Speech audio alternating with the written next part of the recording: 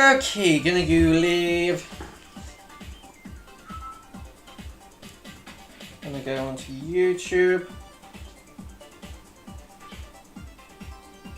Yeah, we're live. Just gonna share this on Discord.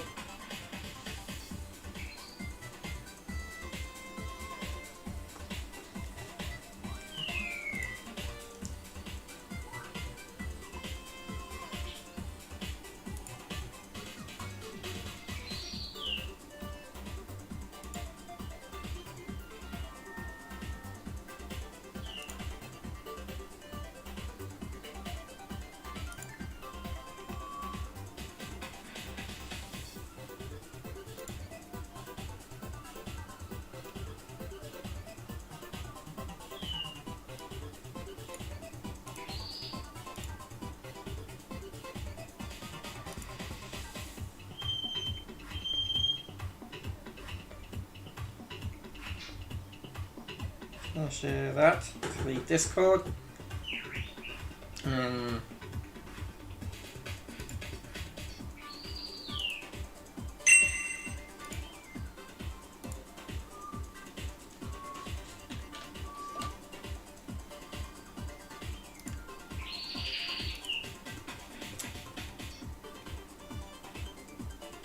Right, so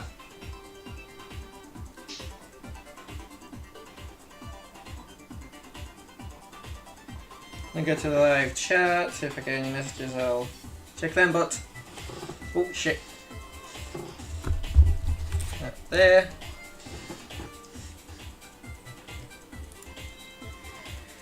Right. So I believe I should be able to use a mouse and keyboard for this.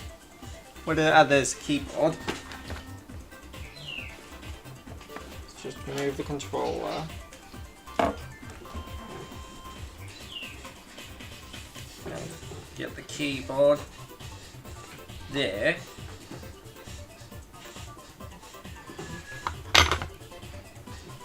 Oh yeah, I got a mouse.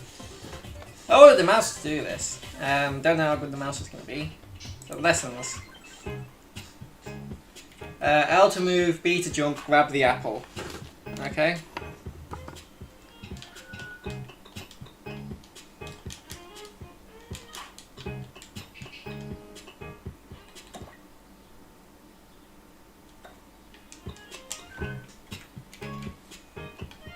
B won't jump. Looks like you need some help.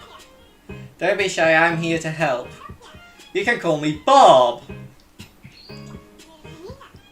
You were in a spot of bother because you couldn't finish the game, right? You couldn't jump by pressing B, so you can't reach the apple. Dust off the mouse, it's dusty. There's a reason for that, you know. You see, the thing is, this game is still under construction. With the way it is now, you could spend your whole life trying and you'd never beat it. Oh, please don't get mad. If we do if we do a deep dive into the game, we'll soon get it finished. To be behind the curtain, so to speak. Why don't we do that right now? Also, if I sound a bit tired, it's because I was up all night playing Hades. I think it's called Hades. If it's our boy, if it isn't our boy, Bob, good to see you, darling.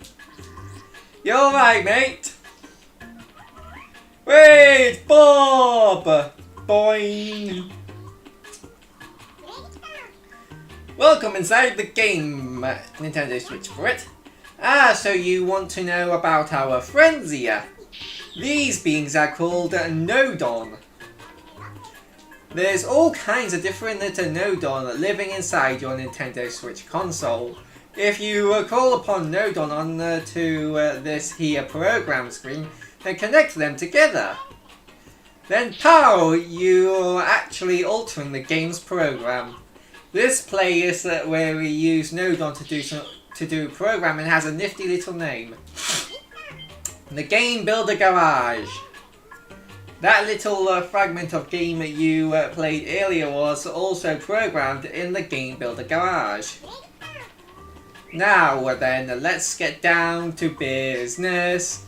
We'll use the Game Builder Garage to finish this game.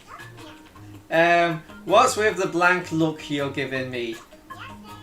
You're going to use programming to finish building this game. It's not as daunting as it might sound. All we need to do is make it so pressing B lets you jump. See the output port on this button? Just connect it to the jump port on the person node on. Yo, I'm button node on. I know exactly what you're gonna do. You're gonna push the button like bang. Yeah, I got you figured. Hi there, I'm a person node on. Nice to meet you. You saw the little character on the screen, right? I'm the one who puts it there and it moves it around. Alright, hold down the mouse button and move the pointer following the, yeah. Alright, hold down the connection. Oh, I need to actually... And hey presto, we've made it so that by pressing B makes the character jump. Now we should be able to clear the game. Why don't we edit the game?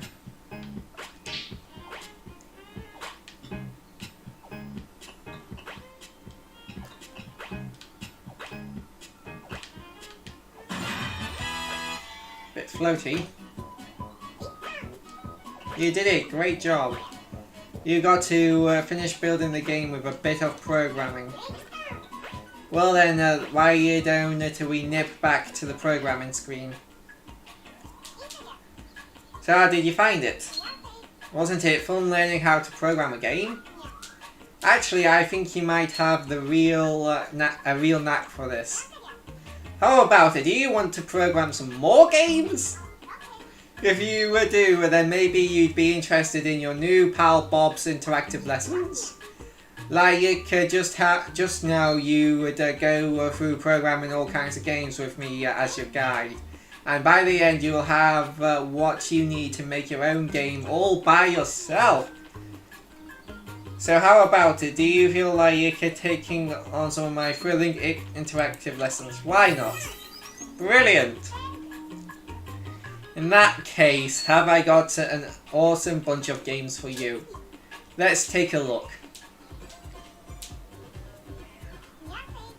We'll be making 7 games in these interactive lessons. In the first lesson, we'll make Tag Showdown, which is just a simple game of tag. Next, we'll use some unique features of the Nintendo Switch console on a roll. Lesson 3 is the auto-scrolling shoot 'em up game Alien Blaster. In the game for the 4th lesson, we'll run, jump and punch our way to the goal in Risky Run. In the 5th lesson is a game called The Mystery Room, in which we'll solve 3-dimensional puzzles. For the 6th lesson, we'll make a computer-controlled car to race against in the White Knuckles Thrill Race. And last but not least, in lesson 7, we'll make the 3D action game Super Person World. Nice reference there, Nintendo. Yeah. By learning to program games like the others I just mentioned, you'll learn the skills to make your very own game. Alright then, I'll be waiting for you in the first lesson. Be sure to pay a visit. I've been the ever knowledgeable Bob. See you later.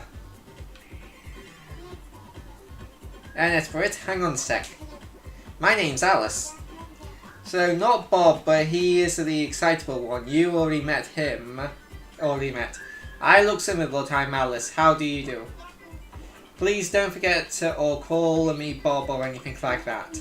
So, you know how you got that game to work just now.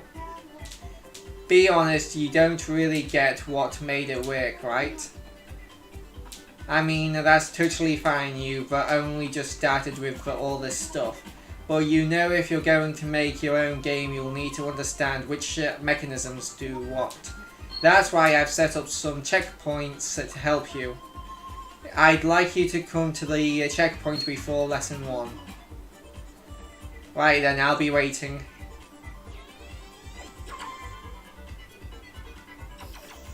Ooh. Okay. Thanks for stopping by. Just in case you forgot, I'm Alice.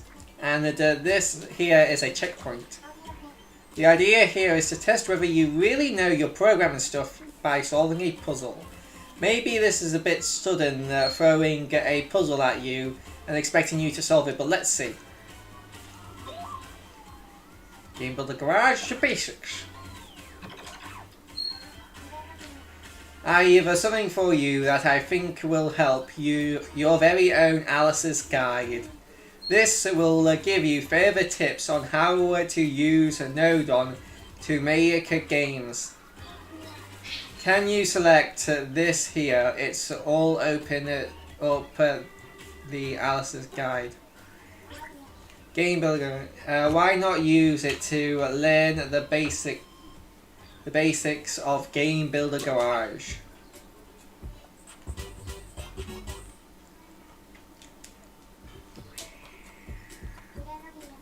Okay, let me hear your ears and I'll give you the basics of Game Builder Garage. The screen that you're looking at now is called the game screen. As the name suggests, this is where the game you've programmed will play out. Here we have the person object. Try pressing B. The person jumped. But what made the person jump exactly? Let me take you through it in the Game Builder Garage Basics. Oh! Hello! No, I didn't... this is not the demo. I didn't even know it had a demo.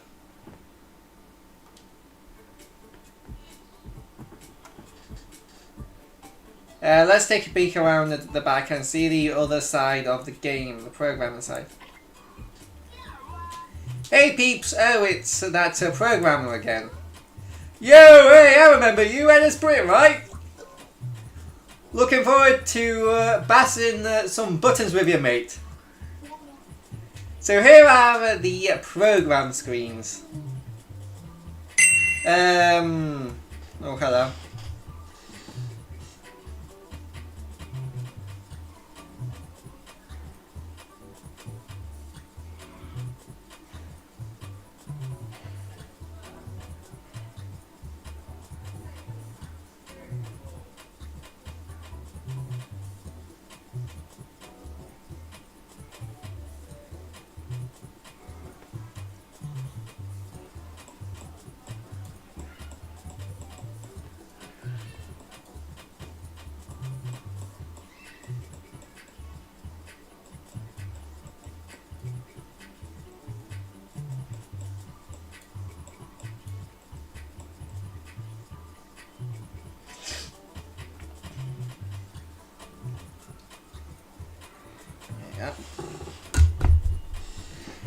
This is where we'll be programming the game with the help of an honest Nodon.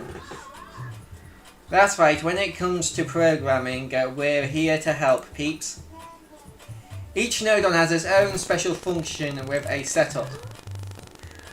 Watching out for when a button gets pressed, we button Nodons have that covered. And as for us, person Nodon, I'm the one that puts the person out there on the game screen. That's right, the person that you saw back then was the person Nodon. Is what the person Nodon was doing. Oh, it's nice when people acknowledge my work. Take note of the position of the person Nodon on the program screen there, here. The location of the person Nodon determines the location of the person on the game screen.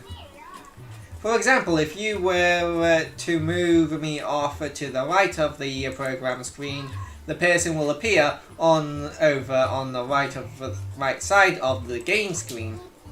Let's try it out. Grab the person node and move him over there.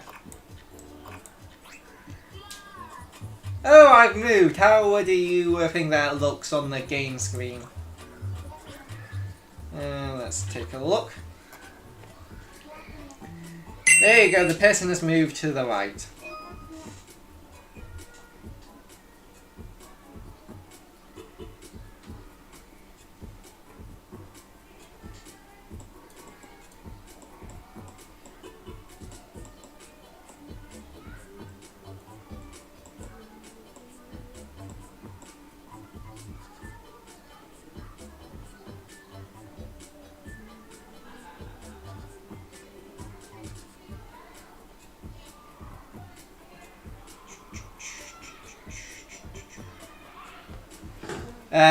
So take, no, the program screen is the place where we position things, so it appears in the world. Okay, but so I can school you some more.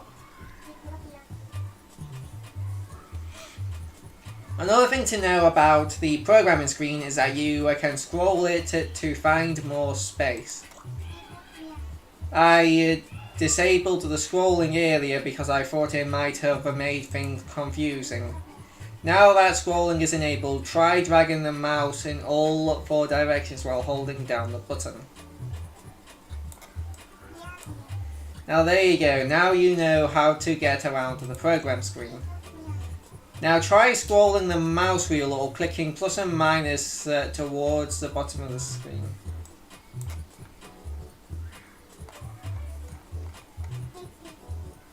That's how you zoom in and out.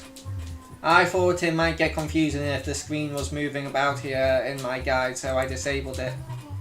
But I think this feature will really come in handy when you're building your own games. Okay, let's put the screen back to how it was before. Okay, all done.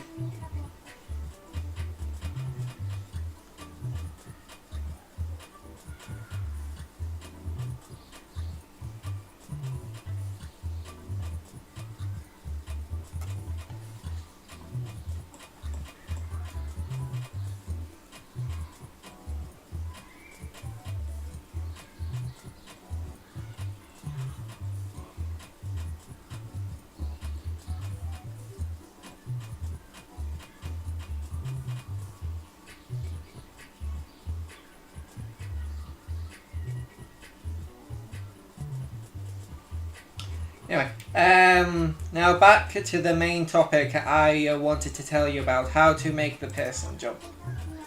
If you remember, pressing B made the person jump when we were on the game screen. Yeah, that was my doing. I'm connected to the button node on C. These lines here represent the connections. You linked them up a while back, right? I'm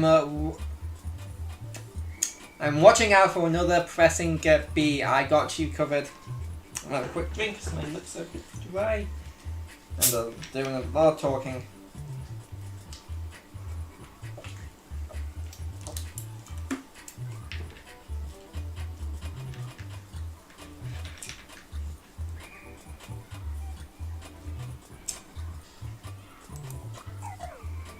Anyone press B and I immediately send signal to the person node on along the connection.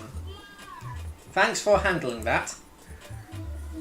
Think of the signal as a very simple message that passes along a wire.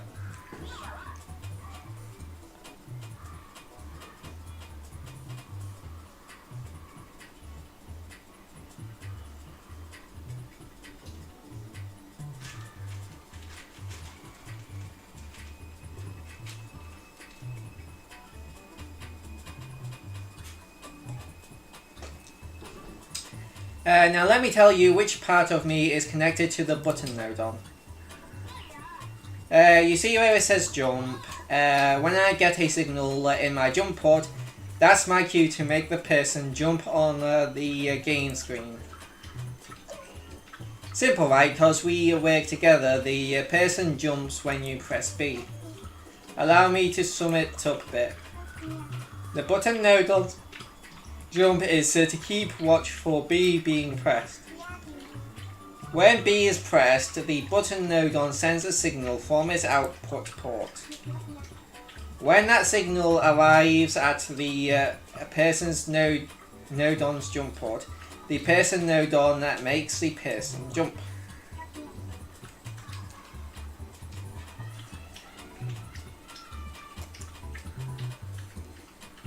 Oops. Easy when you know how. Remove the connection between the node-ons and see what happens.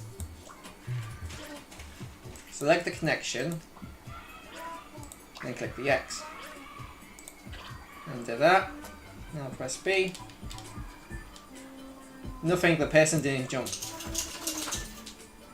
With the connection between the node-on gone, pressing B no longer causes the person to jump.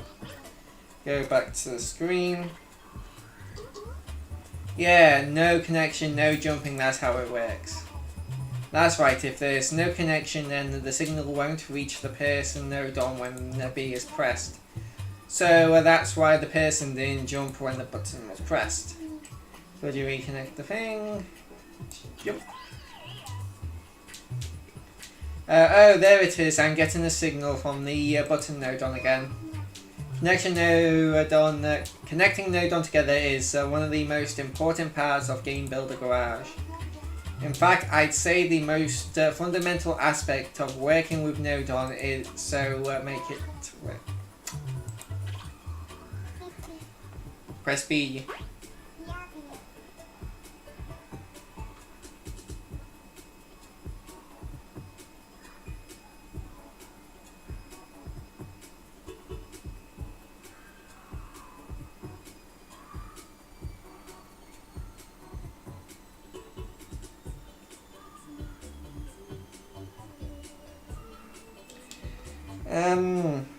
Hold on.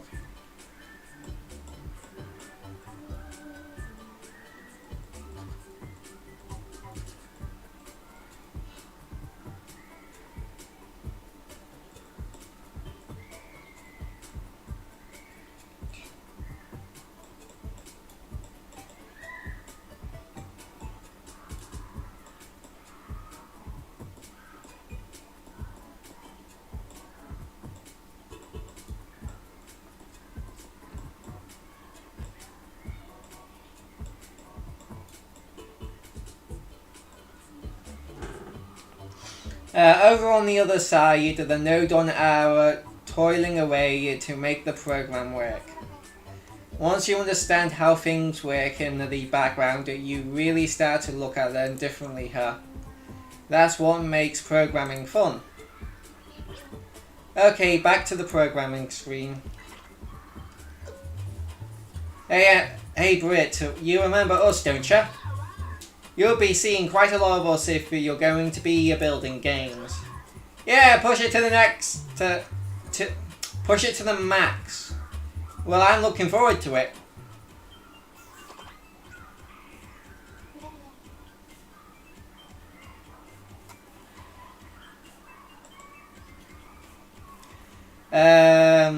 Did you get the hang of the yeah. Then could you press B to close the Alice's guide list? No, I'm going to test your knowledge of the basics with a puzzle. Oh, now, not no. A bit dyslexia. Go here to try your hand at a puzzle challenge. Making the person jump.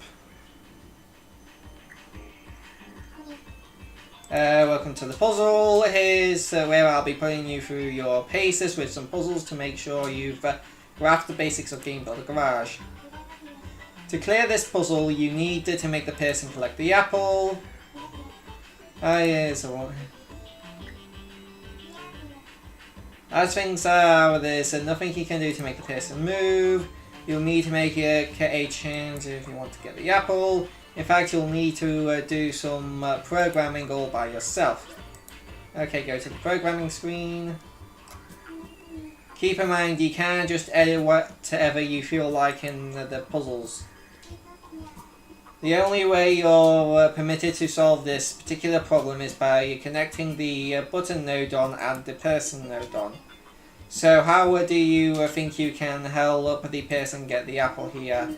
When you think you've made the necessary changes, head to the game screen and test it out. Oh, I didn't mean to skip that. Okay, give it your best shot. Probably nothing super important because it's just very basic. And then plus B. Done.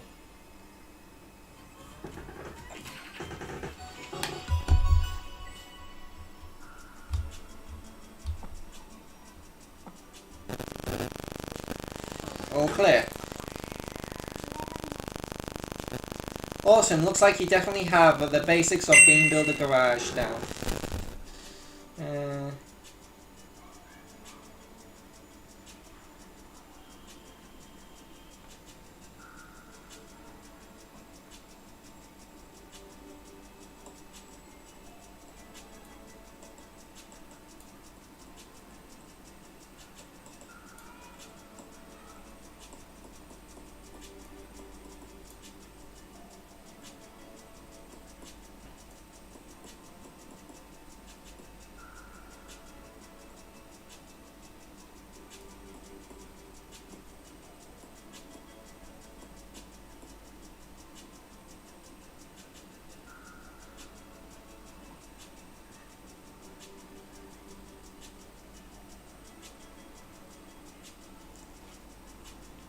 Right.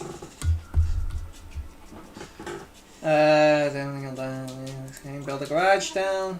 From now on, I'll be testing how well you know Game Builder Garage and the node on. So between each lesson, I'll test you with some checkpoints. I'll also be adding things to my guide every now and then. That's Alice's guide to you. So if there's anything that's not clear, feel free to hit up Alice's guide. Now there's nothing holding you back. Get on lesson 1.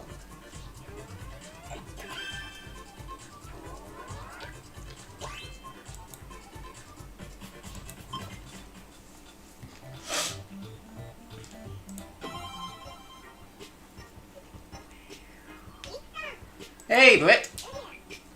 I'm so glad you made it. Welcome to the interactive lessons. Just in case you forgot, I'm Bob, and I can't wait to start working with you. Well, it's a day to remember because you're going to make your very first game, Tag Showdown.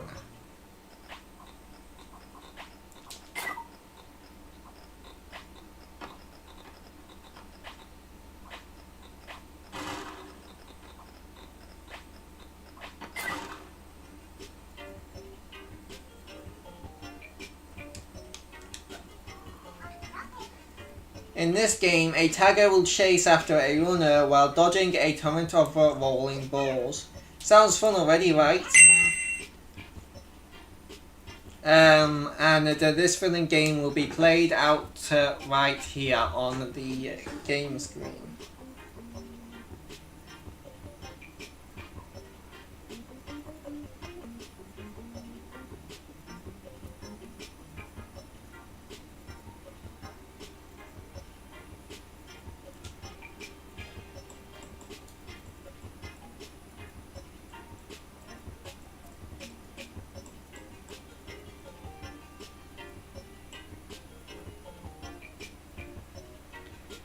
Hold on. Where's Discord? Discord. Here we go.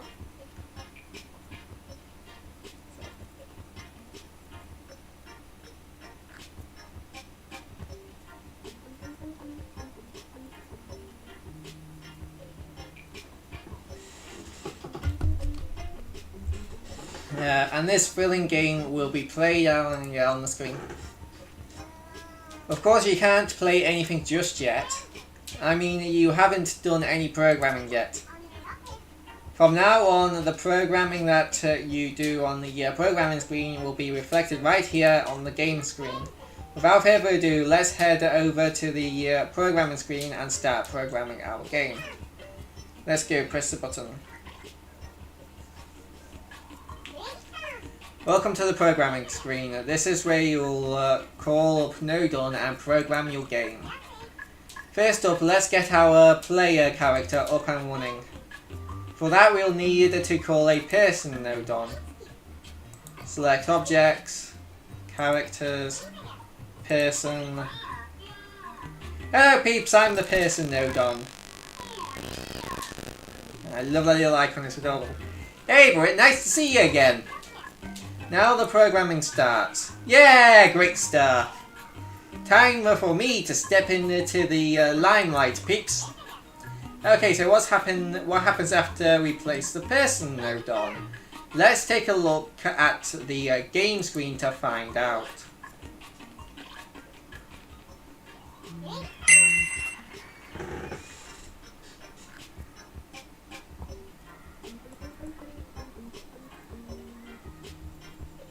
And here's our person on our blank empty game screen. Putting the person Nodon on the programming screen makes a person appear on the game screen. Clear enough, right? Next up, we'll want to be able to control our player character using the controller. Try moving the person with your L now. Does it do anything? As you can see, the person isn't moving at all. This is where the programming comes in. Let's get our player character mobile. Go back into there. If we want to move the player with L, then we'll need to call on the stick Nodon. Input. Stick. L. Left and right. Boing! Stick Nodon! Yeah! You're Brit, right? I bet you're hankering after wiggling the control stick about. Yeah, connect. That's the Nodon's output. Left and right, left and right. Hey stick, time to do what you do best. Send over the output from the control stick. Boing. Try, brilliant, our player character is moving with L. Bravo!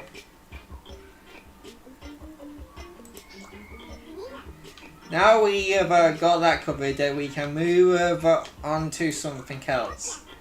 Wouldn't it be good if the person could jump when the button was pressed too? Input. First move the stick Nodon. Give yourself a bit of space. Input, button press, B. Yo! It's B! Nodon. Call me Button Nodon. I'm your button bashing buddy. Everything Brit. If buttons are getting bashed, I got it covered. Bang, bang, bang. Move Nodon. And jump.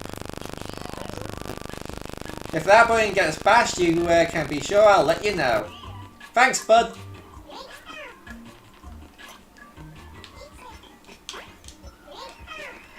Whee! And away we go! Oh fuck! I think he's good. Now you're testing now. Head back over to the programming screen. Okay, guess what? You cleared step 1. Bravo, bravo! Great job, buddy! Good job, Pips! In this step, we made it possible for the person to be moved with the controller. Oh, Luna's asleep in her bed. In the next step, we'll get ready to build the level for our game of tag. I don't mind saying I'm pretty excited about that. See you in the next step. Yay! I'm landing! Oh, well, that's just some of my favourite quotes from The Simpsons. Welcome again, Britt. Let's get right back to building our game of tag. But first, let's have a little look back at what we've done already. Try using it on an BB. That's right, thanks to your marvellous work in the last lesson, we can now move with the player with the controller. This time around we'll be building the floor and walls that set the stage for our game of tag. Boom. We'll be making the floors and walls now, but first we need to decide where we're going to put the whole level itself. How about in this space up here? That should do. Now that's Now that's decided, we'll have to make sure this area is shown on the game screen. But if we're going to do that, we'll need to call the game screen node on. Objects. Game screen and camera. Game screen. Hello darlings, I must say you're looking radiant today. Game screen and node on. Oh, and you must be Brit. Everyone's saying you're the next big thing. With you at the helm, this is going to be a simply spiffing production. Game Builder Garage is sponsored by Spiffco. Spiffco, for all your tea drinking, game breaking, Dogecoin buying needs. Hashtag not sponsored. Anyway, we're sure to rise to the very top, darling. If we make use of the game screen node on, we can determine which part of the program screen will be reflected on the game screen. I couldn't have put it better myself, darling. Oh, what's his name? I keep forgetting his name. Like lead singer from Queen. No, I can't remember his name, but I just imagine the camera having his name.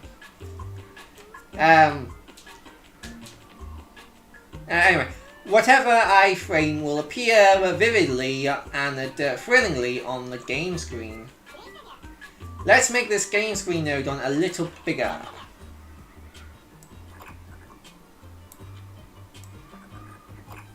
Oh, there you go. Now, boom. Hello! Hello! Hello! Hello! I don't know why this is so funny to me. As you can see, our player character is nowhere to be seen. What are you saying? He's right here. If you see over on the programming screen of the person's node on, isn't surrounded by the game screen node on. Let's head back over here and fix it so that the person appears on the game screen. Alright, let's move the person node on. Boom. Wonderful, now the person is in the limelight. The camera loves you, darling. Try and get my best stuff. Look, now we see the person reflected on the game screen. Yikes, but not for long. But anyhow, now we know that whatever is surrounded by the game screen node on the programming screen will be reflected on the game screen just like you said. But we're not done in the best of places. If our player character can't stay on the screen, what's the solution? Why, a floor, of course. Of course! We'll need an object menu. Yeah. Objects. Simple. Box. Yup, that's the name. Box node on. True to name, objects node-ons are node-ons that make objects appear on the game screen. It's not wrong. He's not wrong, he is. That can't really is Scottish. Yeah, not on a whim. Alright, that's done. Hey, object, did you see that? Oh, sorry, I should have mentioned with nothing to keep them up, objects just drop right out of the screen. Let's fix that. And make it so that the object doesn't fall out of the sky. First, select the object node on. Settings. Oh, this settings screen is where you can make all kinds of changes to a node on. We'll need to adjust the properties. Settings to fix the object doesn't fall anymore. Now disable the options movable, destructible, and destructive.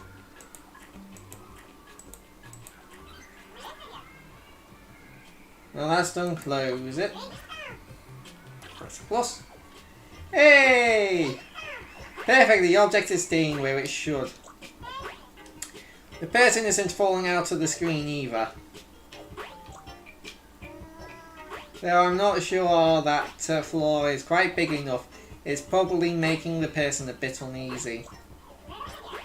Head back to the programming screen so that we can adjust the size.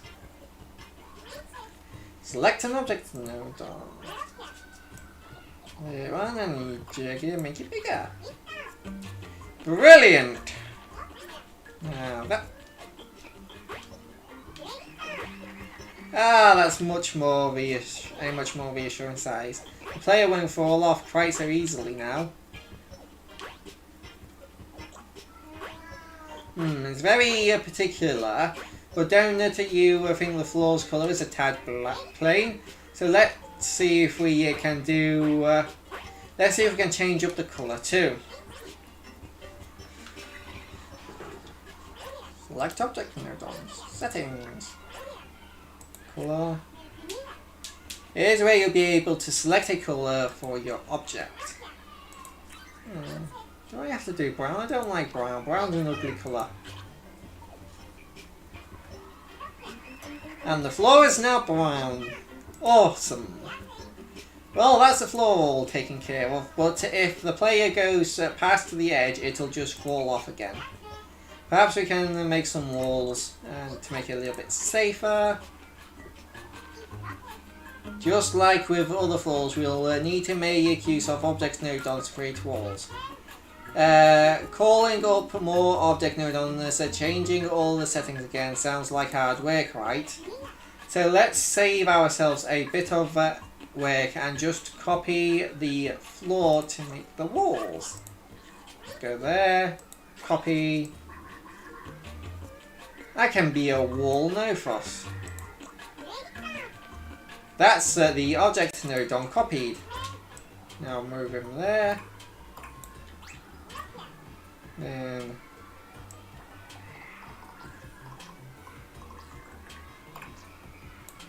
there. And then copy. Copy. Put him over there. And the walls are complete. Oh. I'm trapped in a box! Oh!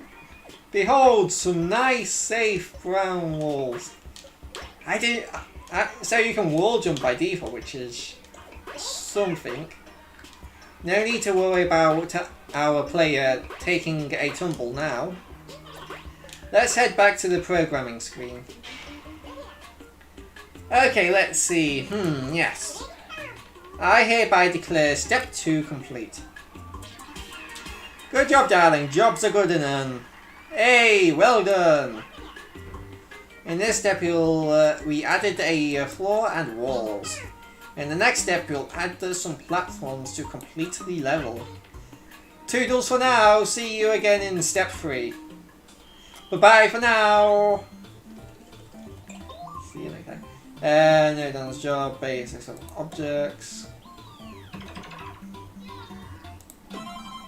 Filling a lot of Alice's guides out. And there you are.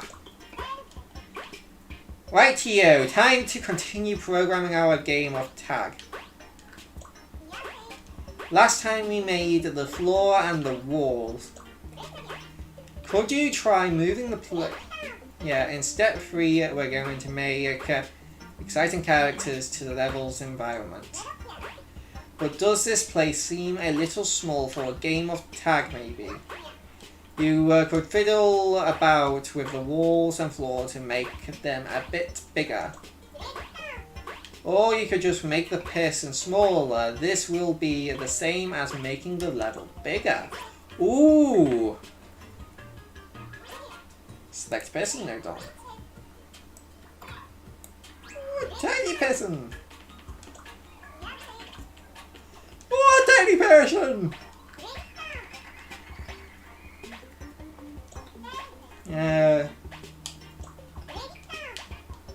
So to continue building up the level. Here's where we'll liven up the level by placing a whole bunch of platforms. Start by selecting the objects node on that's making the floor. Copy. Shrink. Oh, there we go. And now move. Solid as a rock, me just hop on the... Oh yeah. Now we've created a platform right in the middle. We're going to make a whole lot more platforms just like this one. Let's head back to the programming screen. Next up, we'll try making a slope platform. Start by selecting object, copy, move, adjust, and then rotate it on this angle. Oh heck, I've gone all askew-iffy. Let's make another one just like it, but over on the opposite side. Boom, boom, move, shrink, rotate. Perfect fit.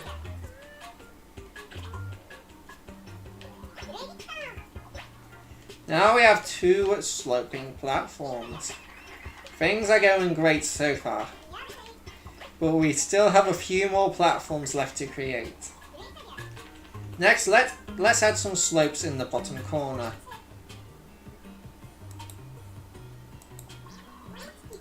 Copy, move, rotate. Alrighty. Do it again.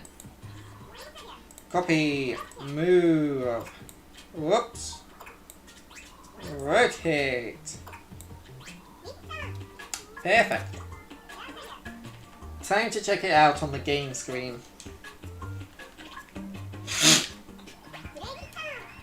These wacky slope surfaces will make for a thrilling game of tag, don't you think?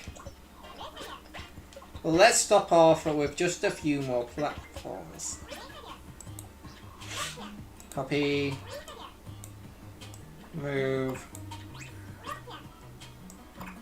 shrink, copy, move, copy, move. Okay. Let's have a look at them. I'm sure we can all agree that this looks pretty great. Please go ahead and have a little. Just think of all the fun-packed pulse racing games of tag you'll be able to have. I can hardly wait. Okay, when you're done checking out, I would head back to the programming screen. And with that, step 3 is complete. Bosh, nice work, sweet. Hey, good level that. So in this stage we added some platforms to complete the level. Buckle up because in the next step we'll be coming to a real turning point. Namely our game of tag at last becomes a two-player game. See you in the next step. Oh, hello, Karuto30.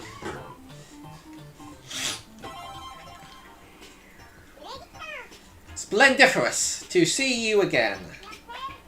We're already halfway through programming our game of tag. It's just zipping by.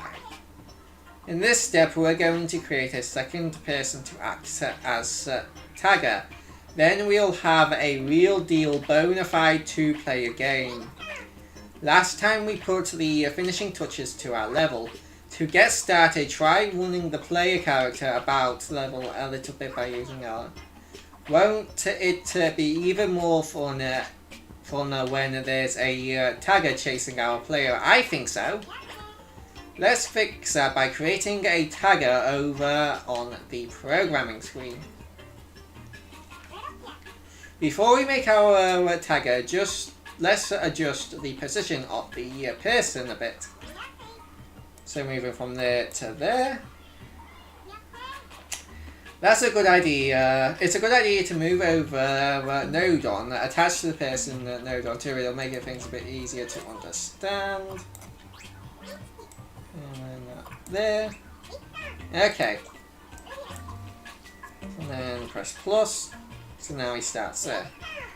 As far as you can see, our player has moved from the middle out to the right side.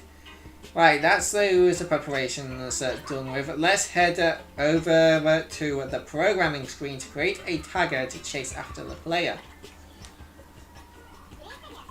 If we can use another person node on for our trigger, select a person node on. Copy. Hello peeps, how can I help? Haha, you can count on me, I'm a relatable person node on. Plop him there, press plus. Now we have two characters. Friend. Try moving them with L and B.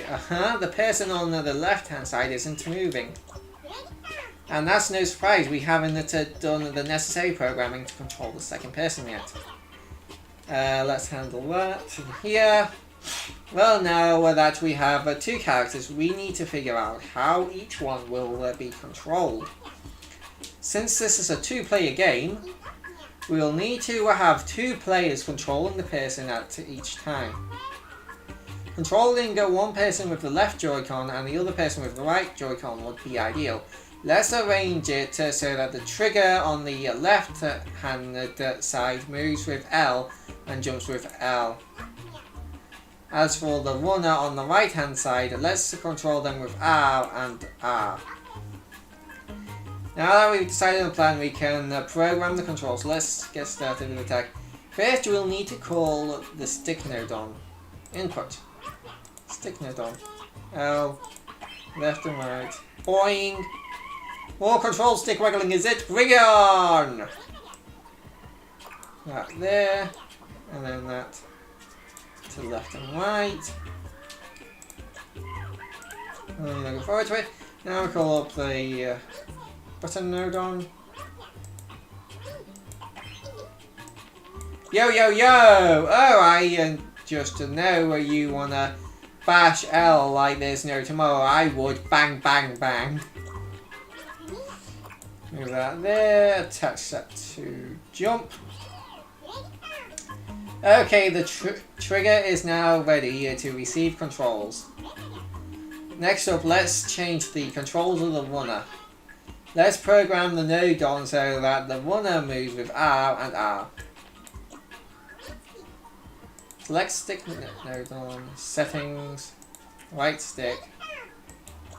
Yay! Button, change, R.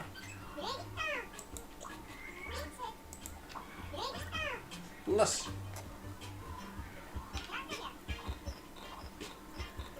Okay.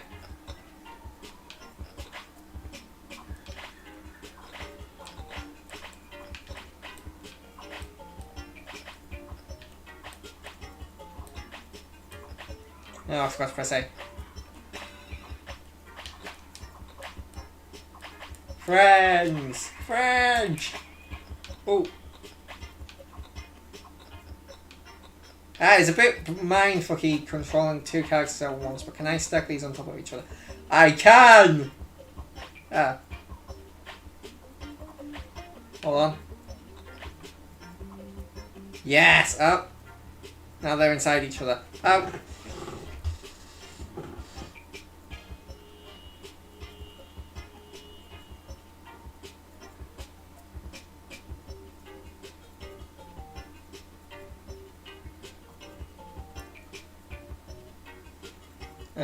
Put the free edition. I want to look at that.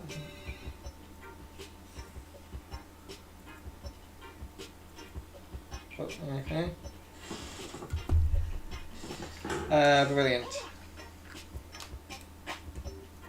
And try out the winner.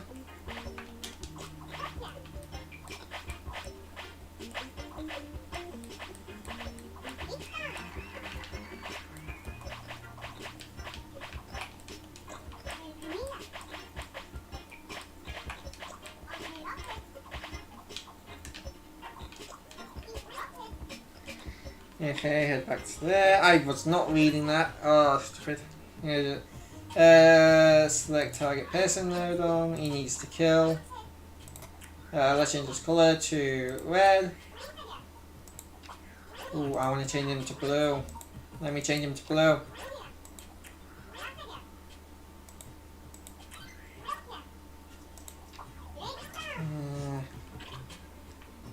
So, strangely enough, because of how the controller is, I'm controlling red with blue and blue with red.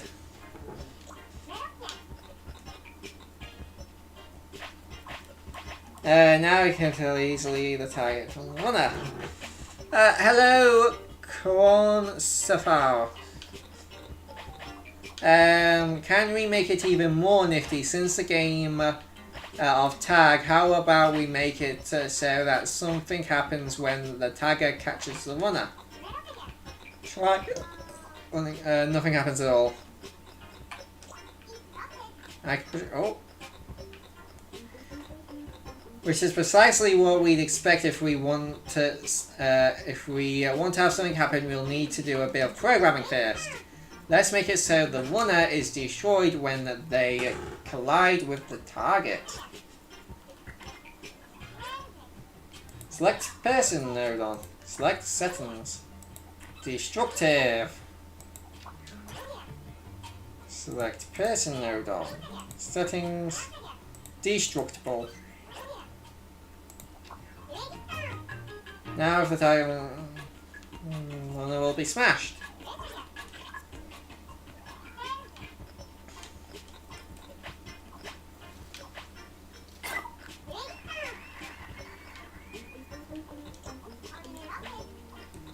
If the runner, then it means the tagger managed to catch the runner.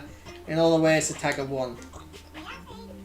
Our game of tag is now true to two-player game. Yay!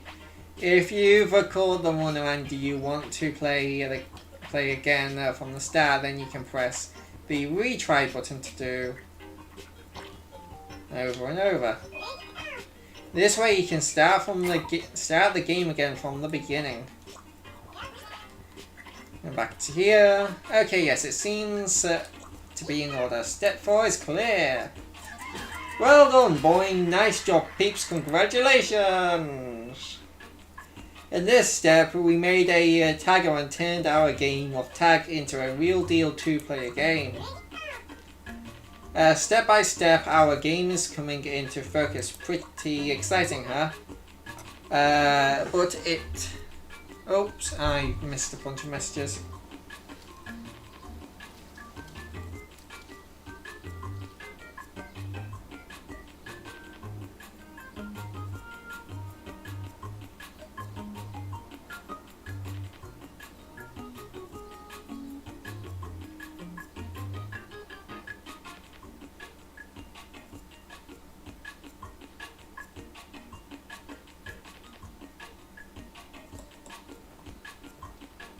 Well, actually, it wasn't a bunch of messages, it was just one long message.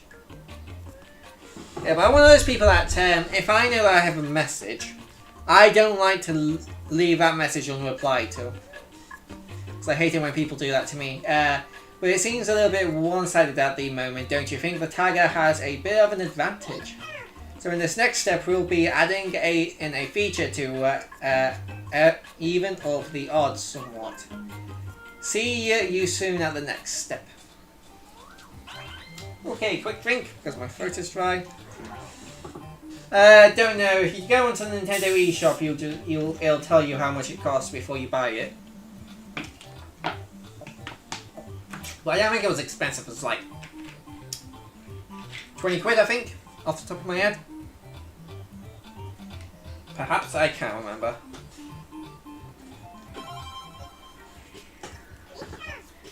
Hello, good to see you. We're about to begin the second half of Lesson 1. Let's quickly summarise what we've done so far. We've made it so that the runner can be moved with the R and R to try out. I killed the runner.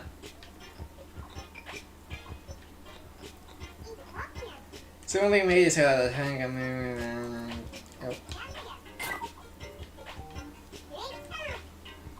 Made this so that the runner breaks when they're colliding with the tagger. That's already enough of a game of, but it is the tagger a bit too strong perhaps.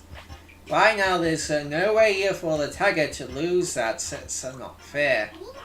How about we make things more interesting by adding some rolling balls to level, balls that can destroy both the runner and the tagger.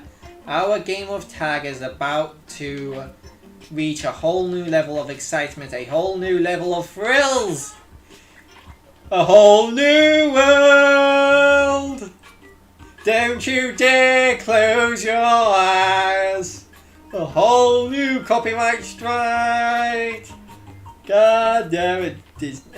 Anyway, so for the rolling balls, we'll need a new type of nodon, a launch object nodon. Select objects. Launch, destroy, and attack. Launch objects. Launch 10 objects. Gah, who's calling me? Launch object nodon. You need me to throw things, is that what you want? You want me to help build your game? Is that it? Gah! So you're the game programmer. Why didn't you say? Of course I'll help. I'm bursting with enthusiasm. Just tell me where you want. What you want. Introducing the launch object nodon. It's full of beans and objects and kills my throat to voice. Oh, thanks, Kawan Safar, for subscribing. Without further ado, let's drag our launch object nodon to the upper part of the level.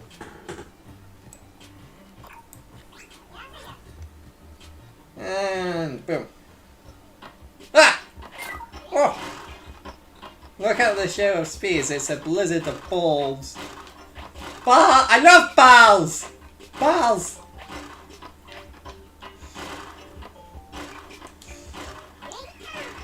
That's exactly what the launch object nodon can do for you. But are the balls a touch too big, maybe? I don't think that's the main problem here. Select launch object nodon. Shrink 'em. Okie dokie.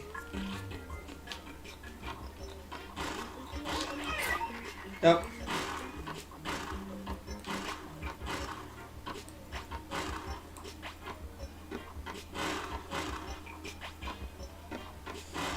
There you go, the balls are small. I want to make the... However, I think we could have them tumbling around this level in an even more exciting way. Let's put an extra platform above our runner and tagger.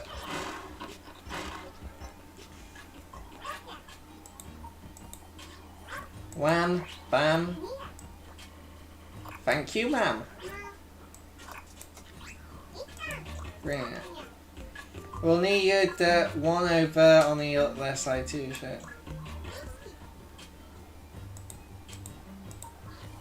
Wham. Bam. Thank you, ma'am. Good job. Very nice. You did it very nice. And all it took was a massive goddamn music. Now our tagger and runner have a little shelter from the torrent.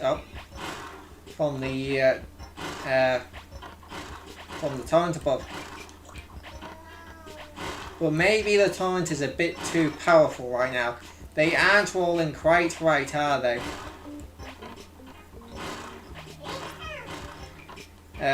Adjust the power.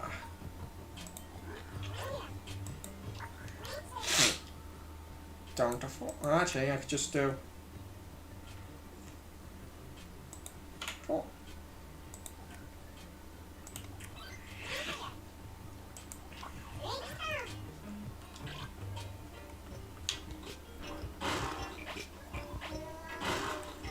That's much better. We've tamed the torrent now.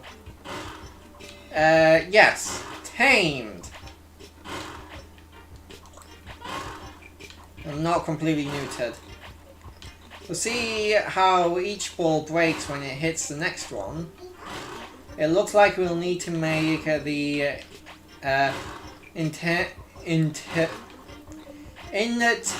interval between each ball launch a bit longer.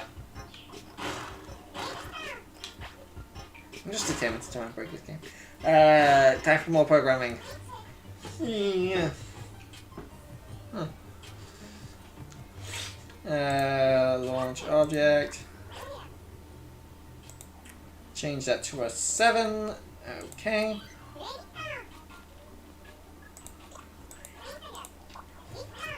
I'm getting a bit of a headache, so I might not read as much stuff out now. Launch interval, we have to wait a little longer. Wait to set. Oh, there we go. We've got the ball rolling, and now we need some rolling balls over on the other side now. Am I right? Let's take care of that. Select node, copy node. I need an iron wing. Idea. I got you, Blimmer. I don't think that's gonna work. Oh yeah, wait. Yes, there we go.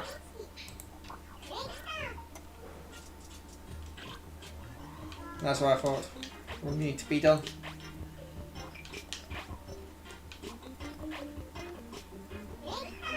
Balls! Now our shower spheres have come from both the left and the right. So, almost a complete thing.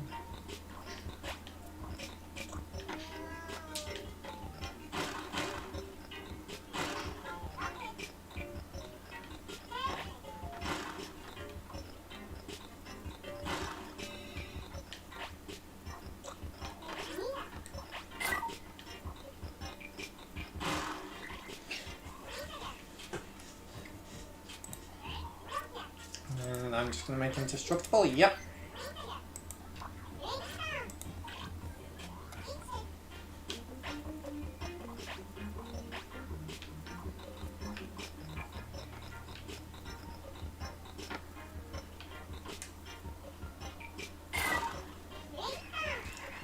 Now the tagger breaks when the ball hits. Great.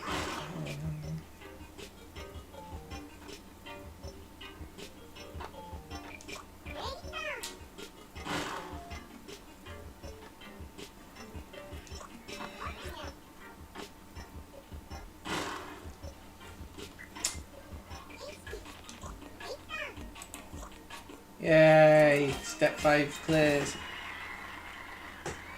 Thank you for your compliment on making balls roll. Great job, love it. Launch object node onto the liven up the game.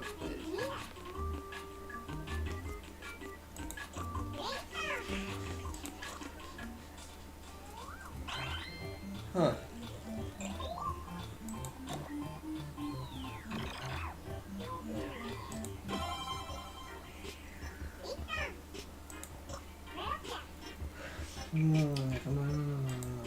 Tag.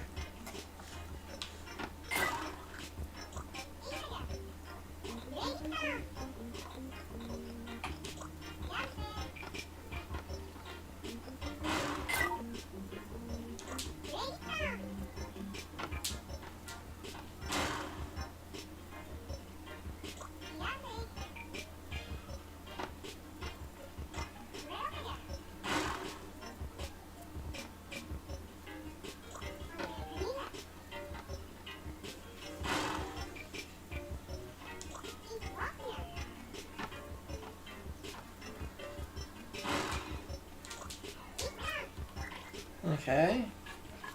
This should be easy.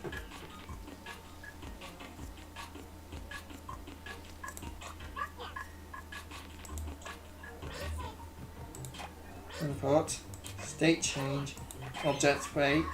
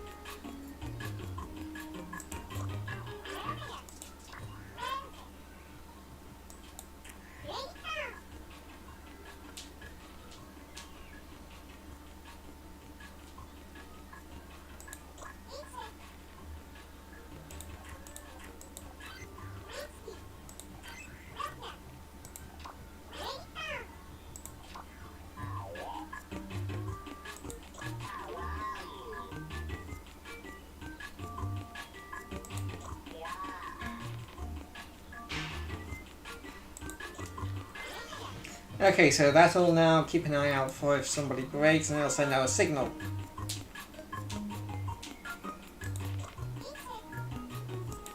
And then we need a retry node on.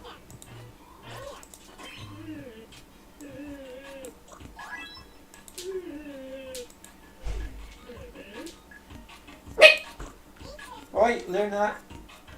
Luna, no!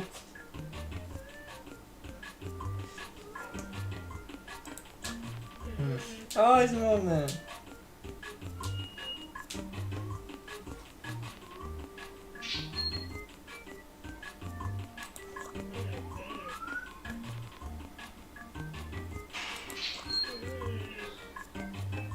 Oh, that's funny. Oh, thanks. Yeah, I can only see a bit of it, but yeah, the bit that you can see does look cool, but everywhere below that is a mess.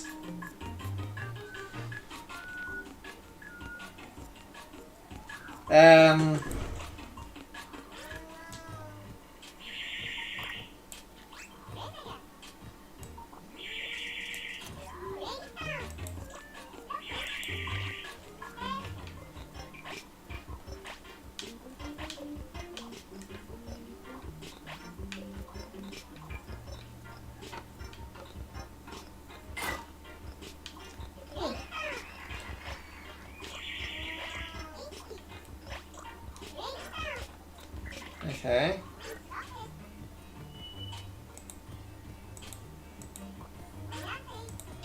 What's that? Timer node on.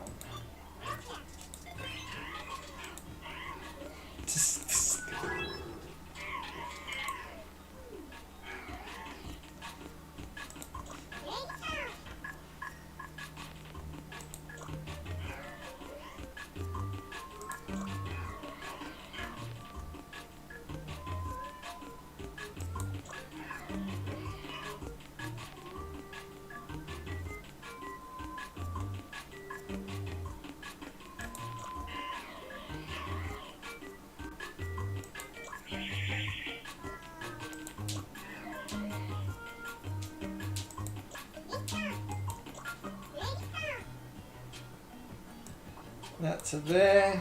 That to there.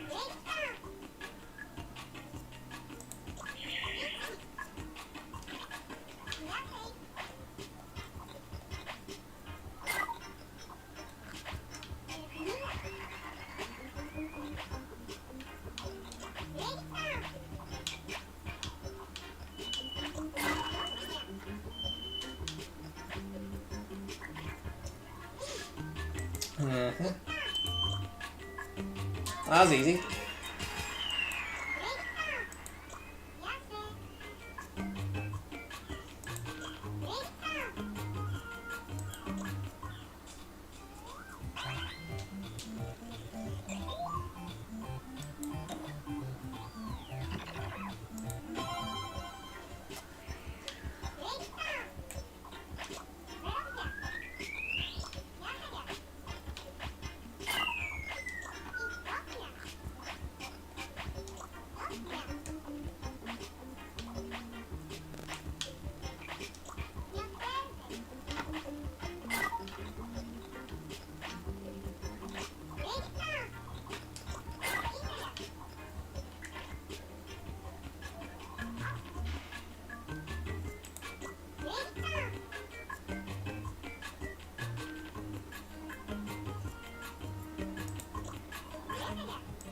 So we're just going to call a level.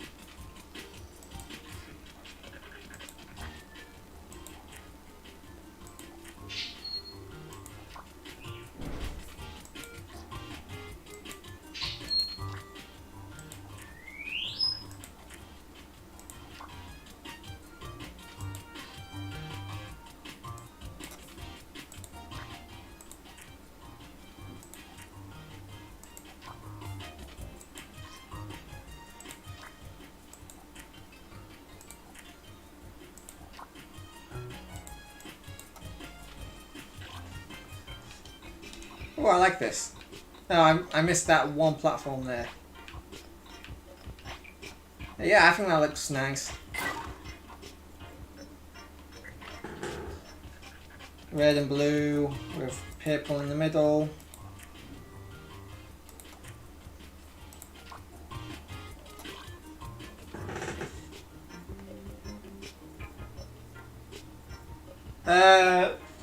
Poster right behind me, hold on.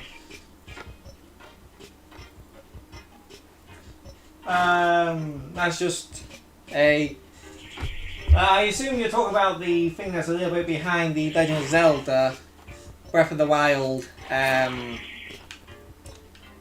promotional material. Like, I don't know what it's called, but it's just like a fan-made Avengers poster. It's actually quite nice. I think I put it off Wish a while back. But yeah.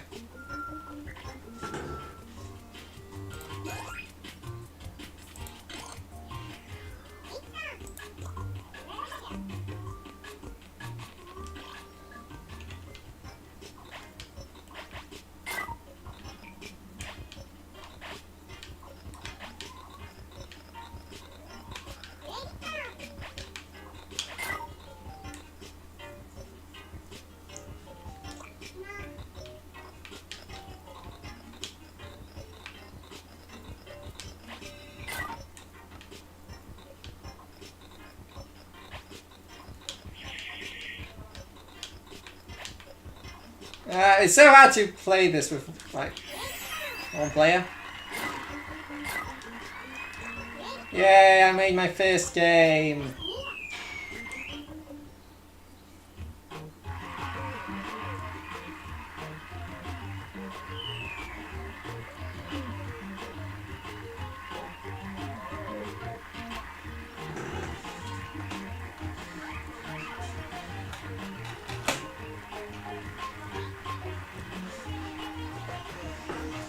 Oh, I need to just move my legs a bit.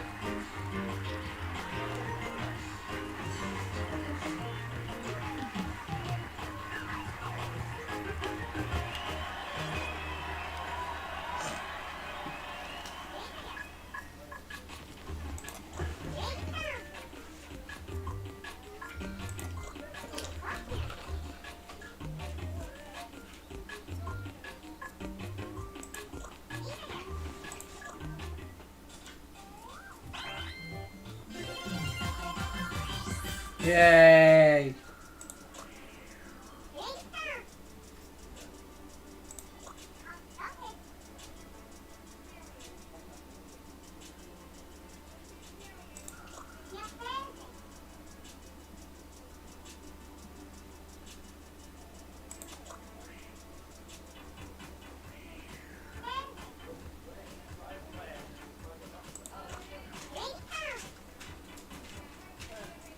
Oh, that's nice.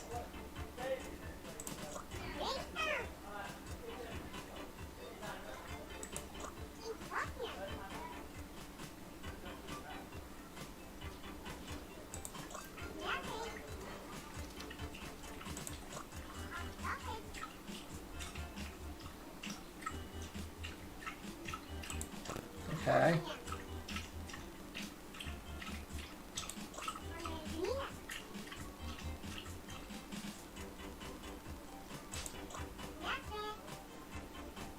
My favourite game? Now, I don't really have one specific favourite game because there's games I love for different reasons. Like, I love Mario Odyssey because it is one of the best open world collectathon games I've played. But I prefer Mario Galaxy 2 because of its more unique gameplay and levels and I love its music. So I like Mario. I think that Mario Odyssey is a better game in general, but I prefer Mario Galaxy 2, and it's like I can't. If you made me decide between those two, I really couldn't decide. So I just have like my favorite Pokemon game, my favorite Zelda game, which is pretty much just Breath of the Wild because it's the only one I've actually beaten. And my favorite Mario game. You know, I basically just do it by, and then I like my favorite open world Mario game, my favorite 2D Mario game, which I don't really like 2D games, so. and just like Mario Galaxy comes in like mix between like 2D and 3D. Well, nah, my favorite like open world Mario games and obstacle course Mario games, and Mario Galaxy is more obstacle course, and it is my favorite obstacle course Mario game. It's better than Mario 3D World by far, because unlike Mario 3D, well, apart from multiplayer, but unlike Mario 3D World, you know, it just has. There's not really one, you know, really level in Mario Galaxy 1 or 2 that I could just like point and go like, fuck this level. The game, the game. There's no one level in Mario Galaxy 1 or 2 that I really say hates my opinion of the game. Where in Mario 3D World there are a few levels that have hurt my opinion of the game. By letting friends play the game you made. When you've...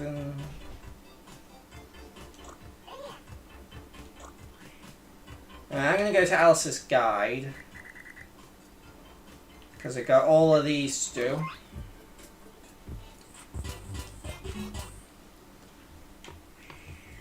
I actually have a sister named Alice.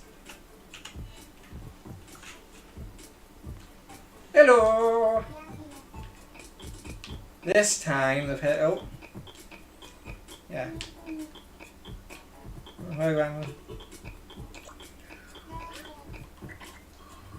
Okay.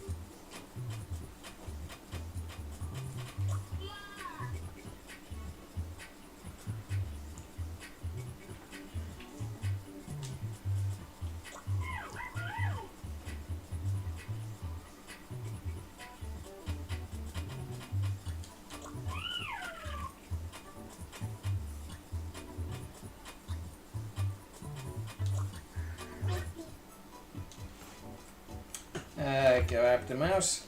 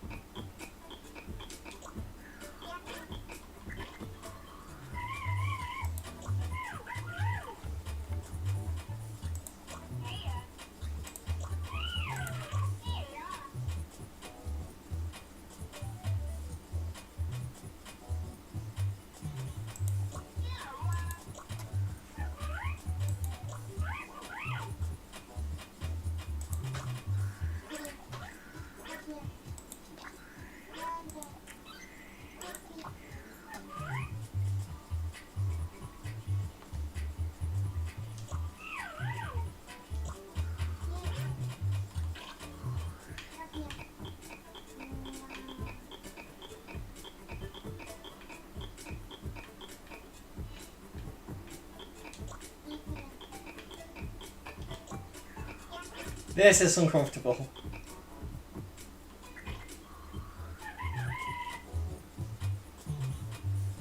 Hold on. It's actually a third-party Nintendo Switch controller. You can learn more about it on my... actually, I'll go to my channel and I'll get the link for the video, if I can. Your channel. go back.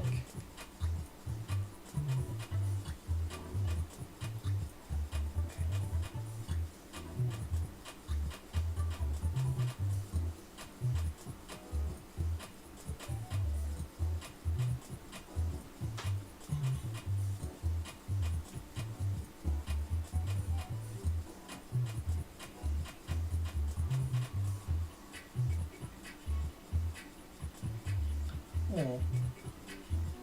I think I want to scroll past it.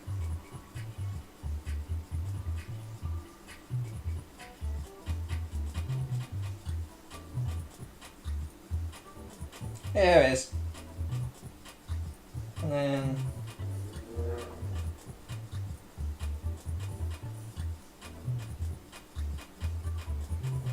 I can't copy the link. But yeah, the setup's a bit different, but if you go back to my video, Best Nintendo Switch Controller or something, title something like that,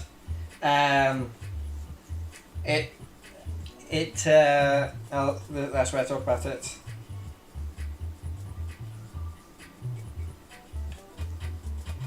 Yeah, I don't have an official Pro controller because they're a tiny bit expensive. But this is cheaper than a Pro controller. It has NFC, motion controls, gyro, and it has turbo, and it can wake up the Switch.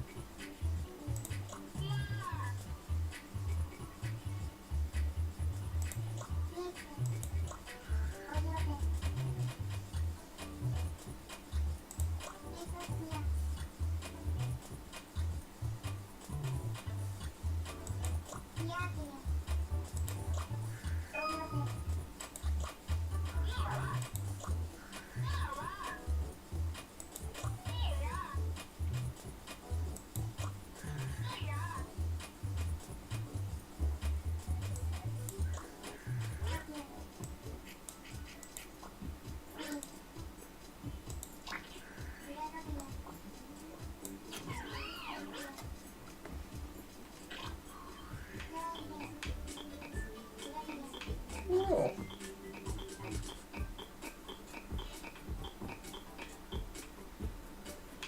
Hold on. Damn it. I want to get this right. One eye on screen tech. There we go. Don't know why I want to do that, just for it would look funny.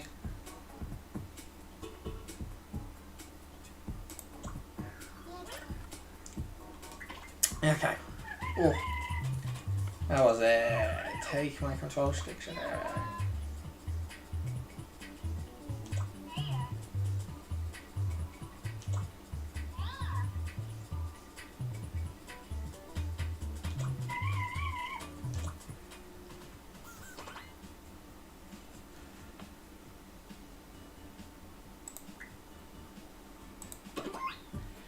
Okay.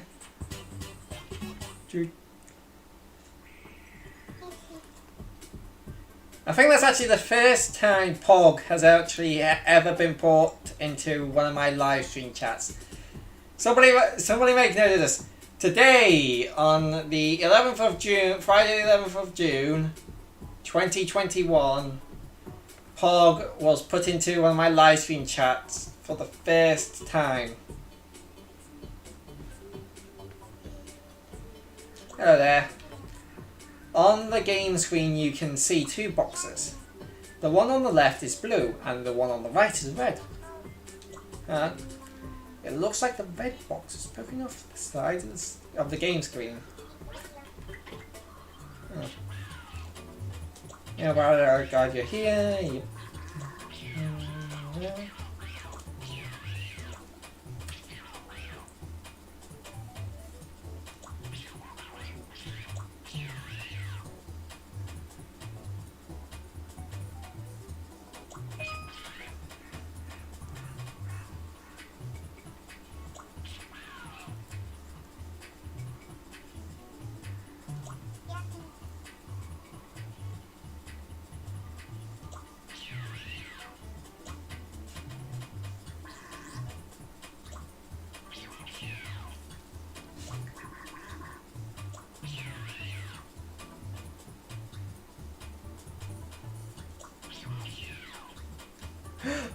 Oh, the turtle is just having a mental breakdown at one of the boxes being poking out to the side of the screen.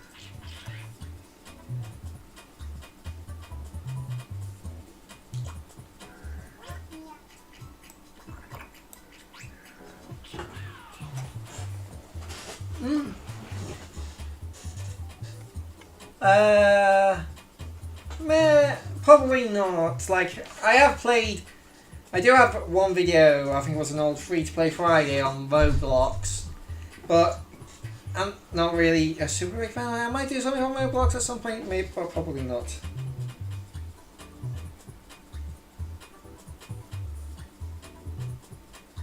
I don't know if it's hard to make AI on the game, not got to that bit yet, still doing the tutorials.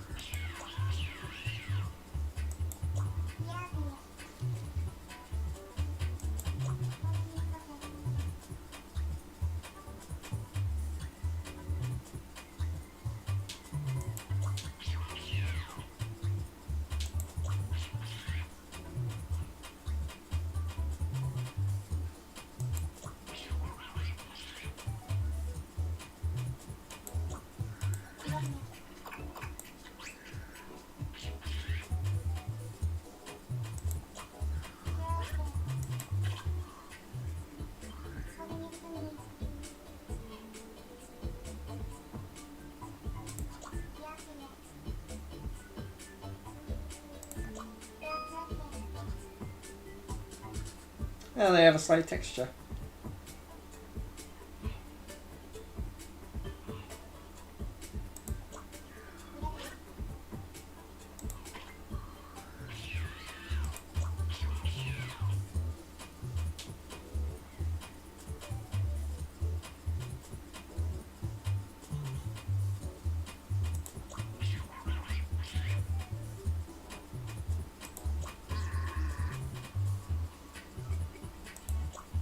Huh. I'm surprised they didn't teach me like how to move the camera.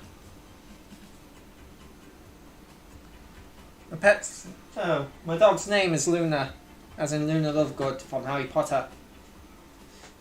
There's some flies floating around because I've got the window open. Basics of object properties.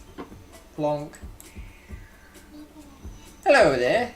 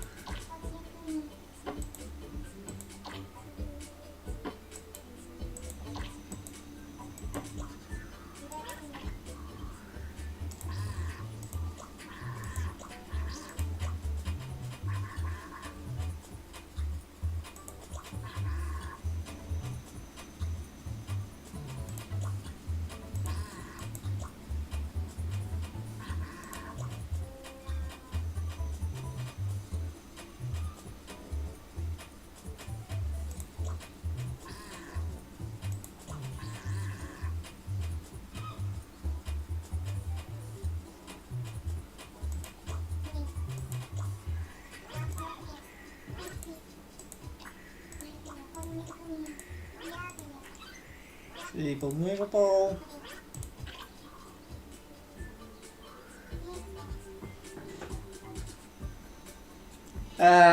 Android.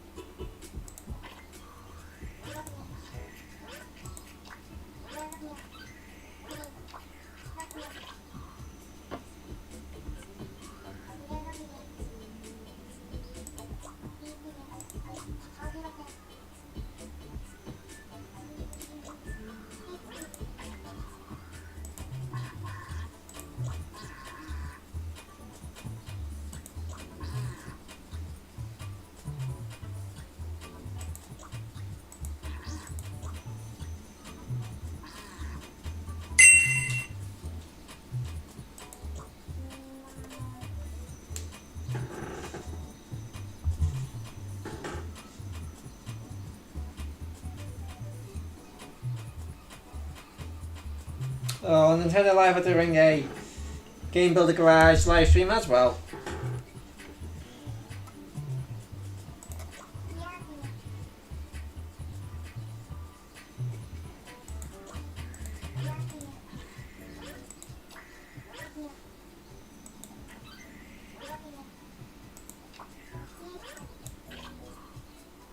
Oh, well that's gone straight to hell.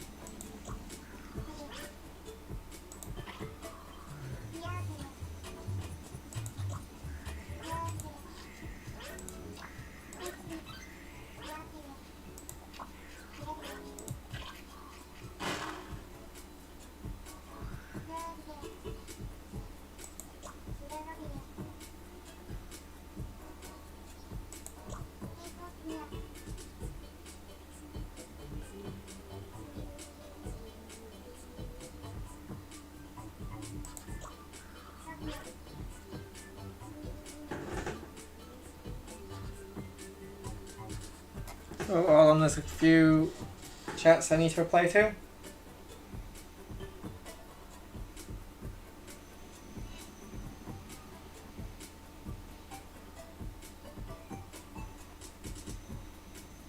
No, I don't know about that. And if you want to get pinned, you have to like make a comment that I think is either funny enough to get pinned or smart enough, like has enough like good information.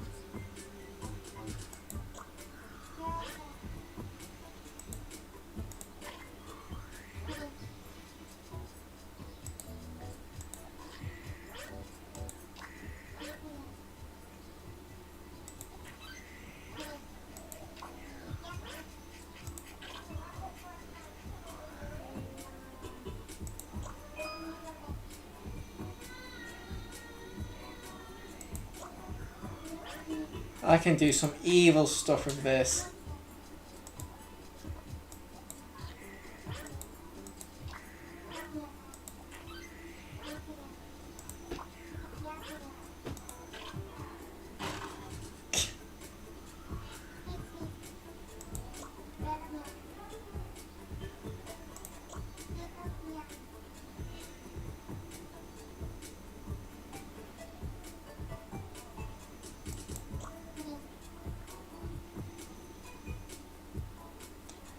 My favourite Nodon so far is the Screen Nodon, just because it reminds me of the singer from Queen, but I can't remember his name. I can never remember his name. Like a planet? Something planet, I think. Or something like that. I can't remember.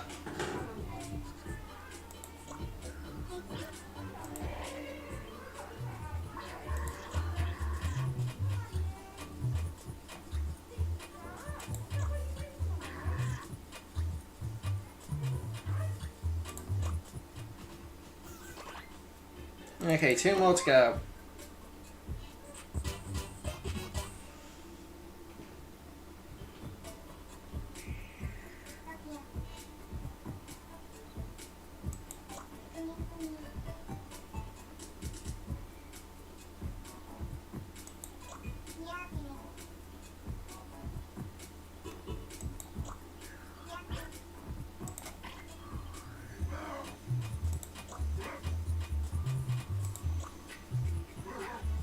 Okay, maybe this guy's my favourite Nodon, because he's just so aggressive.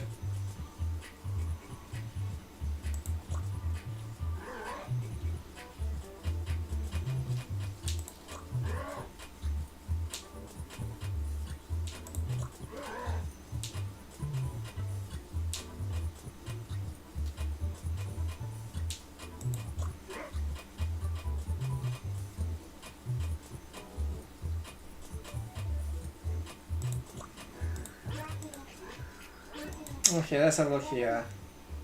Launch boxes, cylinders, and spheres. They can be visible, solid, movable, destructible, destructive.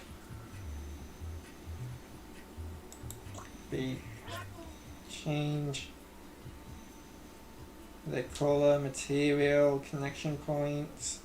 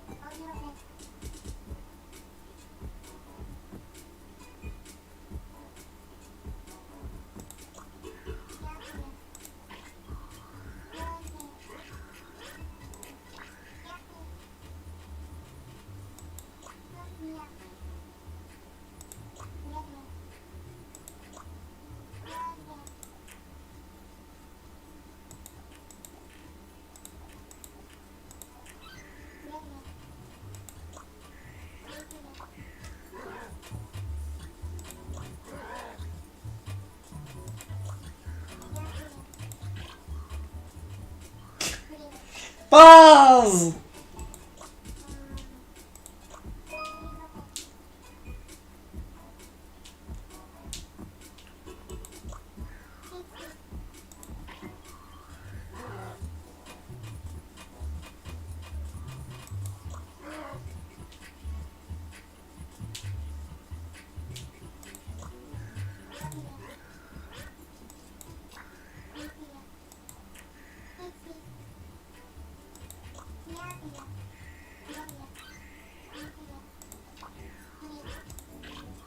And now they give up.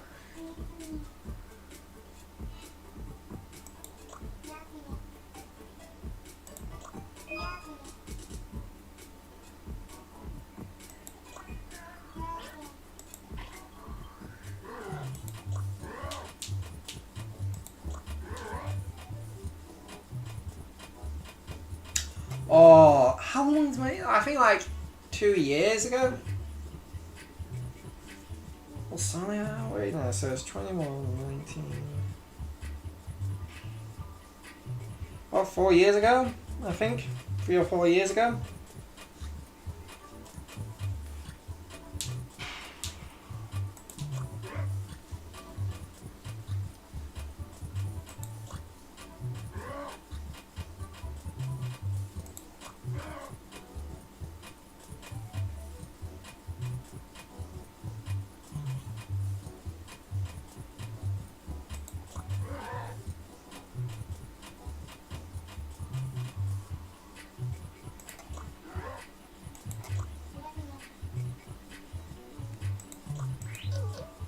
Oh.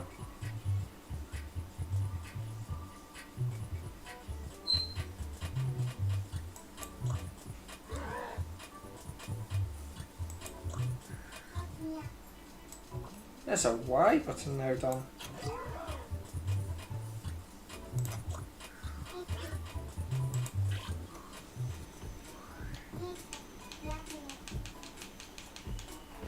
If I demo it, hooray!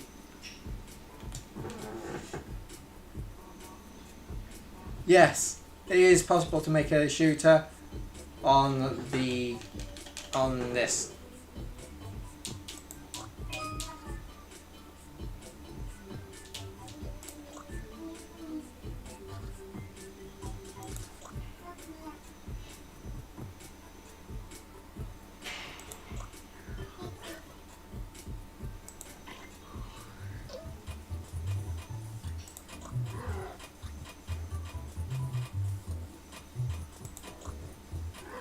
Are you not entertained?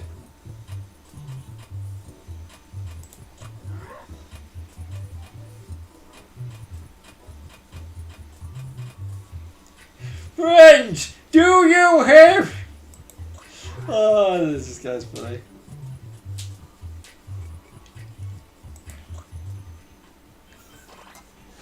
Okay, I am actually excited to just like tinker around with these nerves and see what I can do.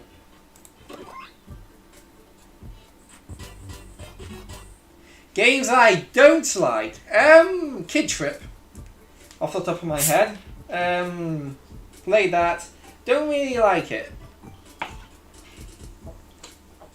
Played Spyro Year with the Dragonfly. I can burn in hell.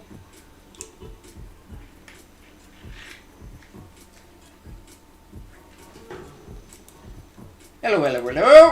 What's going on here then? There's a bread box in your grey man.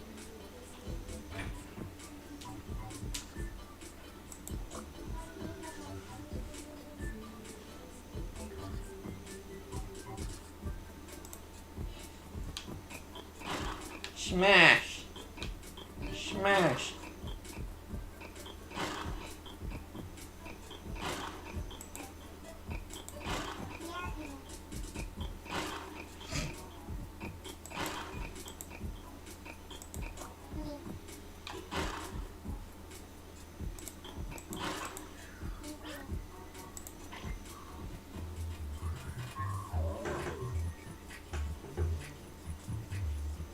I'm not a fan of the 2D Sonics, really.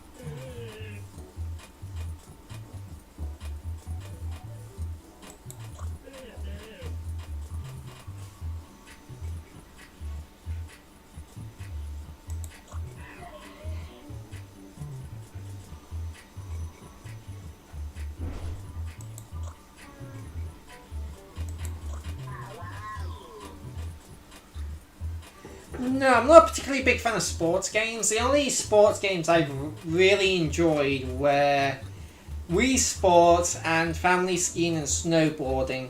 I believe I have videos on both of them on this channel.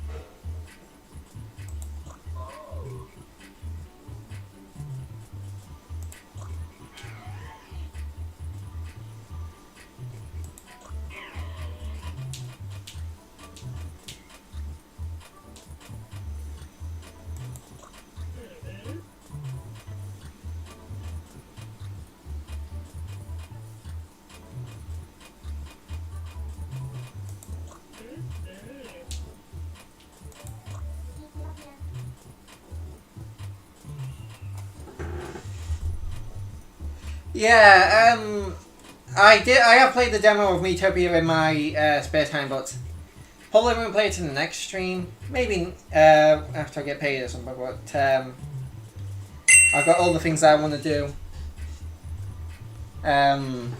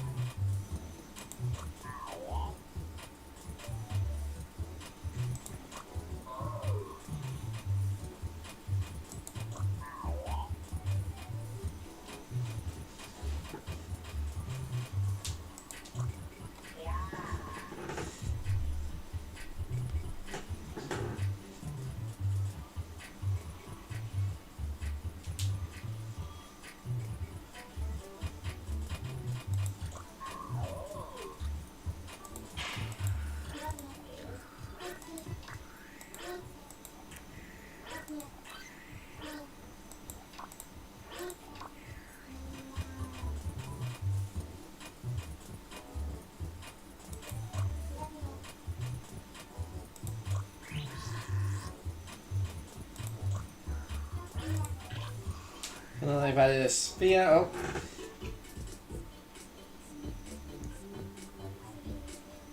well, that's cool. Smash.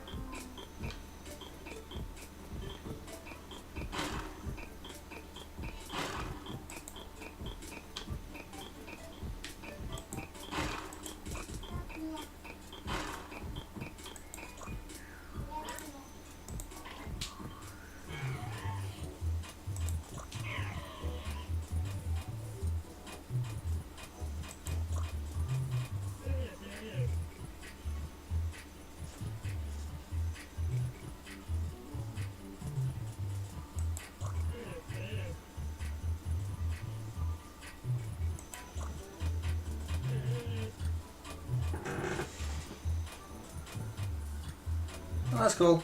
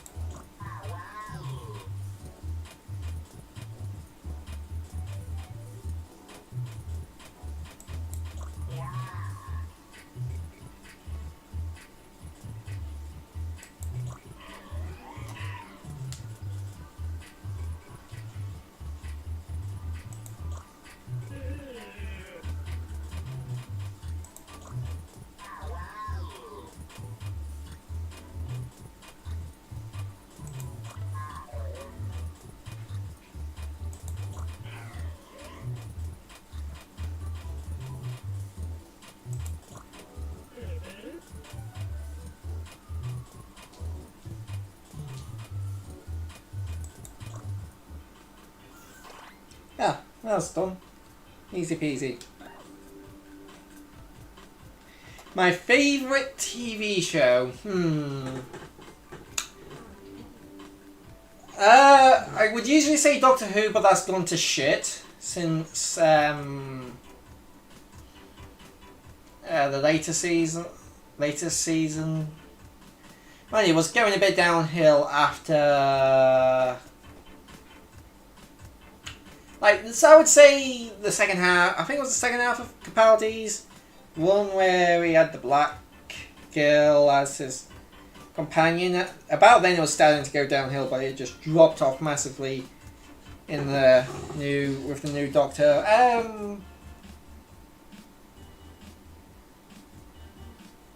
Avatar: The Last Airbender.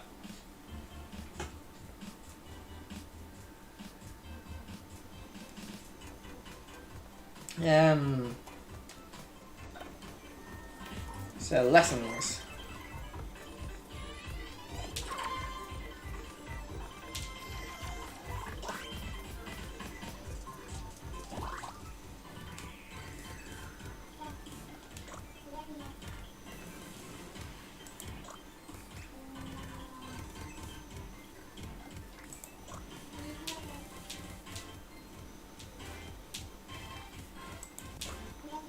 Okay, puzzle time.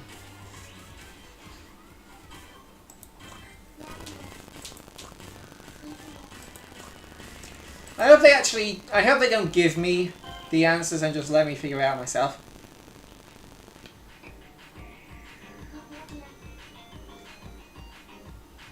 Okay. I should have probably just gone in here in the first place. Yeah, I see the problem.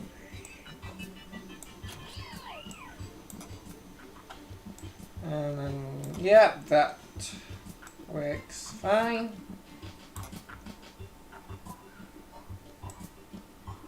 Oh, that's... oh. Well.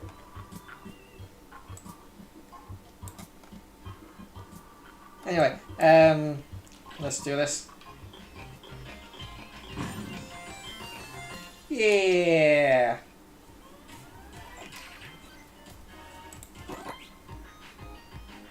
Oh.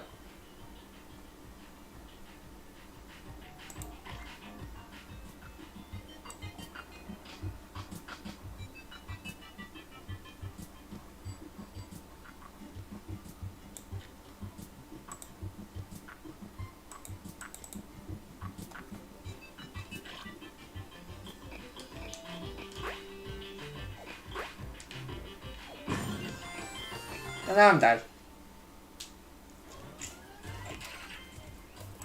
Okay.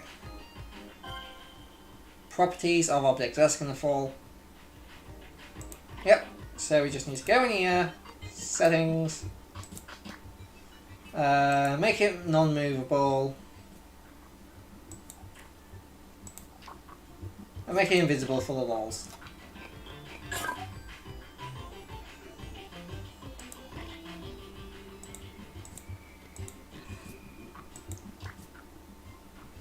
And don't make it destructive. Or destructible. I'm walking in the air.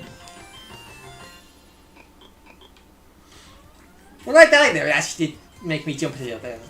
What? Invisible objects.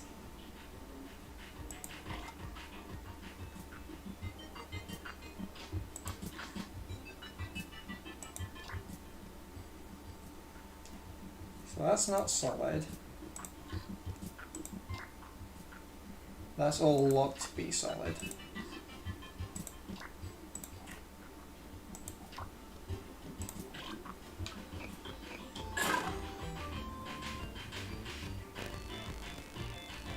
Can you not jump? No, you can't jump, so... Well, hello.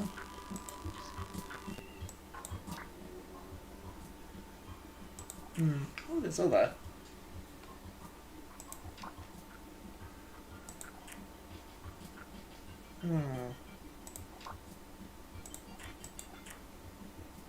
Oh, I can't change that.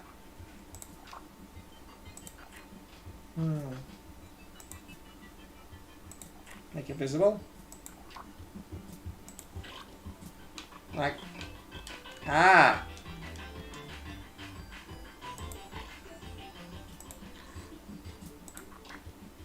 Movable.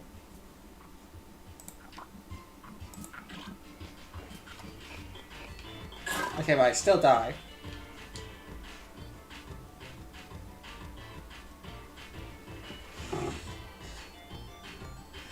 Yes. So, I would assume, like, to move the camera of the character, you would need a stick mode on, and then attach, like, the left and right stick mode on to, like, the X and X and Z, and up and down to the Y. And this live stream will go on until I get bored.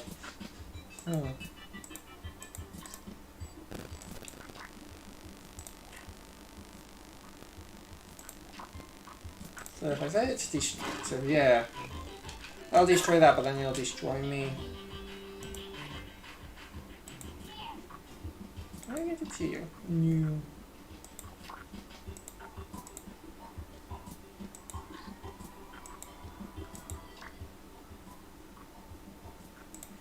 Let's make it not solid, see if that works. Nope.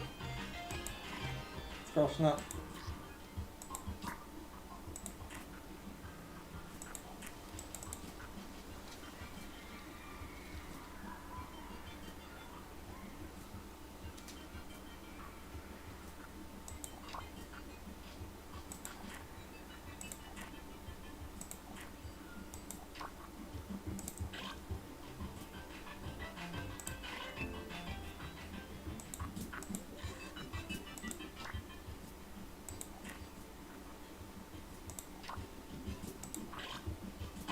Ah, there we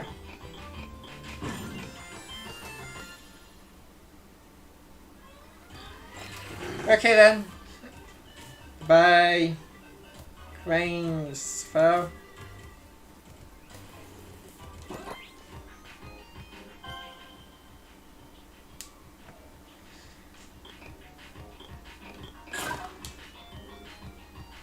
Okay, so...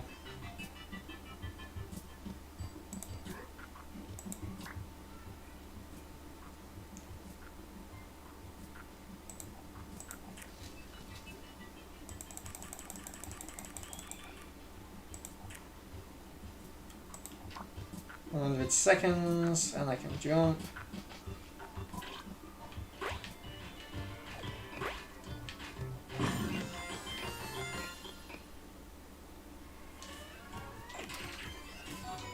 There you go. 3D platformer, definitely. Because I'm not a big fan of 2D platformers.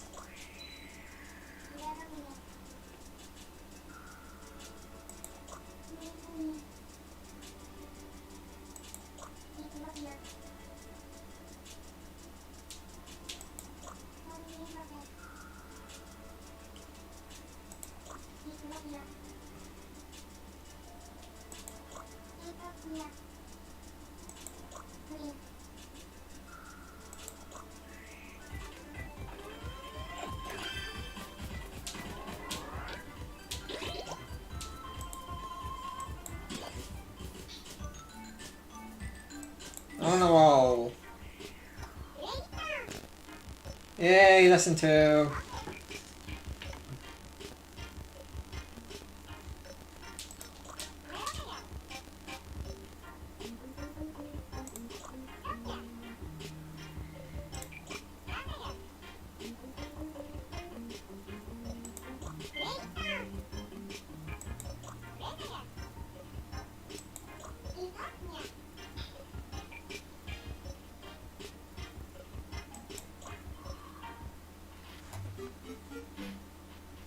Okay, this is video.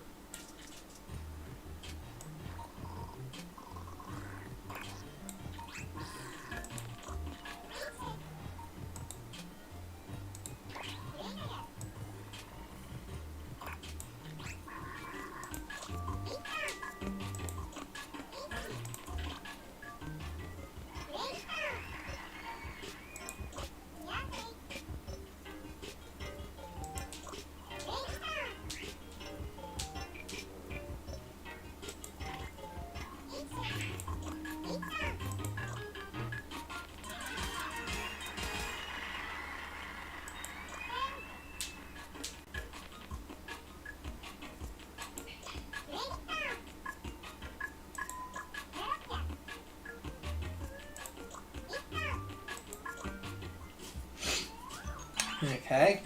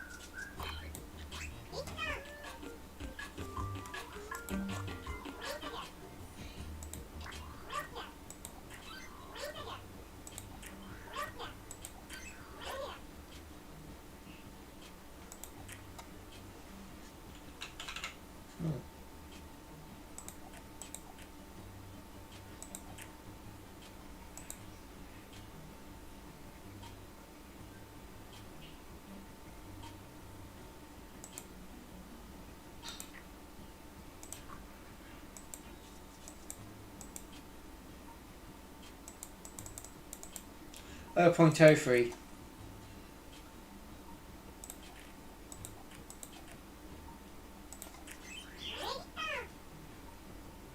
0.30.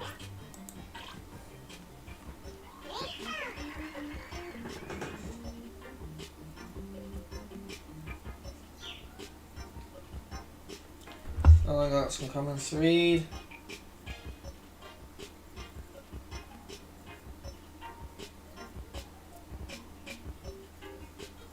I think they'll probably add some DLC, like maybe, well, I think they definitely should, like skins, like a Mario skin, Link skin, you know, basically just like adding characters into the game, and then you can like make your own Nintendo games. And give it a bit of a polish up.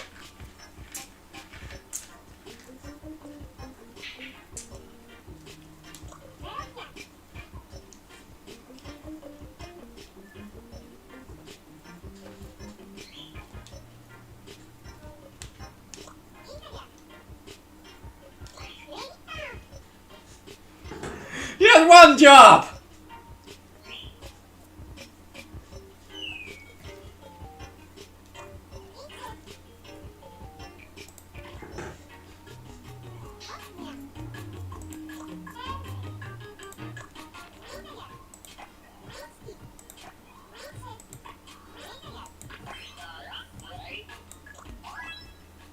Tilt Snowden.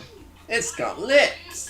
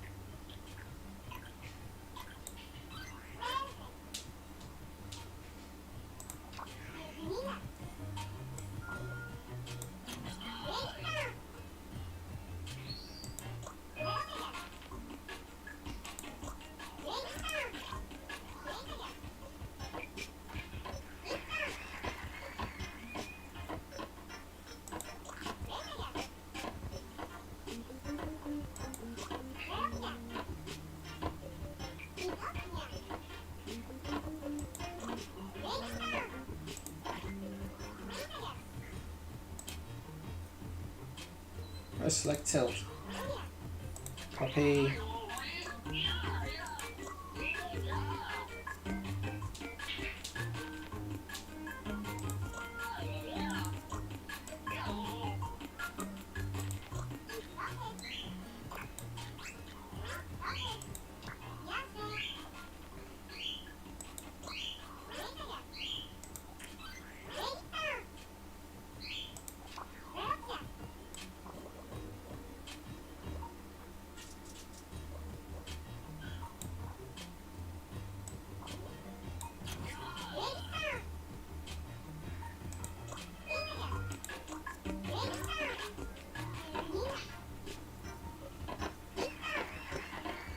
Oh, it just...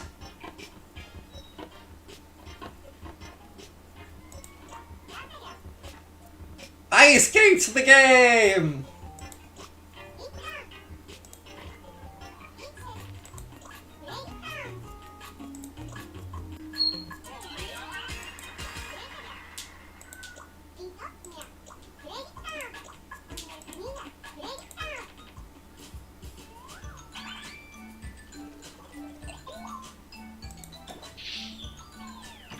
This all seems very simple so far.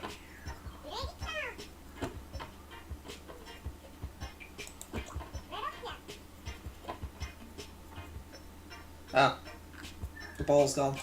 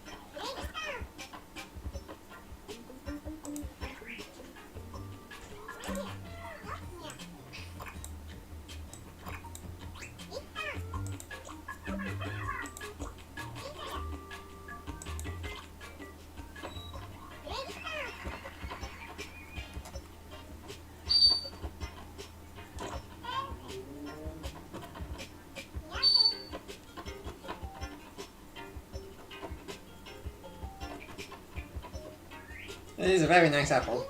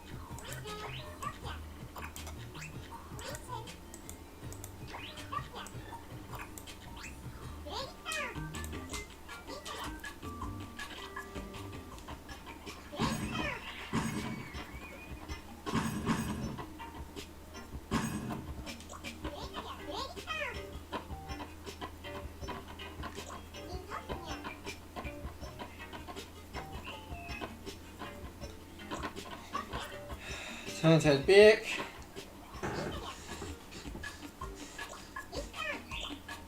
Yeah, did step 3.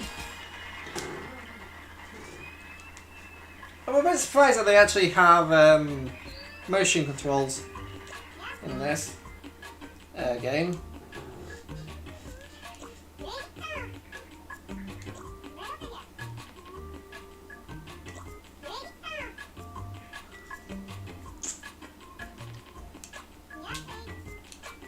Yay! Counting!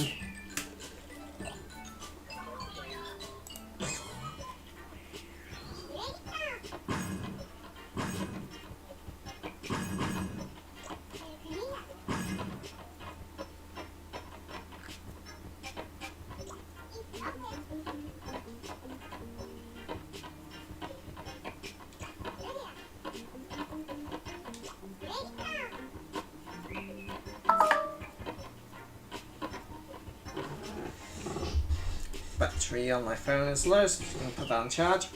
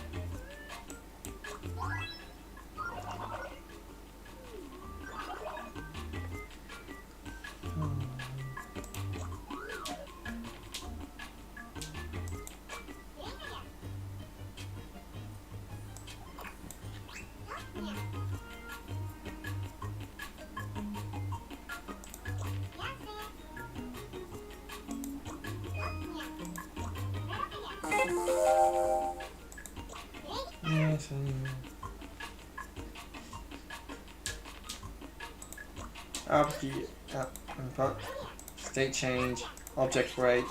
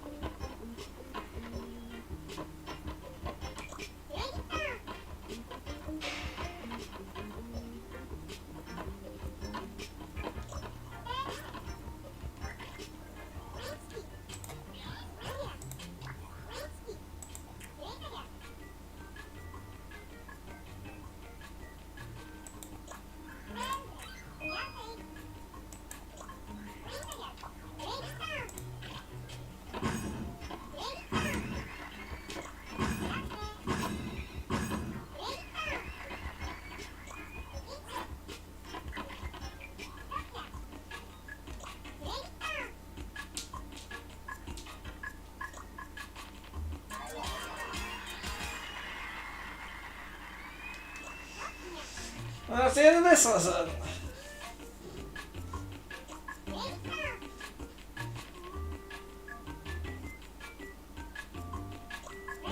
Ugh.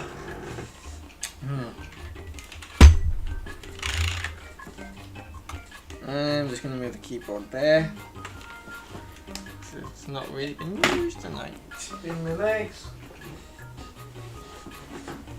Oh.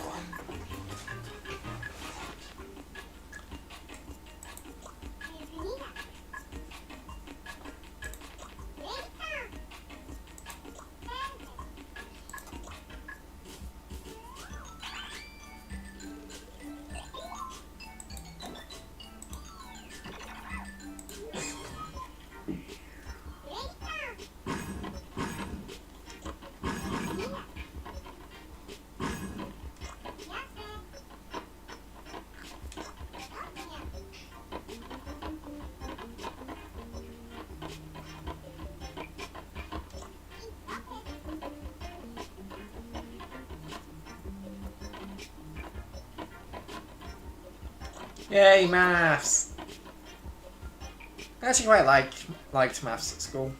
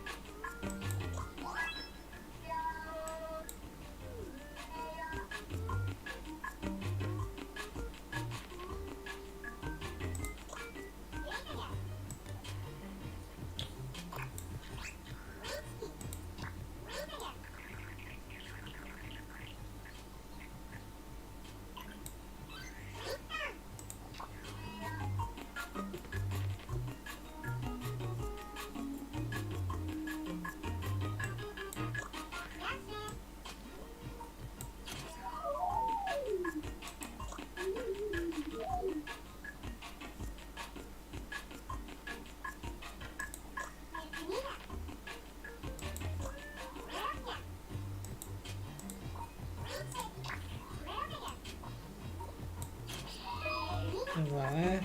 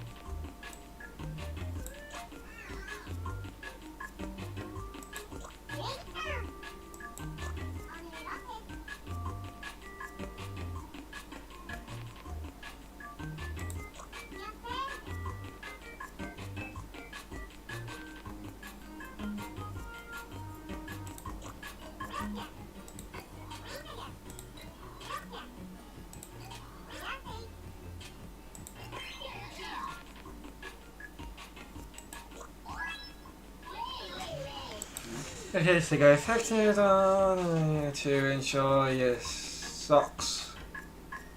Taking your socks off in a manner of speaking. You'd like me to say off for some party poppers when you finish the game, yeah? Well, won't that be a cracker? Haha.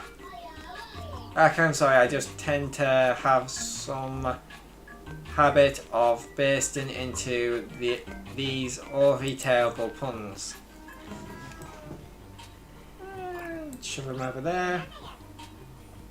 Connect that to there.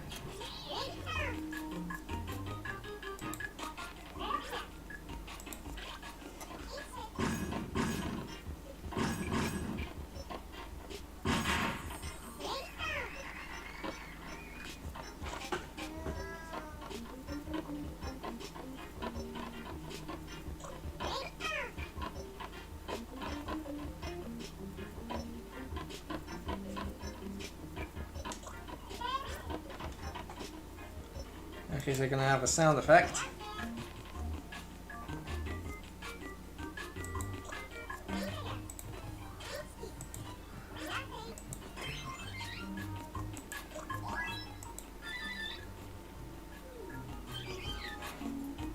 Don't think again that this party stuff about me.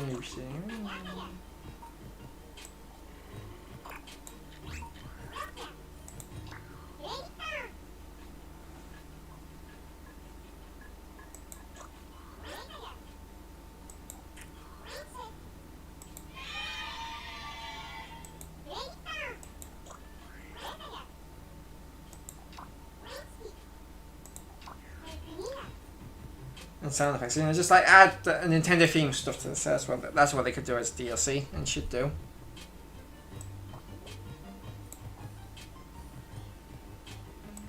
No, play port. Whoops.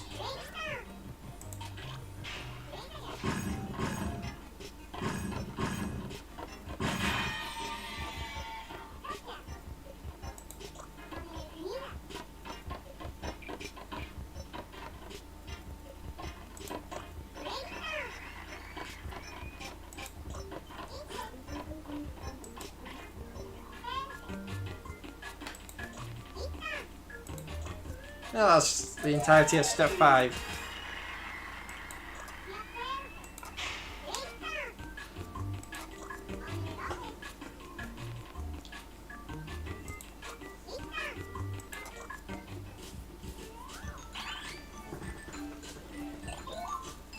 Hey!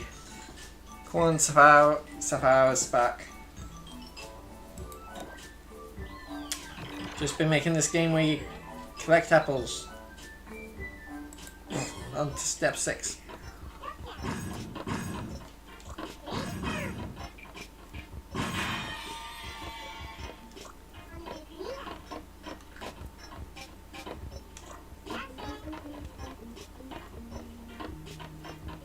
Oh, excuse me.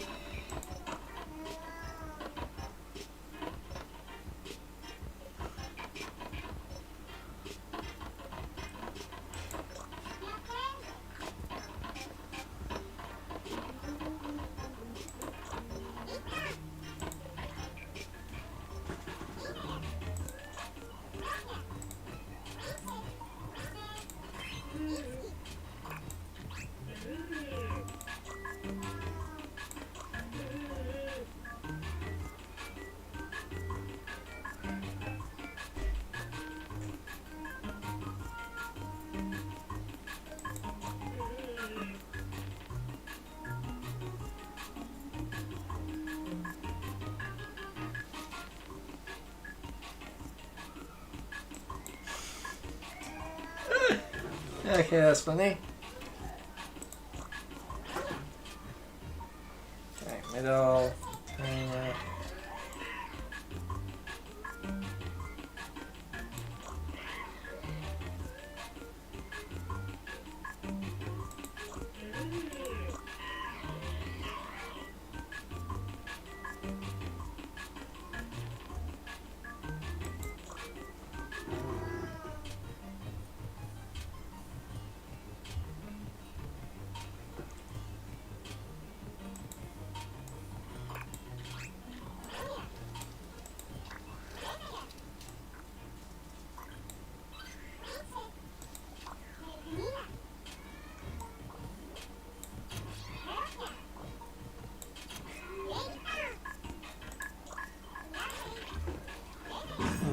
Okay, restart.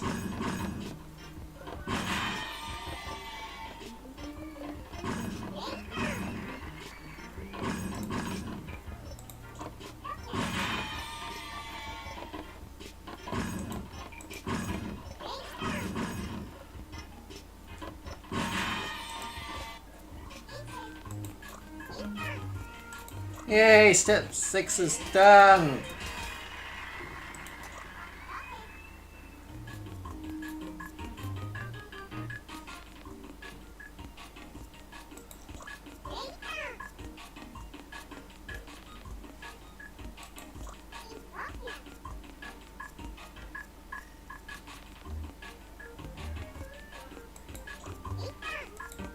Ah, teleport traps! Nice! I can remake Sabrina's gym.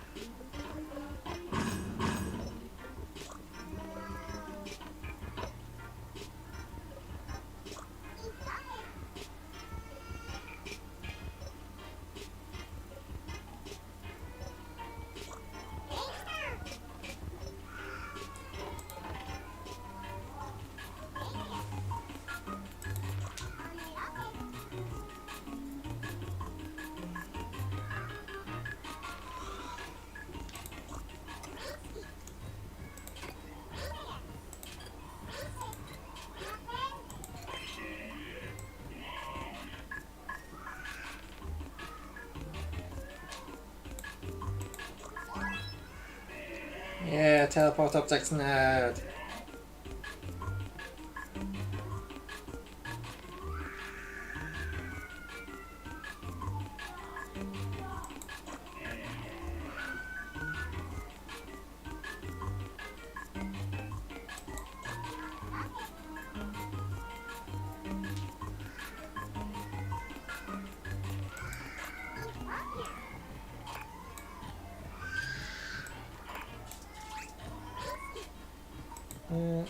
Open settings.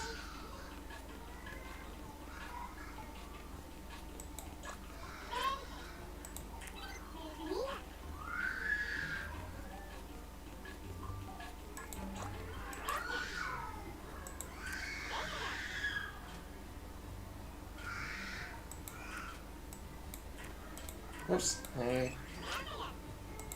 That one.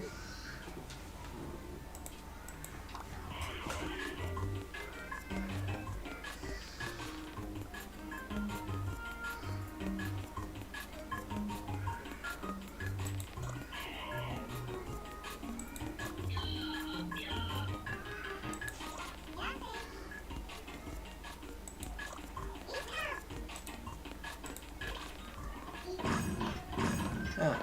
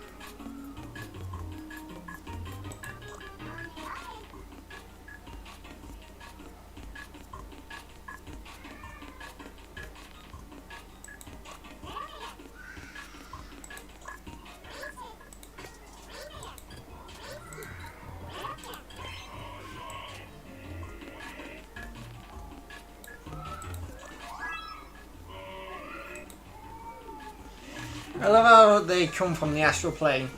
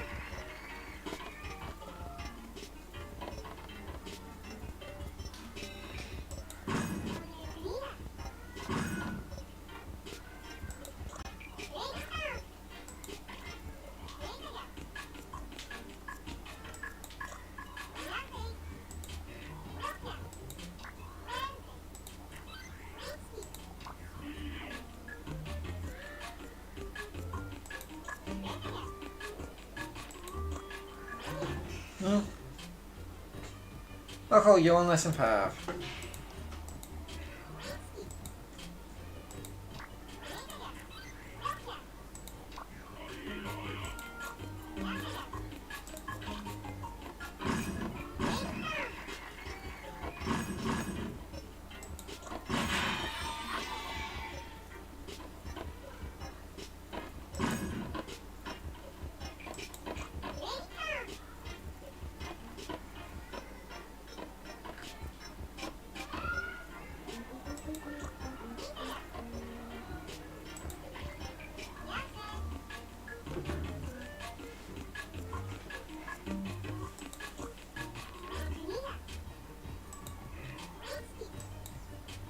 Okay.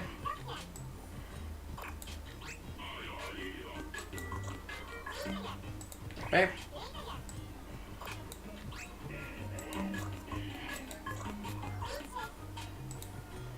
Okay.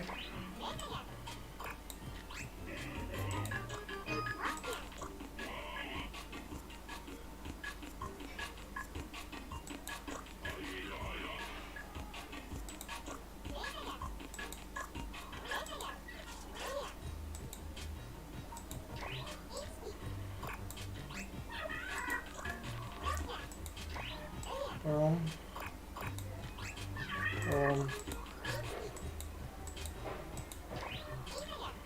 Oh.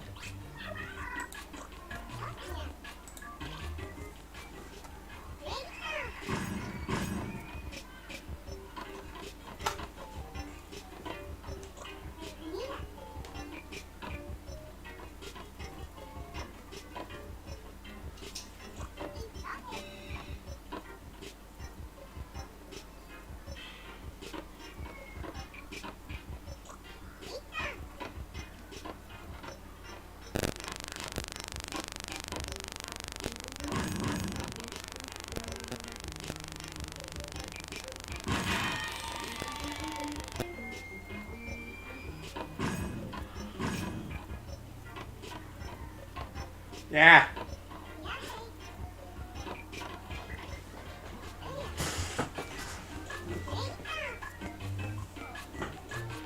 Okay, that's step 7 done.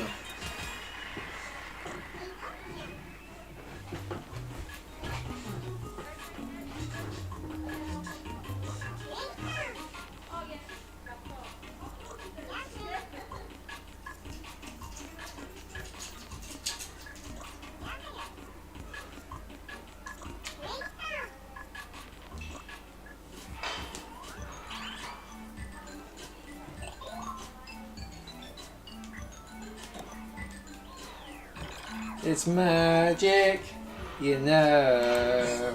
Never believe it's not so.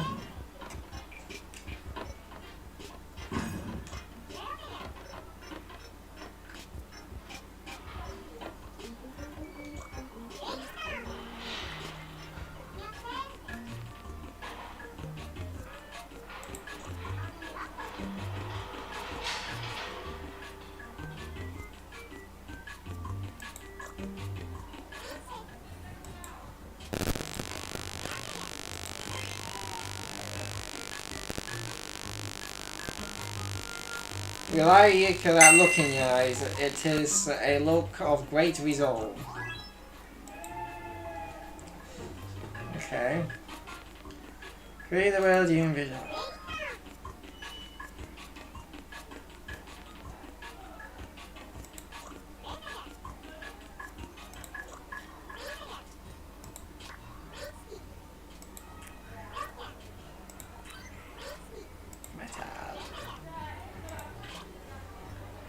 Oh, that's cool.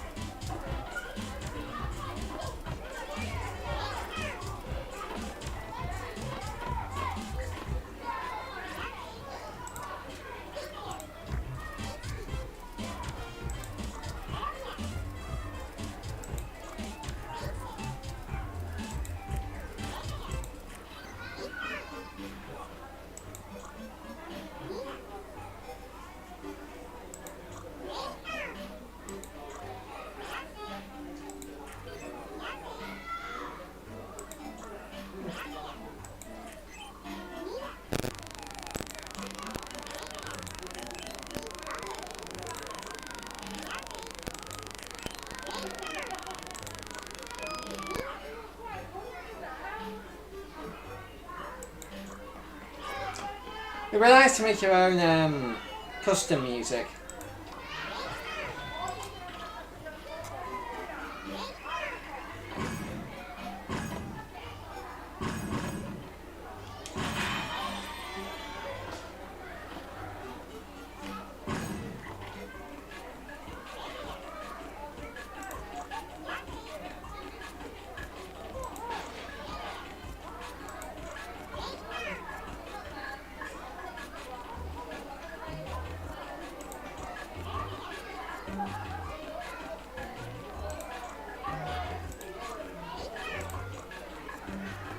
Yeah, I think I'm just gonna click done and move on to the next, well, the puzzle ones.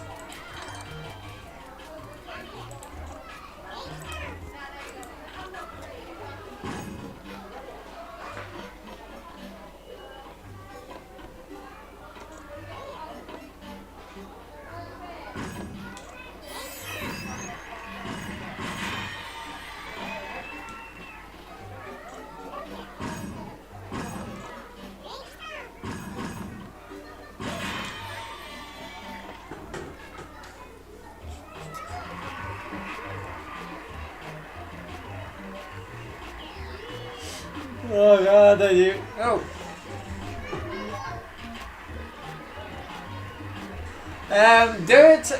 Right now I don't have any ideas of like games to make. I was thinking of just like doing this tutorial, then trying my best to recreate World 1-1 from Super Mario Bros.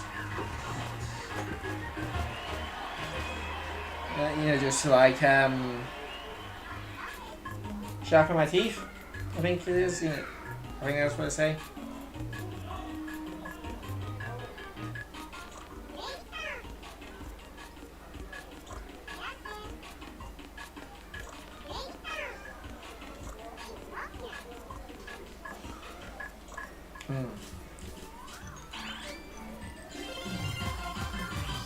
Game later.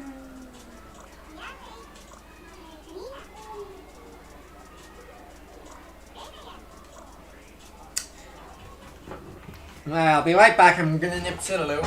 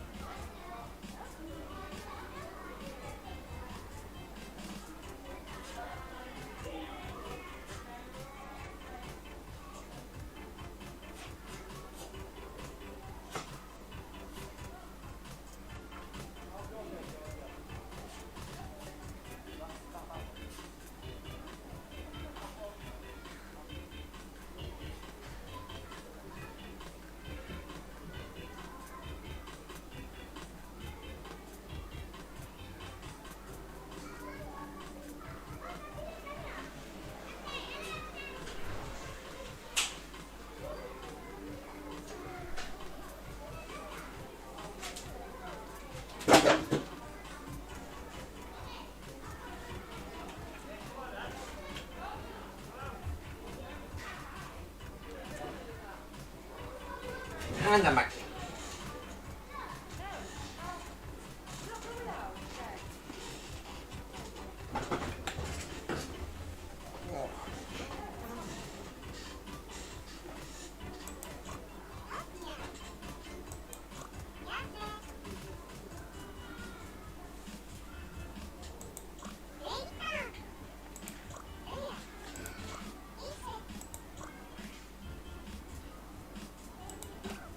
Let's see how this guy.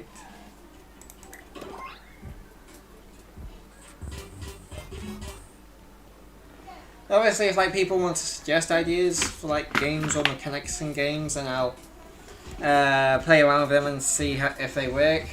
And obviously, if I do use, I might credit them in my game at the end. Just like a bit of text, like thanks to username for suggesting this or helping me with that.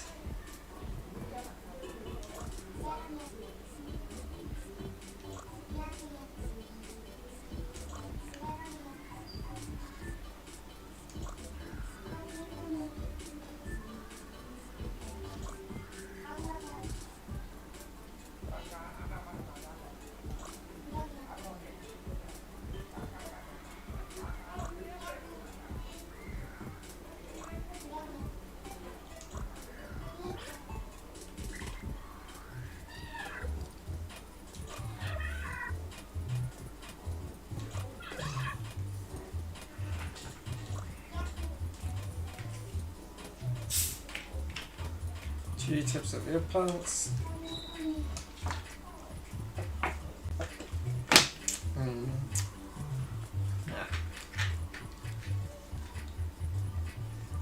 Side view. Look at it though. From above, there's also down this overhead.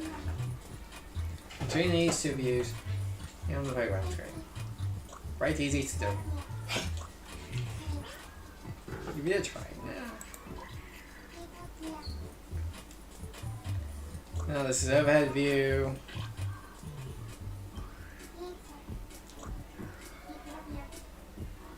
Yep.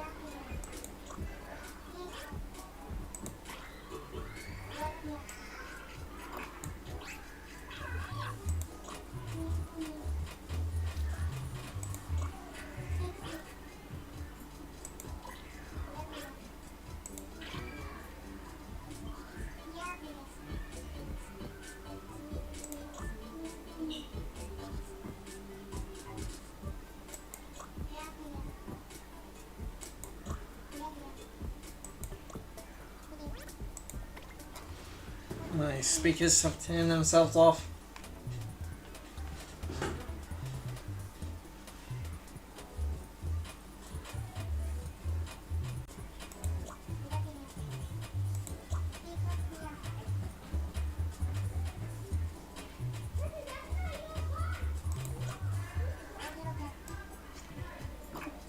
Oh.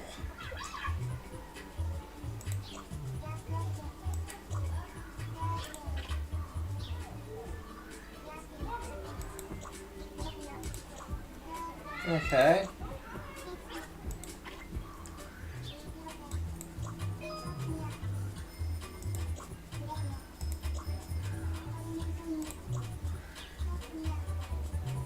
So this is basically explaining the 3 dimensions.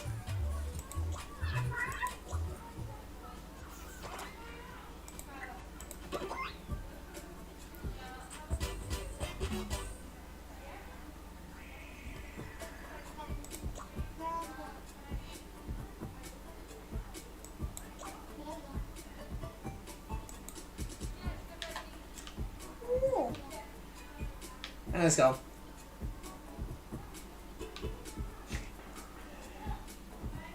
And oh, I think let's go. Just go. Whoop. Whoop. And I think it's gone again.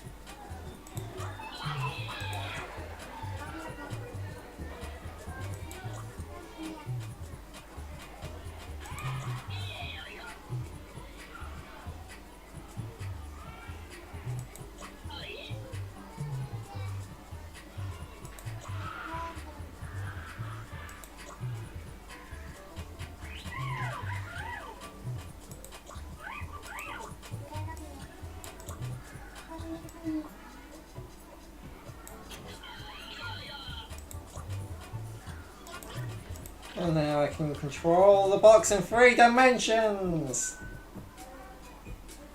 And it's gone.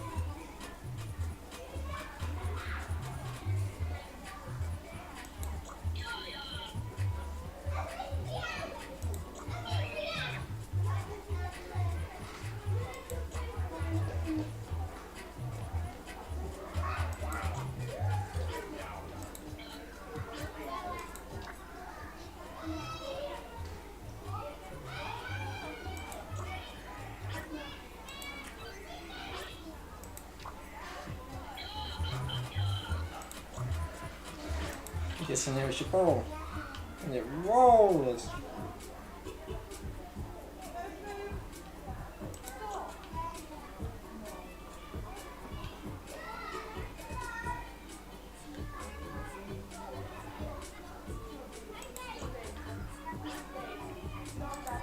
And back to programming.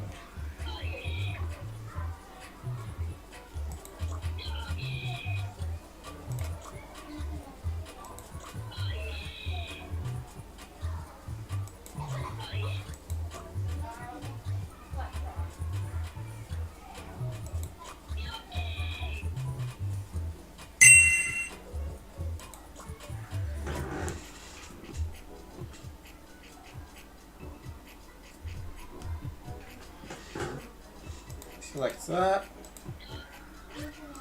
and that,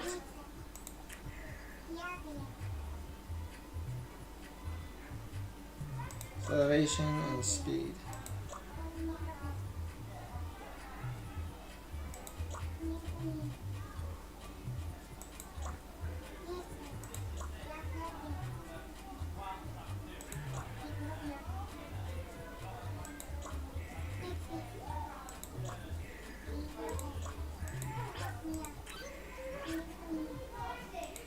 Speed, box.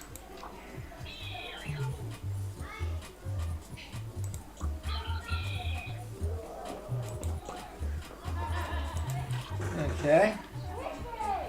Oh wow.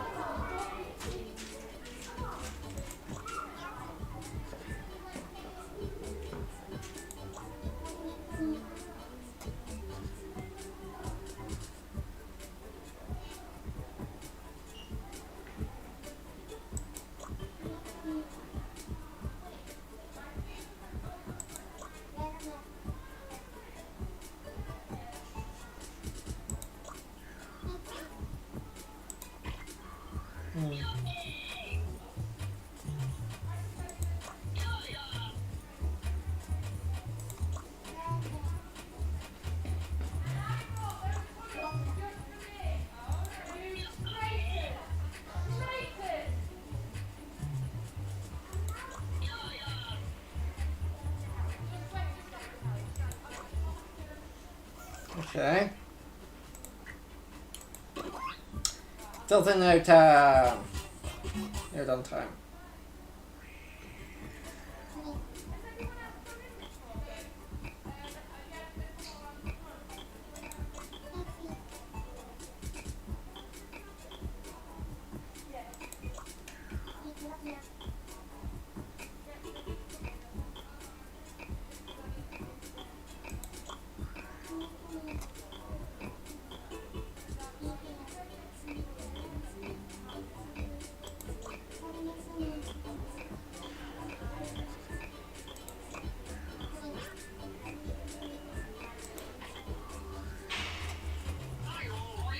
Okay, so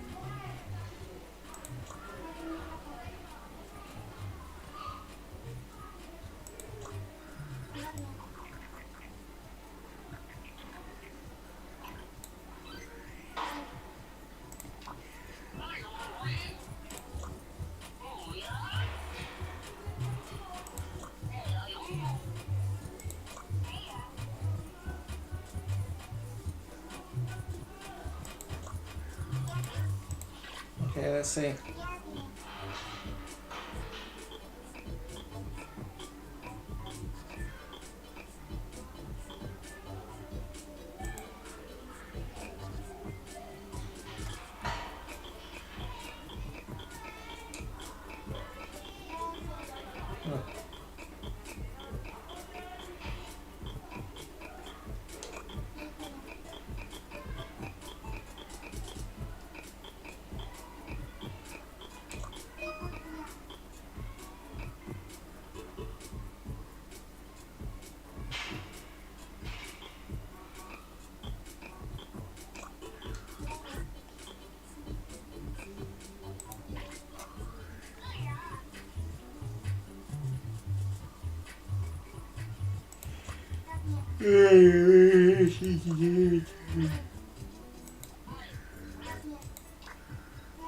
Ai, ai.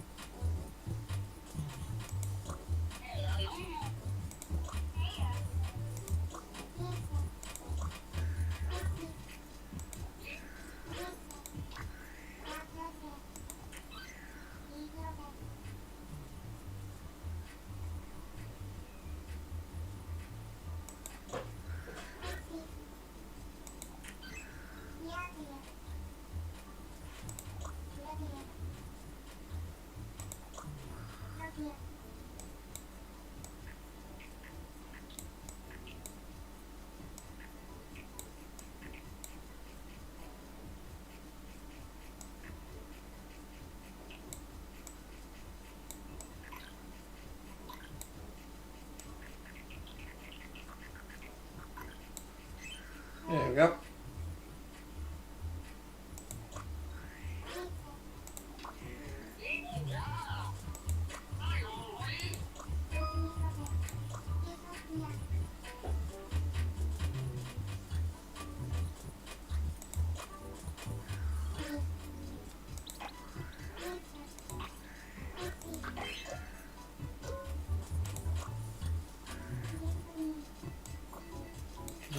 That.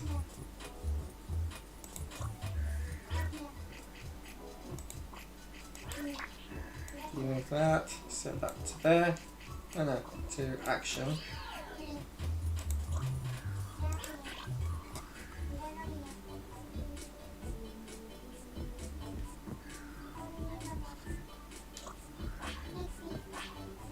Oh, so it's supposed to be like punching, but I can have a controller, not Joy-Cons. Make a fighting game. Just punch, punch, punch. Ah. Punch, punch, punch, punch, punch.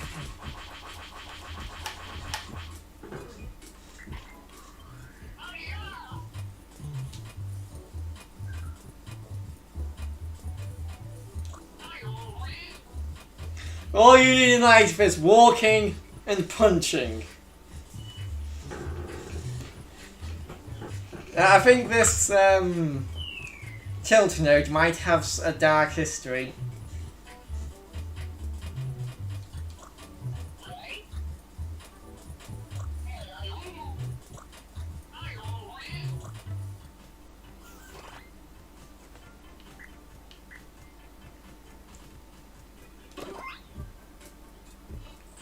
Counting broken object.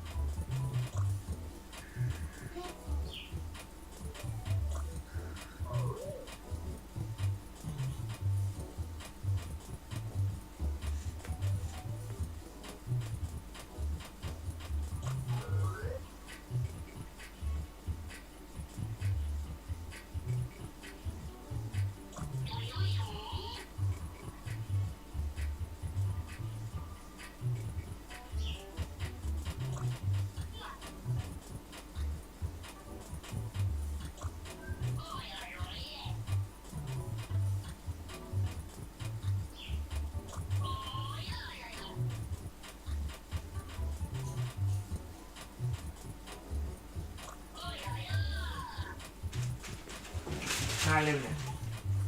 What are you doing? What are you doing, Luna? You gonna come up, Pops? You gonna come up, Pops, Luna? Come on then. Good girl. Hello. You gonna come up here? Oh. She's off outside to enjoy some fresh air.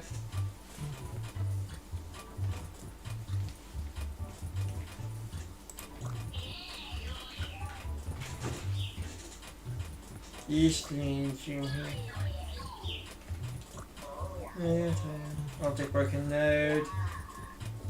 Only I press the signal whenever something breaks, but I'm sure you know that already. Right now I'm watching out for when boxes or cylinders break. I'm the counting node on.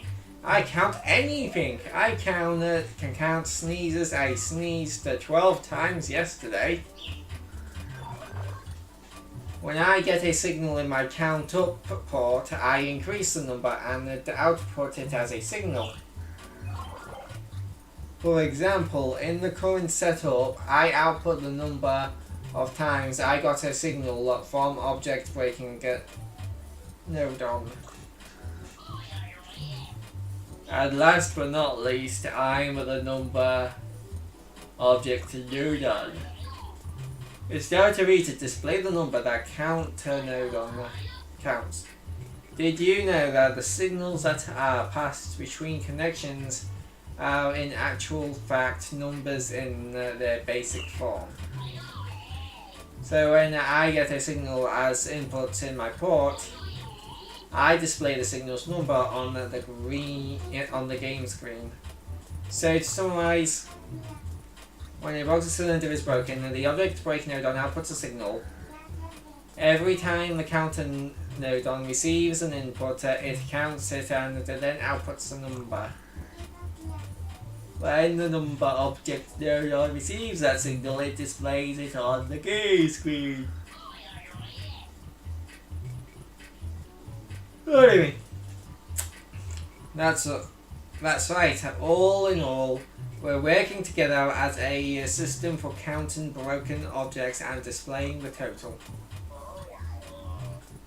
Hey, something else you might be interested in. You know, if you change my check you can have me only watch out for certain objects breaking if you like it. I could only count when boxes break, for example. Why don't we try that one out?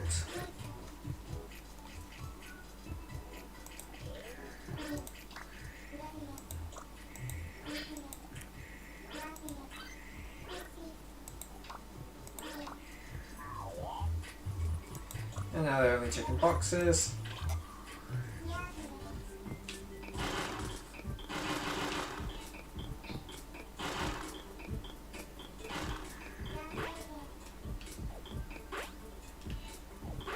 Yep.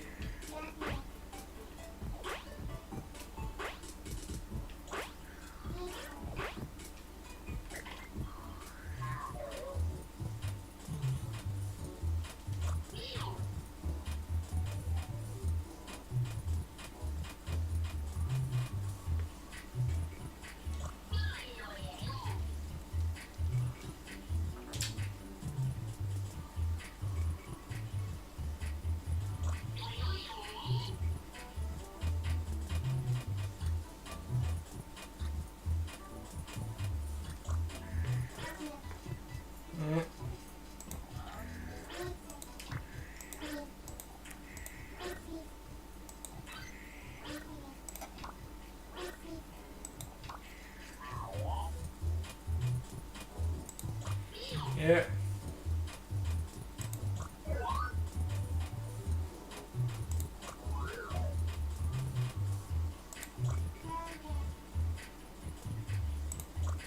Counter node settings. Here's where you can set to the mode. Currently it's set to no limit. As the name suggests, in this mode the counter will keep counting without any limits. Let's try changing the mode to range. For this mode you can set the range of what can be counted. You can set the range with this here count.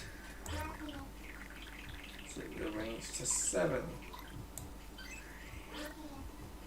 Close. I can only count from 0 to 7, do not doubt this.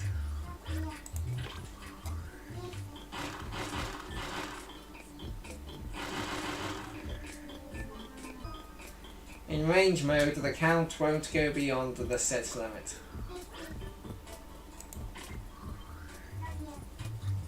Let's try out some other modes.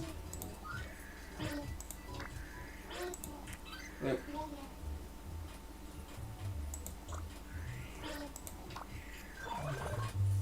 Nope, my range is still 0 to 7.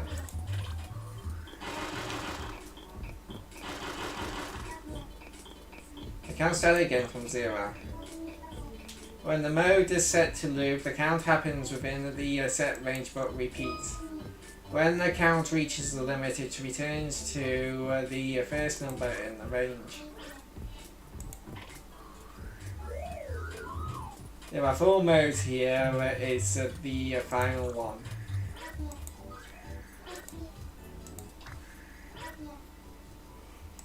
Hmm.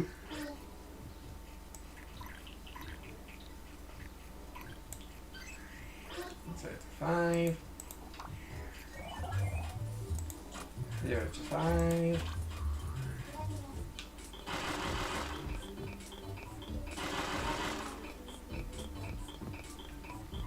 Okay. So we'll go both up and down within the count range. You have grasped the 4th mode. You have learned something very important about counting today. Well done. Well, let's go over them again now, just to be sure you've completely mastered them. One of the objects of breaking is smashed. He counts them, and he displays them. Working together, they serve a system. Since signals are really numbers, they can be counted and displayed, so keep that in mind. And that's the end of the explanation. Be sure to keep it in your login. Oh! I missed a comment 3 minutes ago. Somebody saying hi, I can't read the name from you. Andress Play Kids. Now I'm going to go get something to eat quickly because it's 3:40. I'm a bit hungry, so I'm going to get something to eat, just a quick snack or something, and I'll be right back. Just so I'm not starving for this rest of the stream.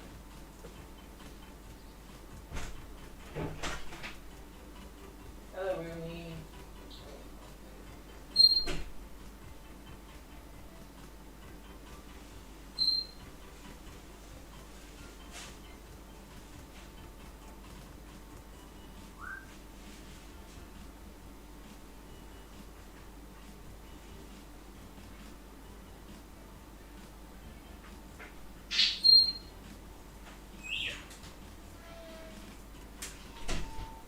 And I got myself a pack of crisps and a chocolate bicky.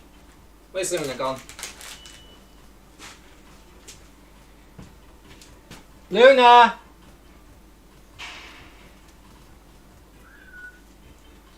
Luna! No, dog next door's back in. Luna! Luna, come here. Come on. Don't bark at the dog next door. Come here. No. No, barking at the dog next door.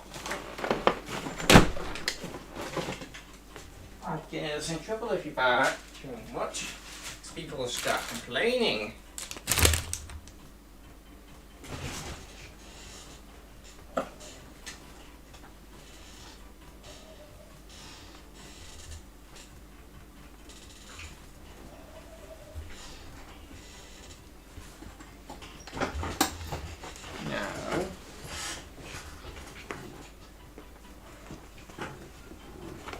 Now, Luna.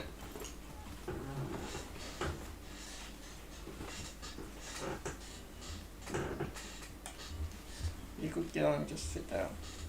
There you go.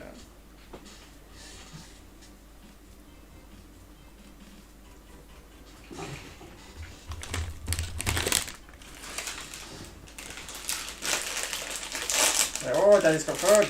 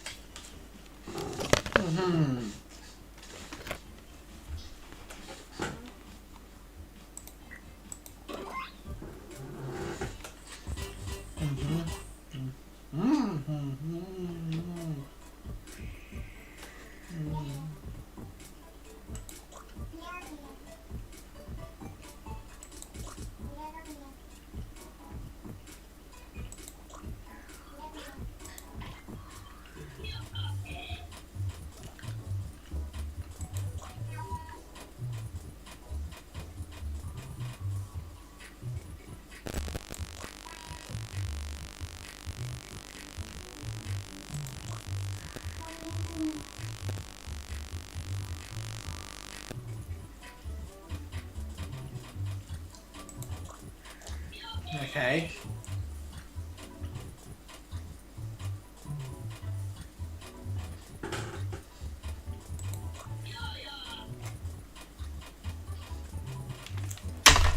Oop.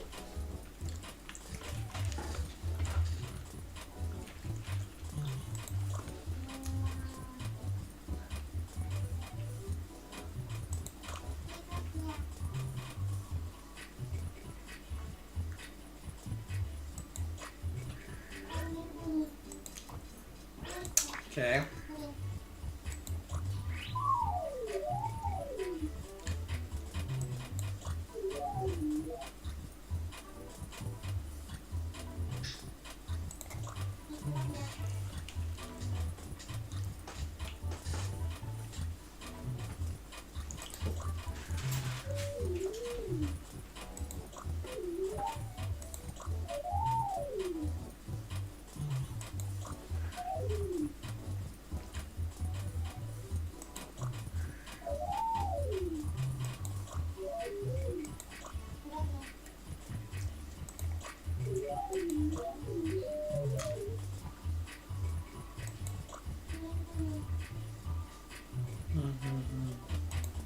Okay.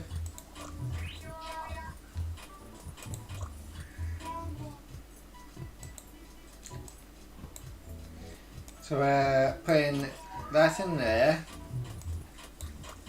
and that's in there, and then that guy's gonna add those two up to make 5.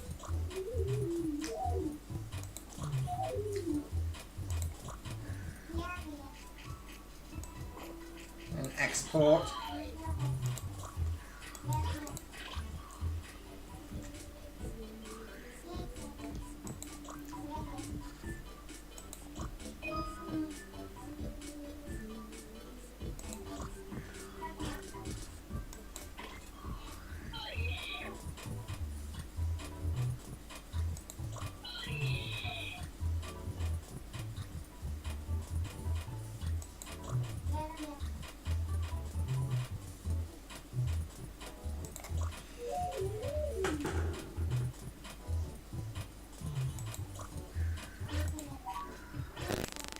Okay, so now it's going to go slower.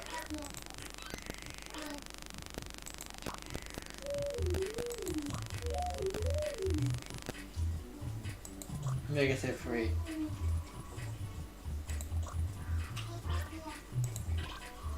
Ah. Okay.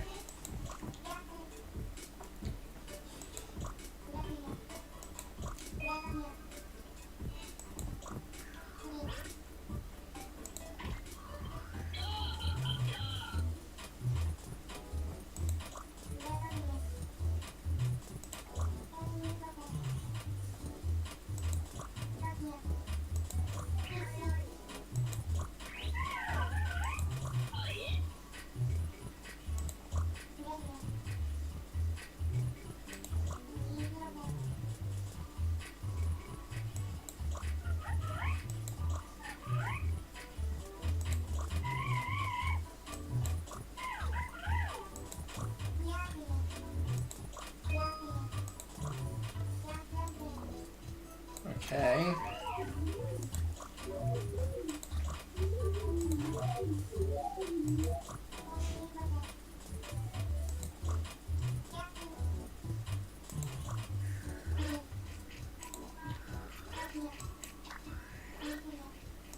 So that's 1. Ooh.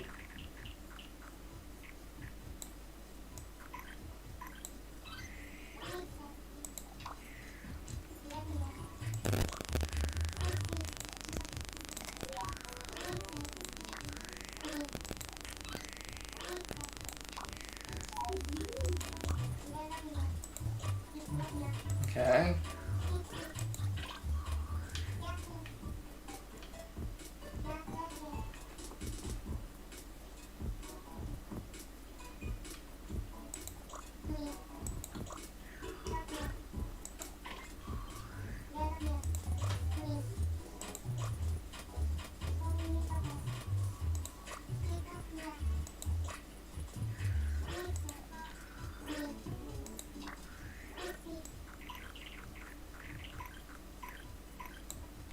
Three.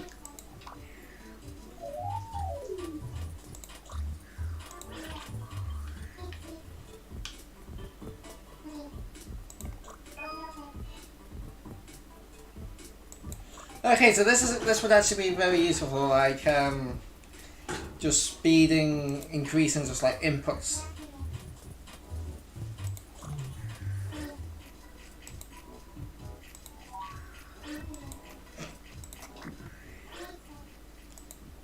Divide.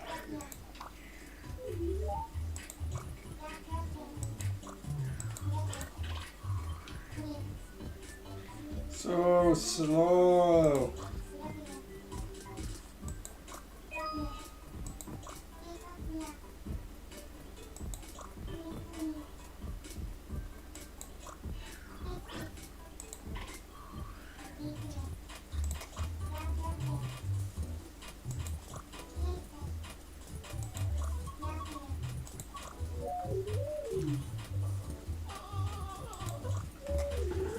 Oh, I got an itch swimming there. Yeah, and I can't reach it. Calculator.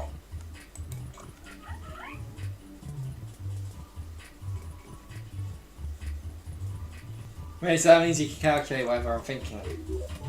That is not how maths works! You fool! That's not how maths works! They have put a lot of personality into just like the back and forth between all of the nodes. And they've given them all their own little personalities.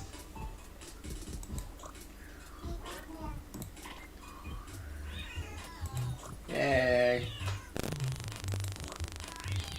Tell me more, tell me more. What kind of node are you? How do you do the things you do? Tell me your secrets deep inside. What type of node are you? Are you reliable through and through? Anyway, I bet you're interested in the difference between me and other nodon. I take two numbers that arrive in my input port and compare them. If the result of that comparison meets my conditions, I'll output a signal. Right now, I will output a signal if both numbers are the same. Please don't take my word for it. Check the settings. Okay. And compare equals. Because of that, the nodon will output a signal when the number received by its upper port is equal to the number received by the lower one. And now one will be greater than, less than. Fuck knows. How was my comparison method? Was it set to equals? It was, wasn't it?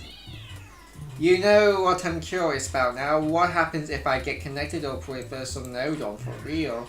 Let's try it out with the help of the constant nodon and the effect nodon. Here I am, the ever constant, steadfast, constant nodon. Ouch, I'd say I'm equally as reliable as him.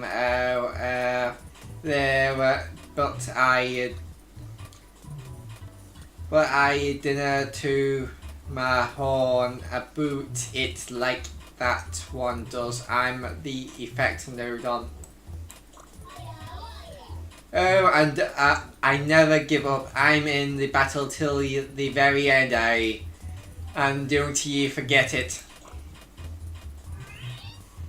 So I'll compare the numbers that I get at these two ports.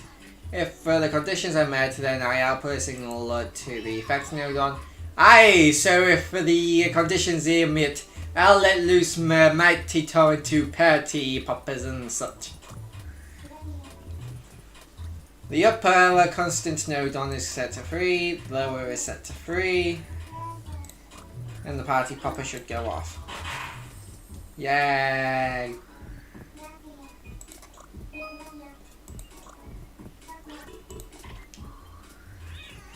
So how did you go? Did your guess measure up?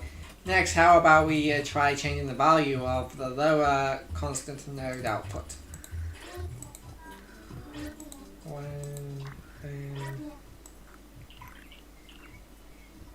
5. And the party popper shouldn't go off. Yep. Because of the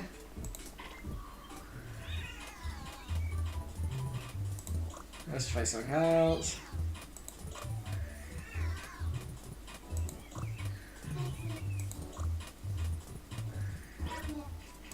Comparison node. That can help. Change it to that one. Change equal to, but for now, let's just use.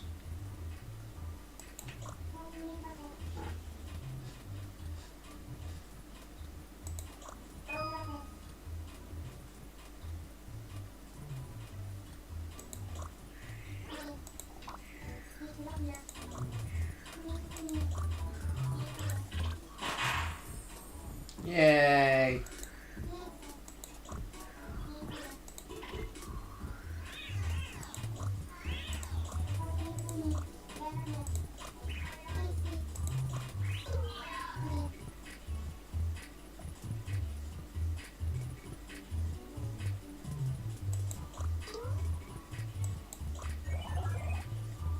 I will count the number of times B is pressed.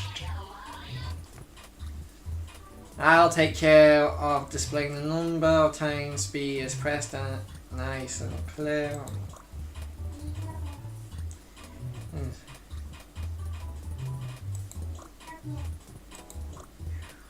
So on the 4th button press, 1, 2, 3, 4! Yay! Wait. Hold on, I wanna... Aww.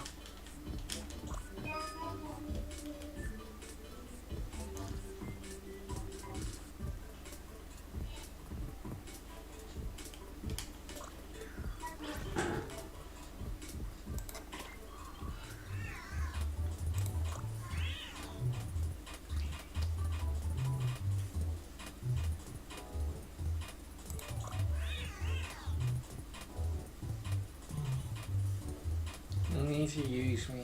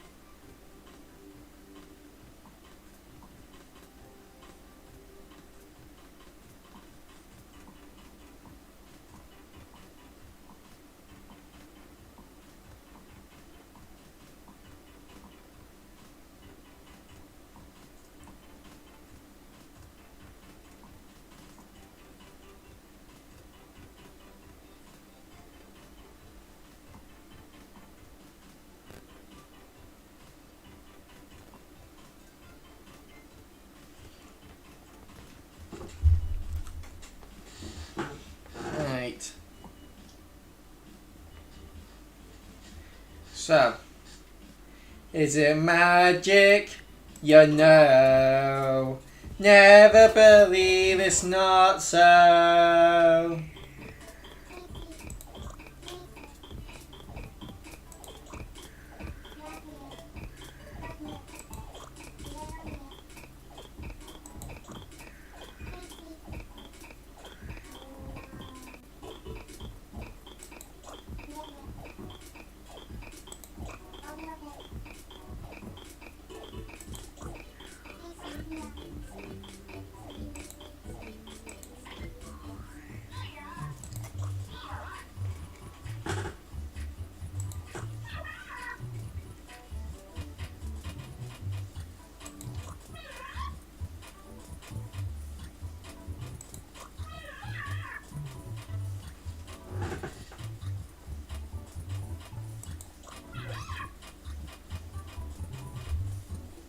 Oh, a new fact-themed episode went up.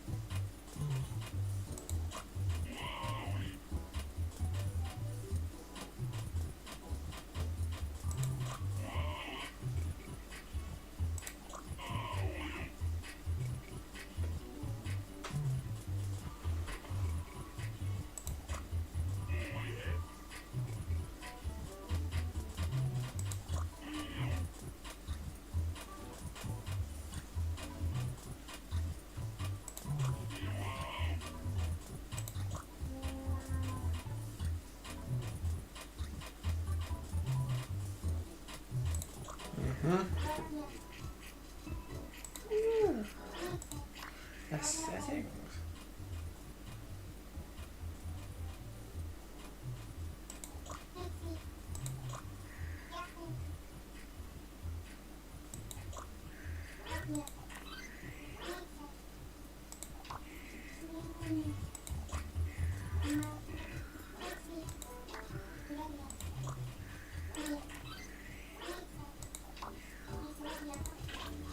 So now we can see them.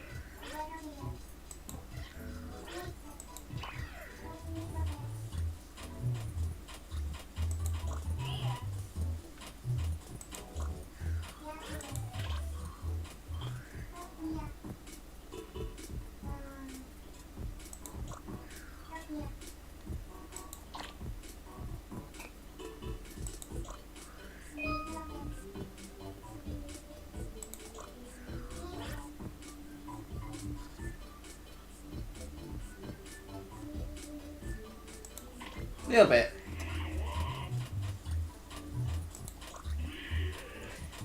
So I should probably give context to that.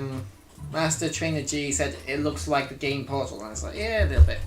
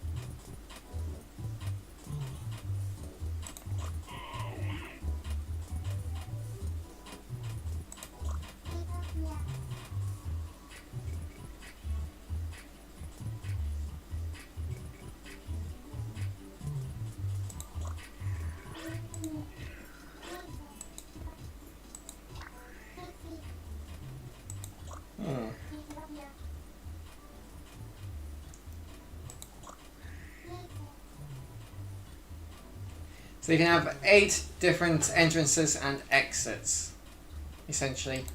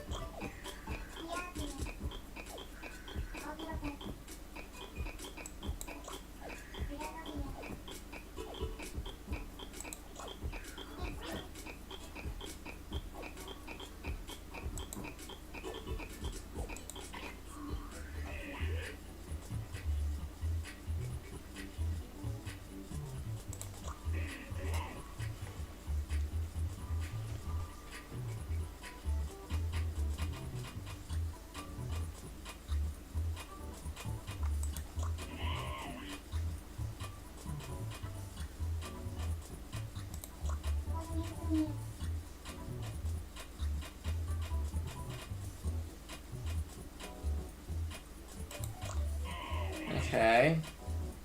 So you can have multiple entrances per ID, but only one exit per ID.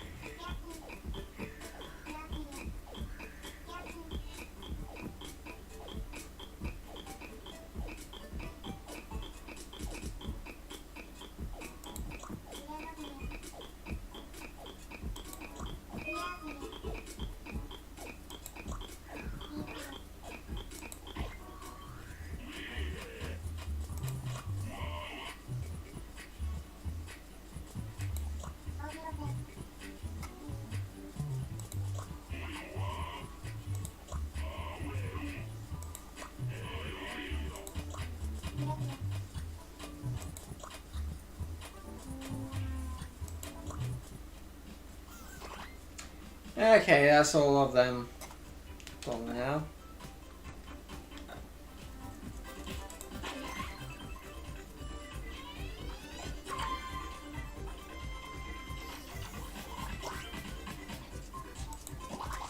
So many tutorials.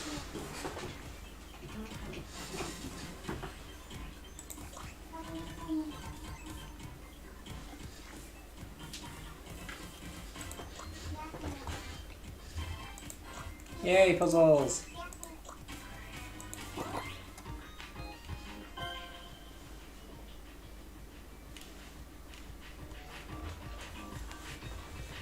Alright, so I need to get the apple.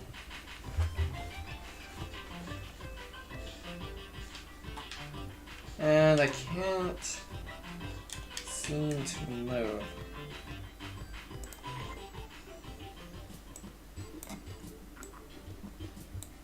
Oh, hello.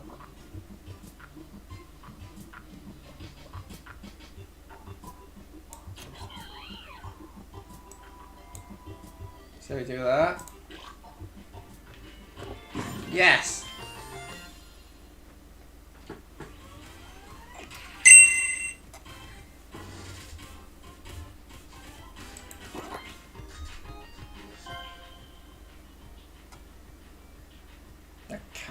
Oh.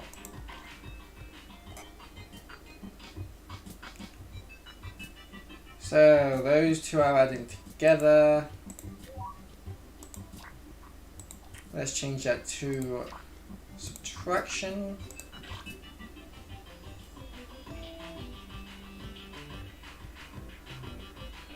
Bam!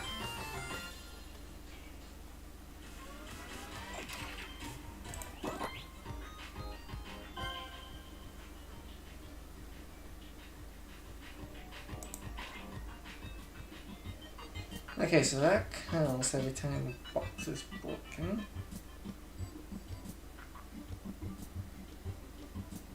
And then once.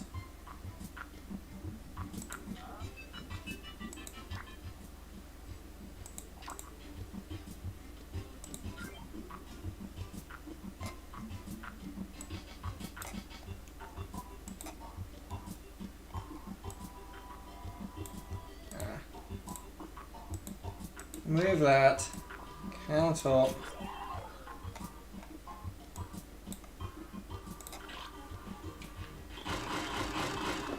There.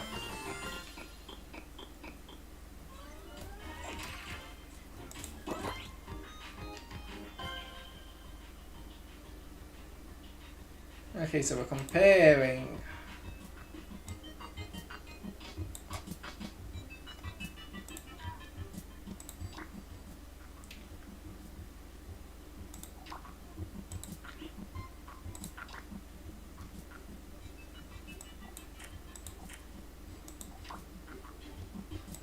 Think that should do it? Yep.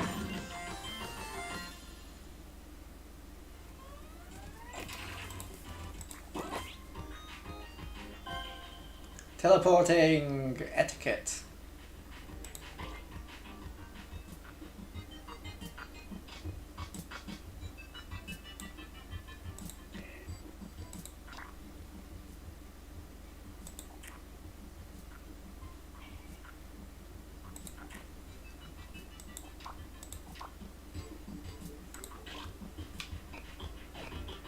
There we go.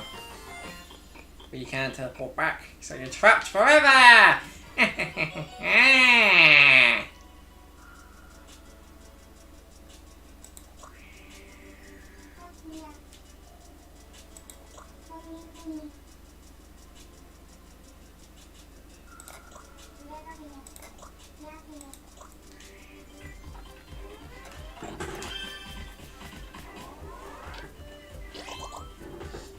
Alien Blaster.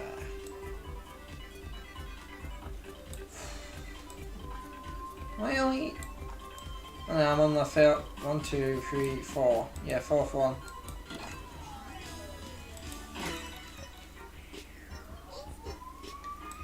Here you are at last. So far we've completed 2 lessons. I feel like you're starting to get quite familiar with the art of game programming, right?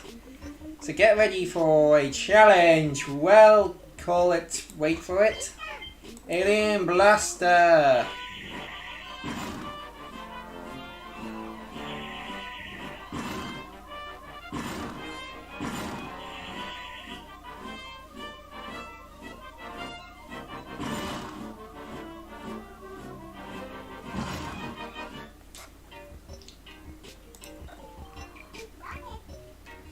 Space, you could travel through it for 1,000,000 years and never get to the end. That's pretty big. If you were traveling go through it though, you might find some pesky aliens blocking your path, and that's the inspiration for our game. To be more precise, we're going to make a side-scrolling shoot 'em up game. Time to blast alien ass. UFO node. Greetings, Earthling. Take me to your leader. I always wanted to say that.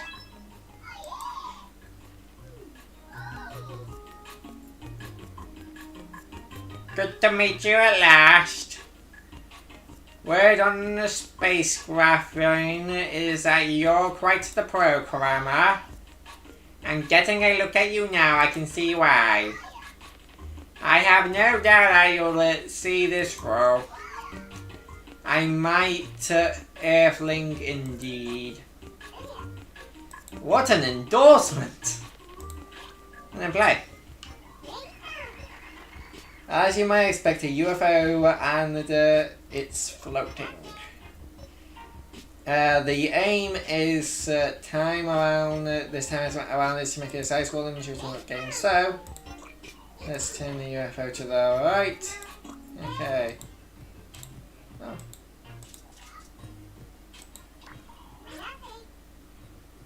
Minus 90.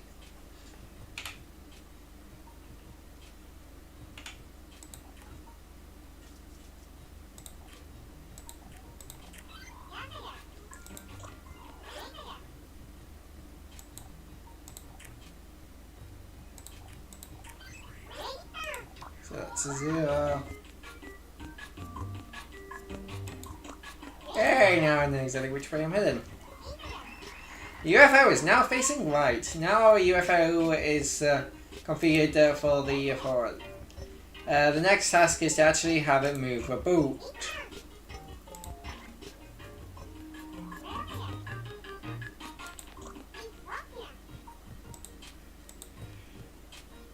Input stick left and right.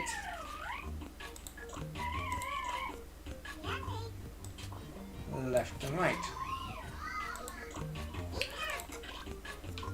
Yeah, boy!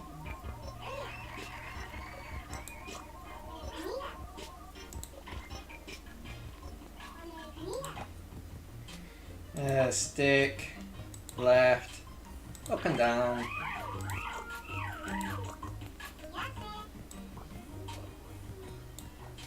And now that one.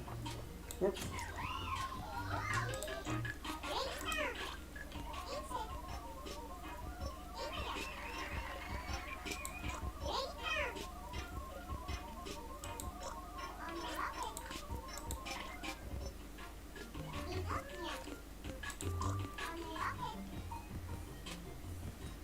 Object gain screen camera. Call gain screen no longer. Object gain screen camera. Object gain screen camera. Game screen.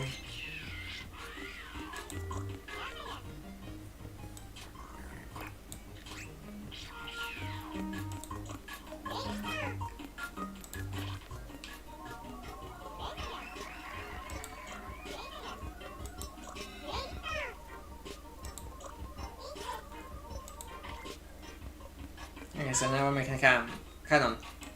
We'll need objects node on. Simple objects.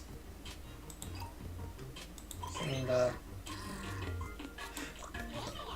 make it in there. And rotate. And setting screen. Visible, movable, and destructible.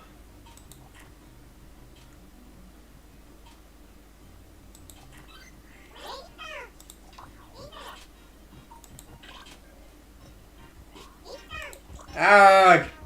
The cannon fell off. Oops! That happens too quickly for you to see. Press the retry button to try it over. Let's take a moment to think about it. Since gravity is an effect, it's only a natural thing that it will fall, right? The UFO, however, is a special case. It's not affected by gravity, so it does not fall.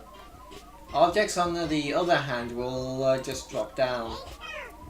So let's fix that. Our new cannon isn't subject to gravity.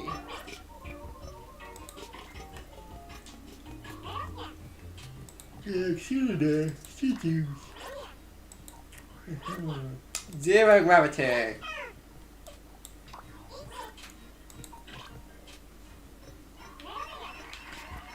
Cannon floating instead of plummeting downwards. While The UFO moves, the cannon cannot... the cannon is left behind, that's no good. And it's no good! Oh my god, it's got a nose! That's a nose! It's not. What we really need is for the cannon to stick to the UFO and move along with it.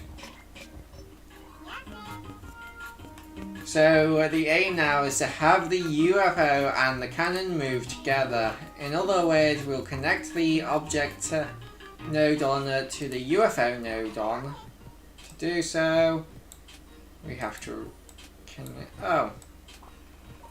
Ooh. Looks like we're stuck together. Oh, a new cannon, cosmic. Now the UFO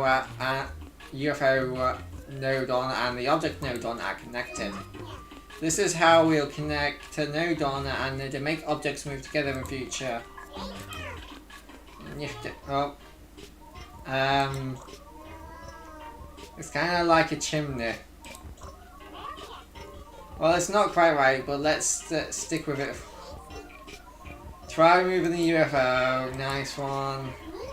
Because you connected the node on, the cannon is now stuck to the UFO. So, moving on.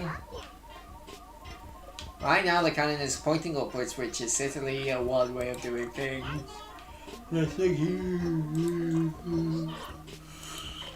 you mean? Select the object, go to settings.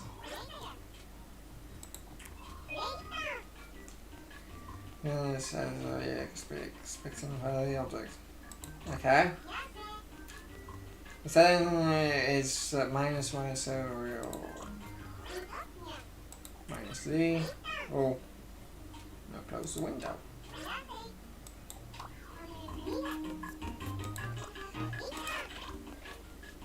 There we go.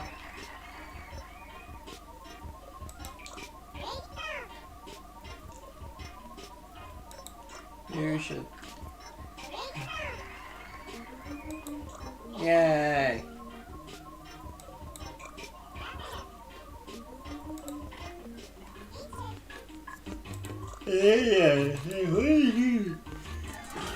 Yay! I put a gun on a UFO. Good job, everybody. Everybody go out.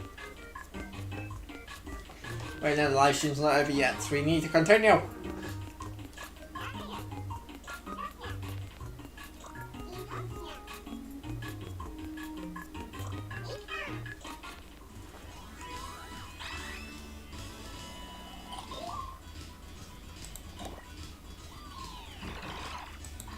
Oh, I got 2 tutorials for that. From that. Welcome back. So last time we made it so that the UFO we could control the stick. It was that we connected an object to the UFO to serve as cannon. So our wave UFO is pretty much done. Anyway, in this step we'll be adding in a cruel element of any shoot 'em up, and that's the means to shoot. We'll be creating a setup to fire projectiles from the cannon.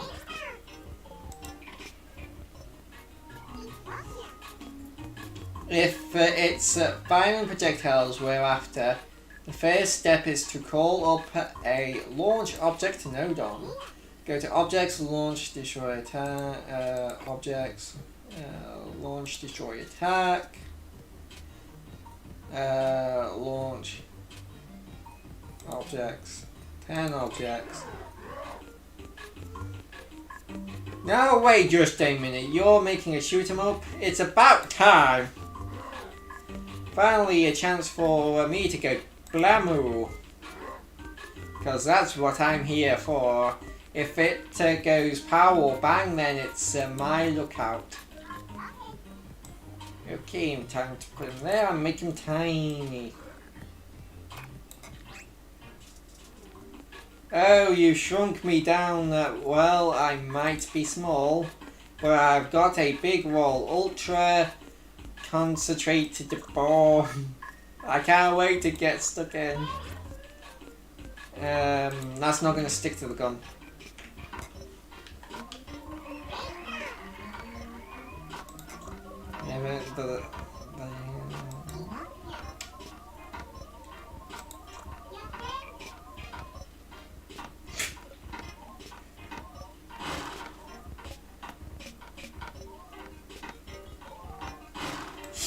So I don't know why I find that funny.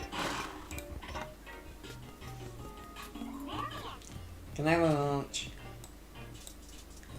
Oh, you want to connect that bit to it?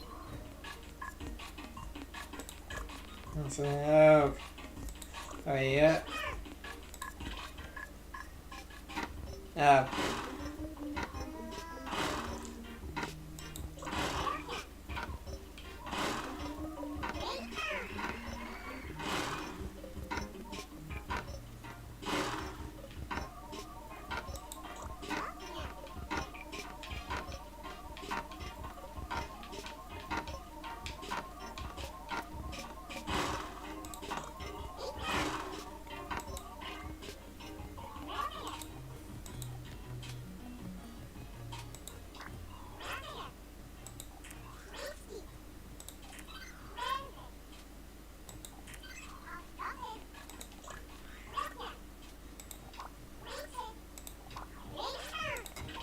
And this part's mostly guesswork. Sometimes. Yay! Attack! Attack! Attack!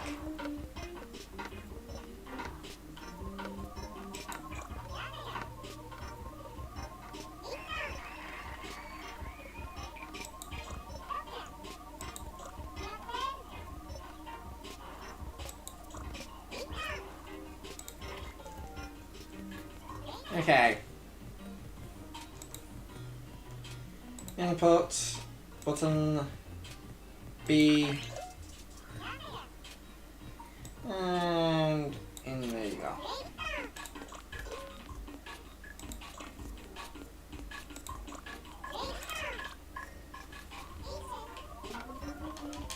Die! Die! Yeah, protect yourself from being fire.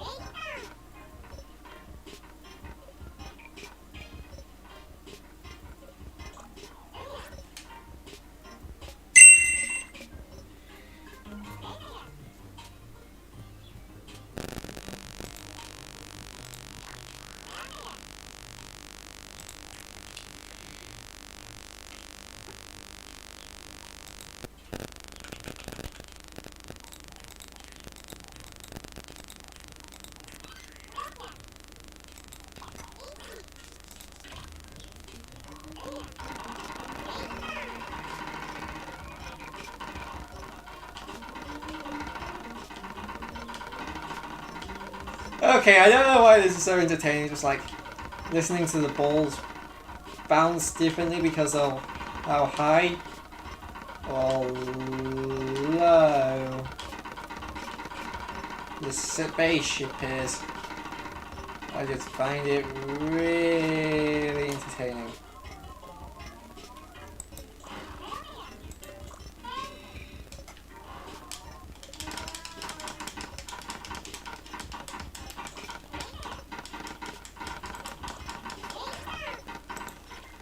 Okay.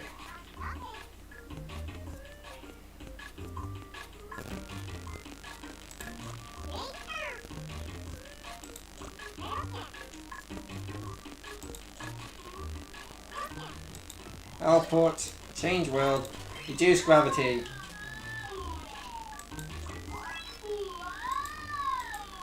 You're okay there, mate. You look like someone's taking a giant nuke to your face, to the back of your head.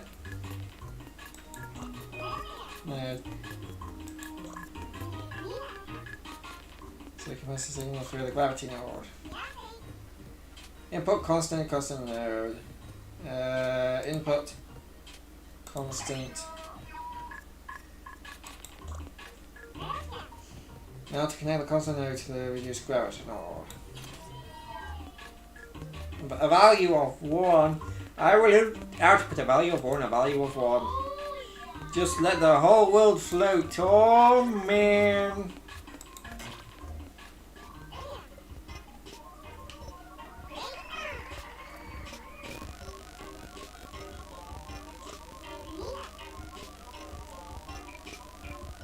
Yep.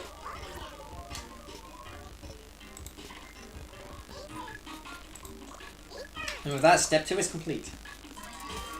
Yeah! Yeah! In this step, we created a UFO which projectiles. And it's a very important step on the road to completing this game. Next step, we're going to build the level's environment. Alright, see you in step 3.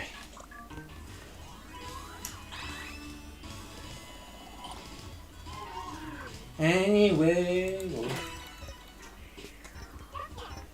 welcome back. Here are the 3. Last time in Game Builder Garage Z, we made a spaceship that has a nose and shoots yellow snot from the nose that explodes. This is affected by gravity.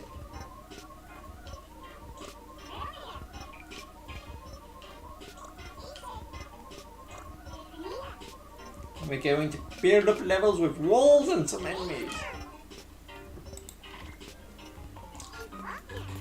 First things first, let's see if we can give game the atmosphere a bit of a boost, giving more of an epic feel. We'll be making a change which affects the feel of the whole level. So go to Objects, World, to crawl up World, World. You can change the world, all you need is to believe. Open the world node on settings screen. Set the world shape to none. Writing outer space.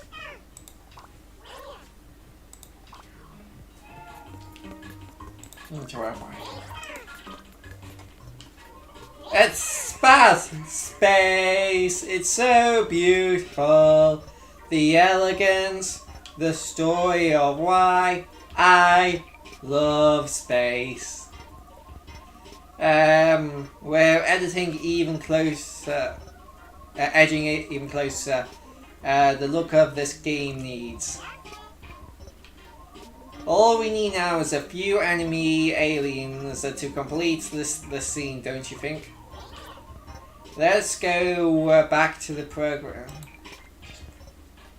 I need to read that part. Let's get right to creating our alien menace. The objects, fancy objects. Fancy alien.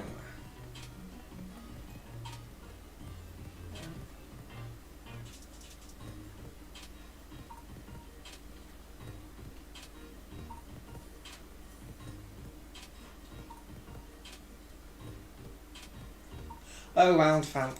I missed the word round. And then alien. Oh, a pink body against the jet black sky. What a wonderful, grotesque alien. It's a great effect. I want to change it to neon green. Use properties enable only visible, solid, and destructible and destructive. Visible, solid, destructive, destructible. And set that to 90. Wham, bam, done.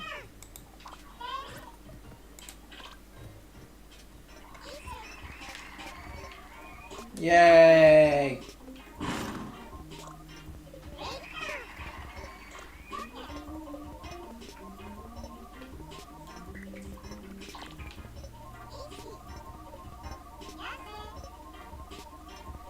Listen to the and didn't even flinch.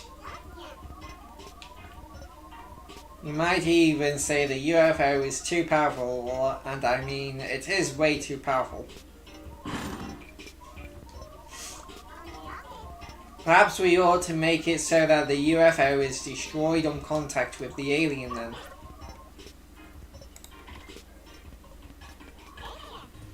Open the UFO node on, settings, destructible. Oh my, we've upped the ante here. Tee-hee, I'm going to get cosmic cracked when I collide with that flying freak. Smush.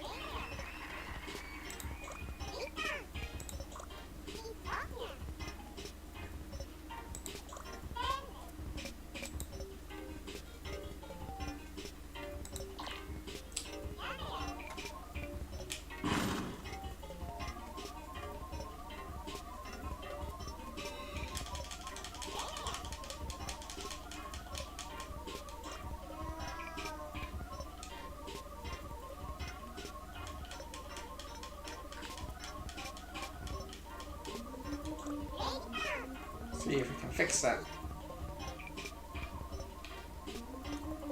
We'll add in a wall. Well, actually, it's down here. If you only restrict to the movement to vertically up and down, then this would be perfectly fine. And have the projectiles break when they hit the wall.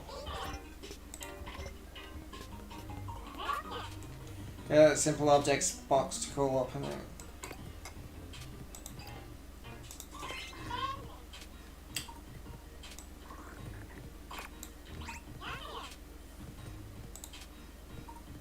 Open the object node on setting screen. Visible, solid, and destructive.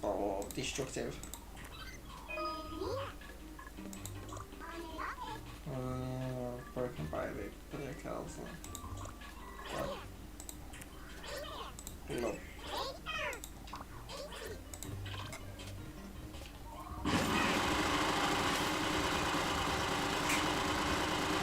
You can keep firing when you're dead.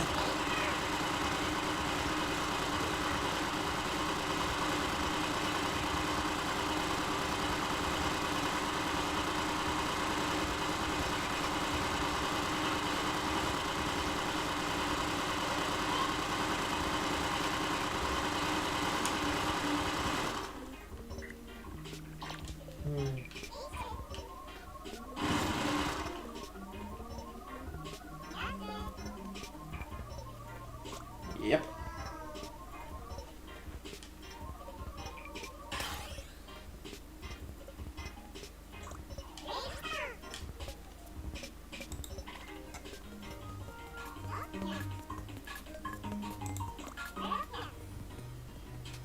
Objects, simple objects, and box. Box up there. Settings. Enable solid.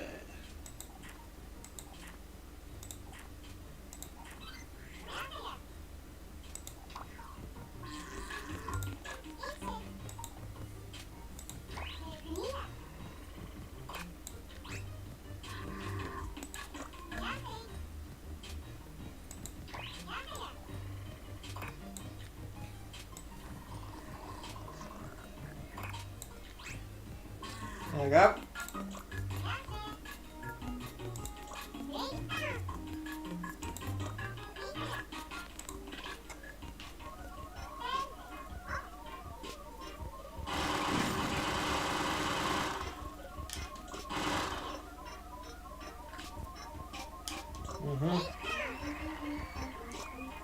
Yeah. Let's get it up.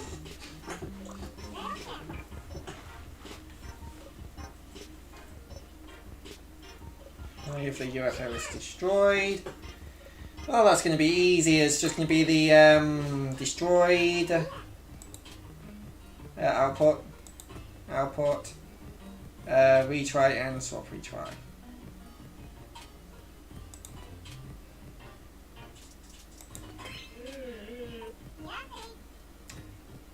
Middle timer.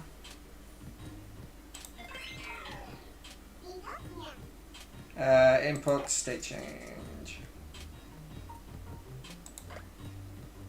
Break. Settings.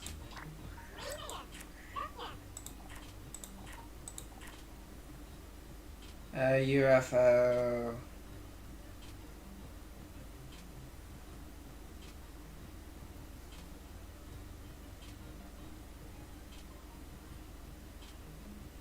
Oh, there it is.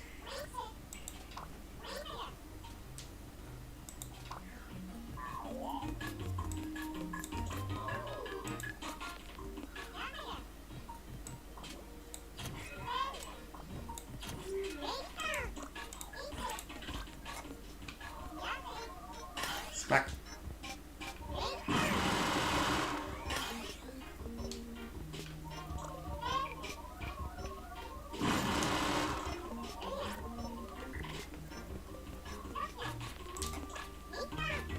Step 3 is complete.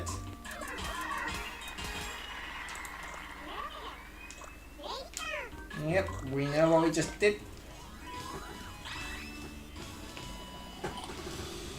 Oh,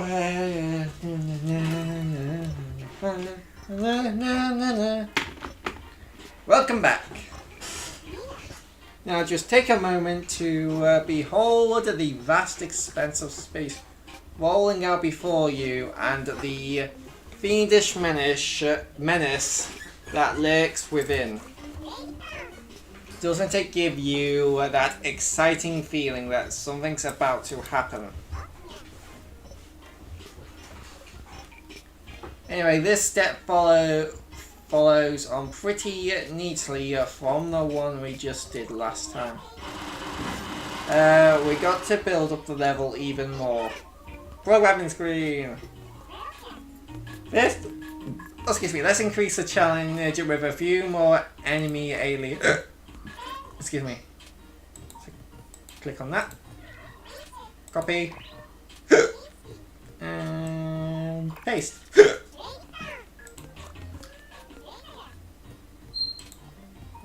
Copy fancy object. No. That's not fancy object. Copy it again.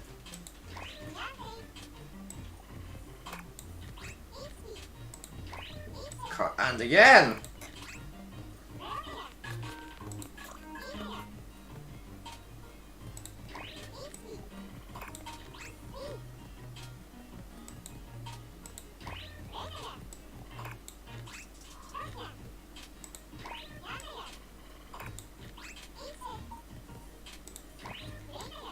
One last time.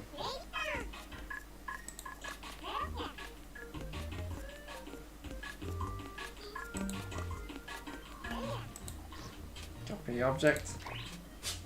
Oh, hello, the letter E. Oh, Luna, you're gonna come up, Ups. Come on in. Good girl. Oh, what are you doing? That's Kung Fu Tuttles.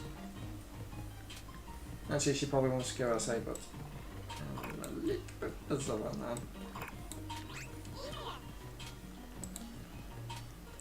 Luna, can you not lick my hand, please? Oh, you big yawning. So yeah. And then copy once more. And well, great work. Lastly, let's add the invisible wall.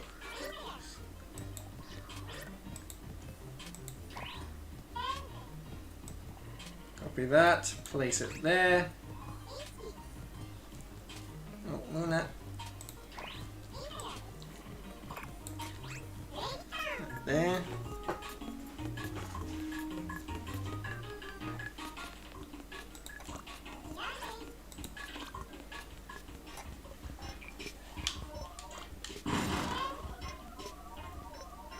What? Where's all that work we just did? Well, all that work we just did was outside of the game screen, so actually it's not surprising. I can still murder them!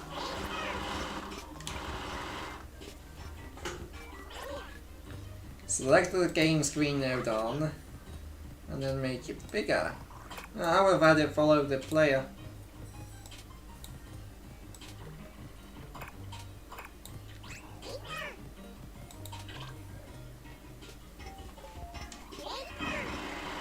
You can see the whole level.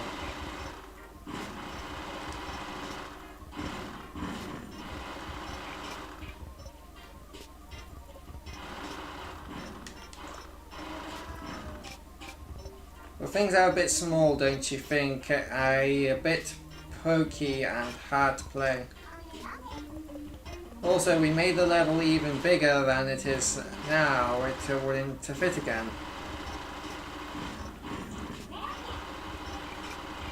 But have no fear, because we're going to solve these problems right now.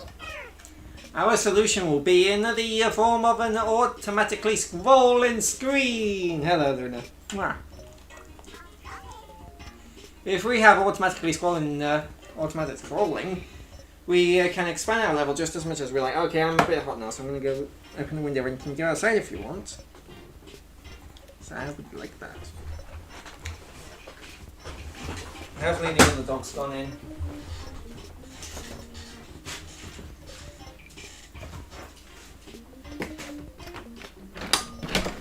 There we go.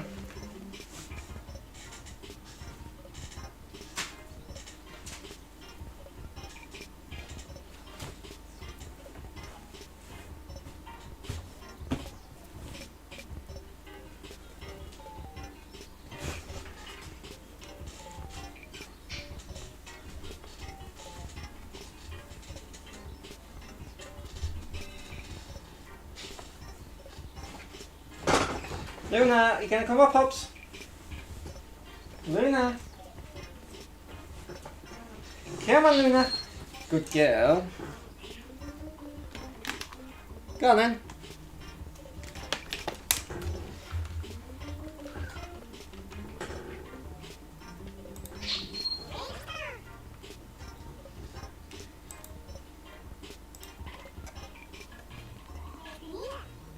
To start, let's return the game screen to original size.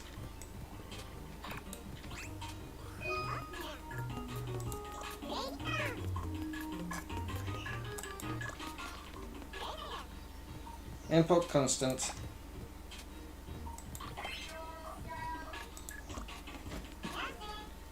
And just plug that into the X. Oh, middle flag count random, and then count. And to the count and evidence. Count. Oh, obviously.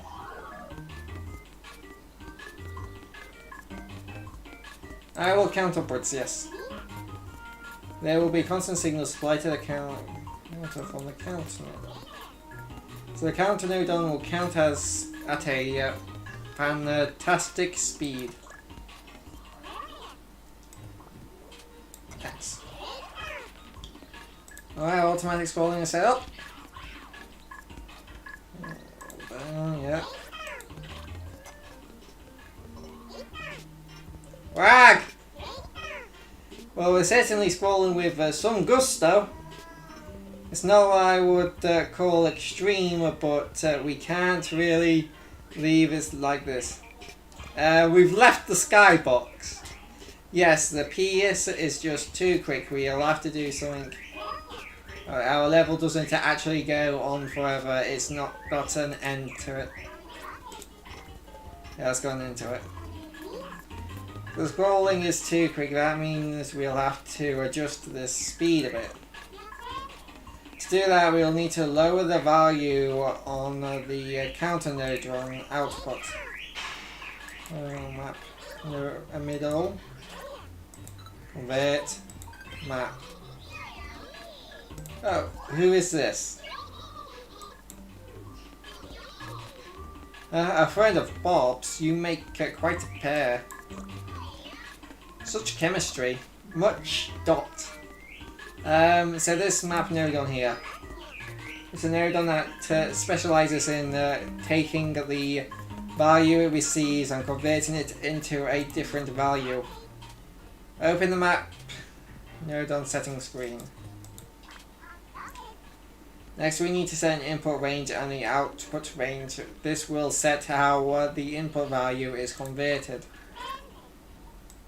60. There you go. 1.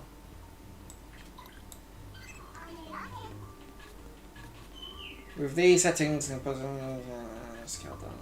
1, okay. Destroy that. Connect that to that. That to that. And test it. Oh, nice. Slow scrolling. Just the right speed for the game, not too fast, not too slow. Press retry and have another go. Try playing it through.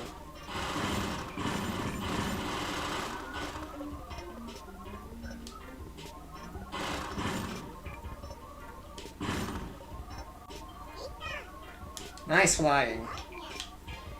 You made it through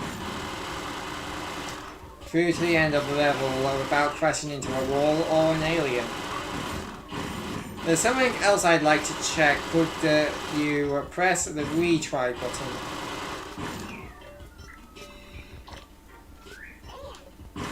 Try crashing into a wall. Smash that UFO is done for. At the moment, the UFO is said to break if it collides with anything. If there's a wall, it breaks.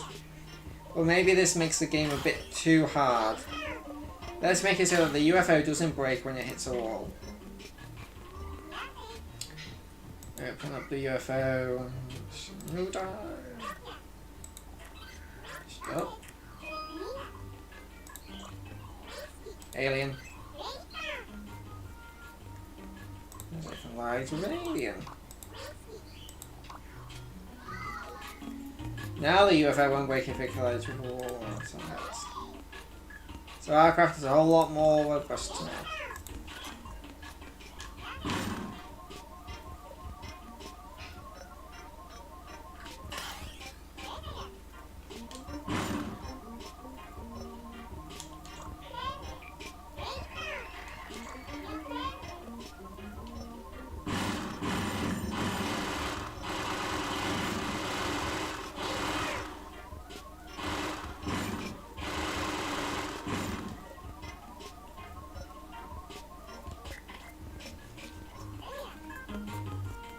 And with that, step 4 is complete. Yeah!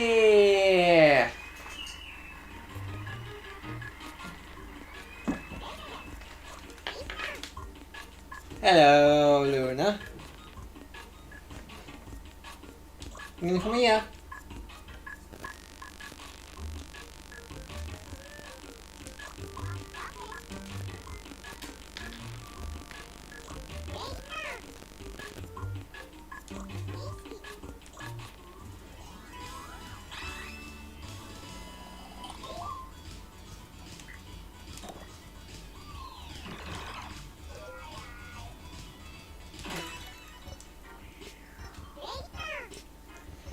Welcome to Step 5. I forgot there was auto scroll. Hang on, I guess you've noticed the game screen keeps going on during the lesson. It'll make it tough to check our work on the game screen.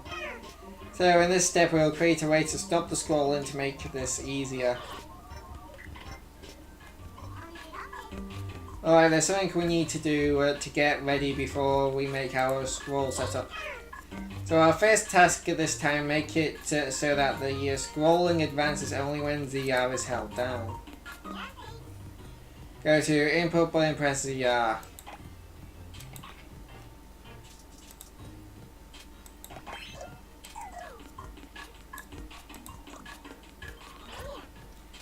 Now select this condition node here.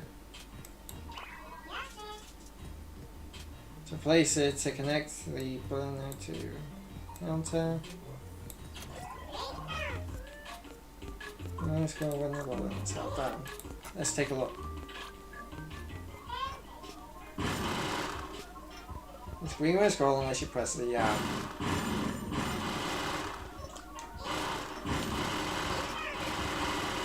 It's more.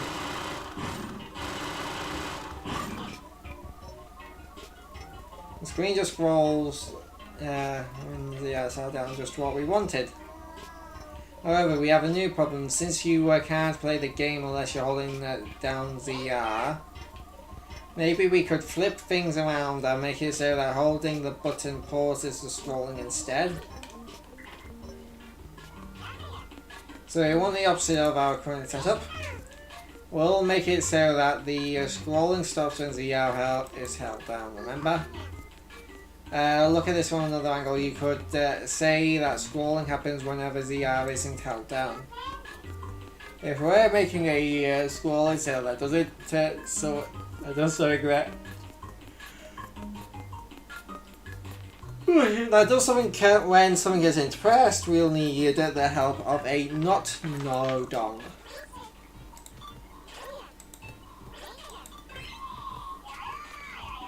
Hello, I'm a not nodon, am I not?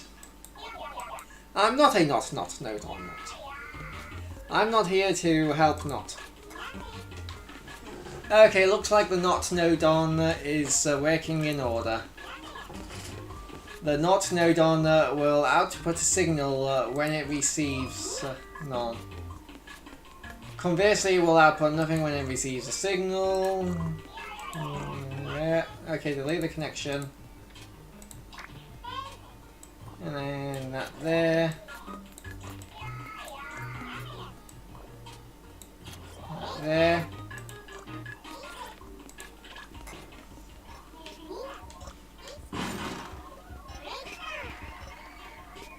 Awesome. Now we'll be able to stop scrolling. I will check our work. So now that we've got the automatic scrolling under our control, to the program screen. We should leave it here for now because step 5 is complete. Really? That was step 5.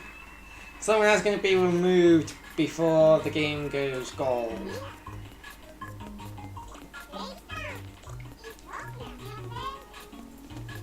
Okay.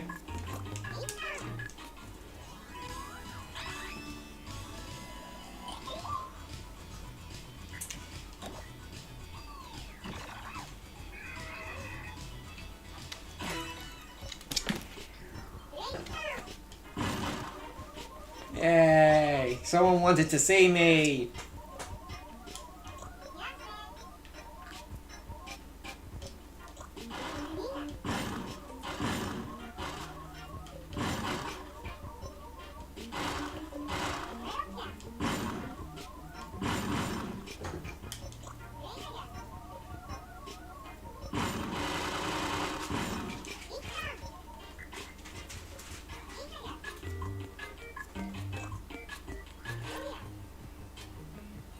Be fancy object nodon. There. Copy. There. Copy. There. Copy. There. Copy. There. Access add a few walls. Copy. There.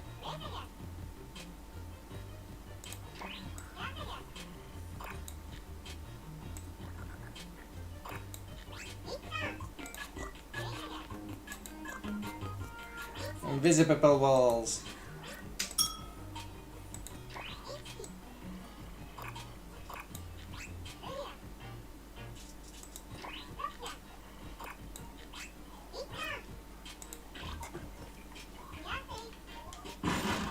Level to the expanded part.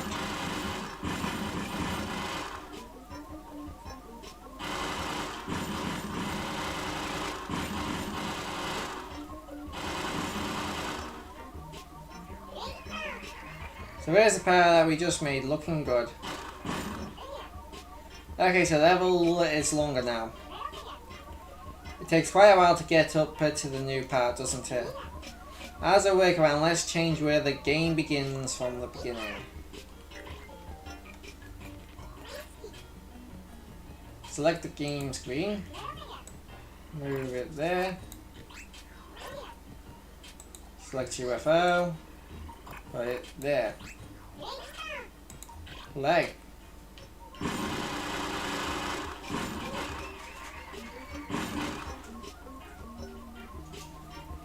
Yeah, that's yeah, that the start changes.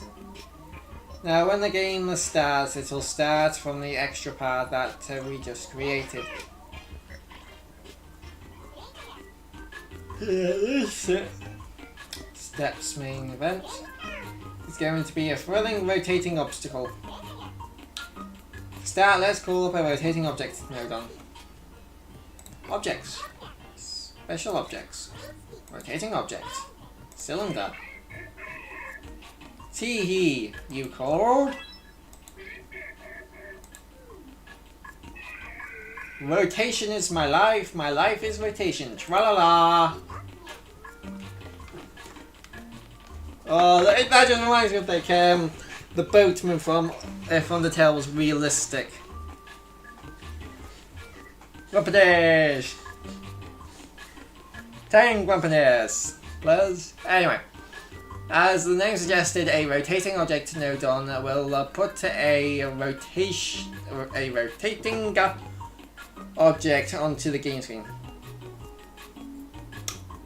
How did they miss that? Stretch the rotating object node on vertically so it fits in the blue frame. Next, open the setting screen and the rotating object node on. Since you can break it with the projectiles, let's make it the same color as the aliens. Whoa. Colors pink. Now let's test it out. Ah, it's a pink cylinder. Press ZR to stop the scroll if it makes things easier to check. Just because we place the rotating object doesn't mean a thing until it starts rotating.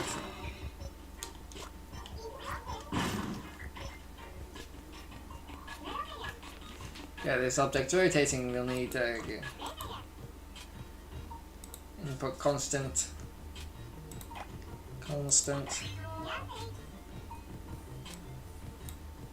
Settings to 0.20. Use the keypad.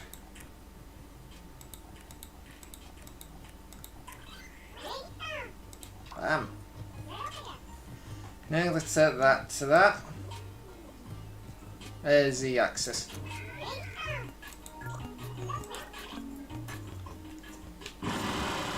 Now it spins.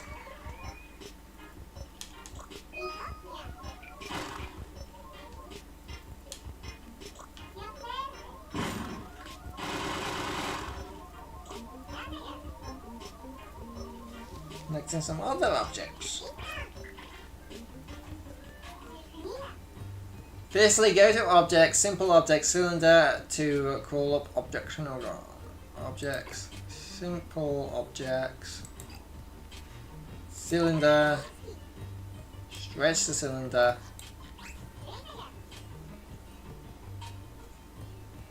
settings, pink,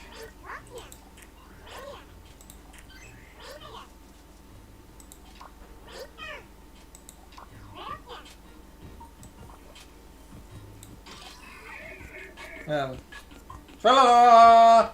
A partner for my dance. Yep. What kind of dance are we doing? A foxtrot, tango, maybe a paso do? Oh. No, you're spinning. So, success. The objects are rotating together. Now you set coordination. Let's connect one more object to it.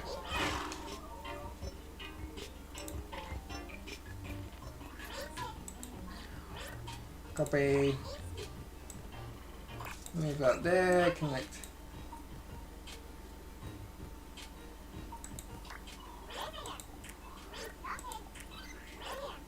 Okay. Connect.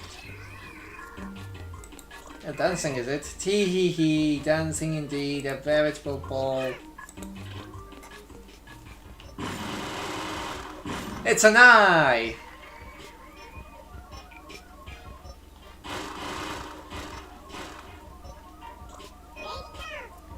And now you know how to make more complex objects by connecting simple objects together. And if that were all done, however, well, that's what I would be saying if we were all done, but not quite. Press retry and have another go. Try crashing the UFO into the rotating obstacle. Yep, the UFO didn't break. Let's fix that and make it so that the UFO breaks on contact with the rotating obstacle.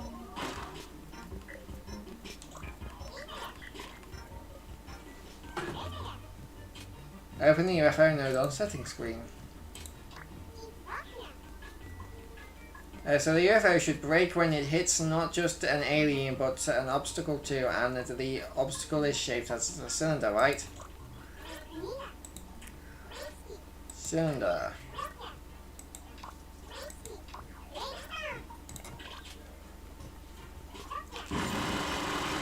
Crash into the obstacle. And the UFO broke.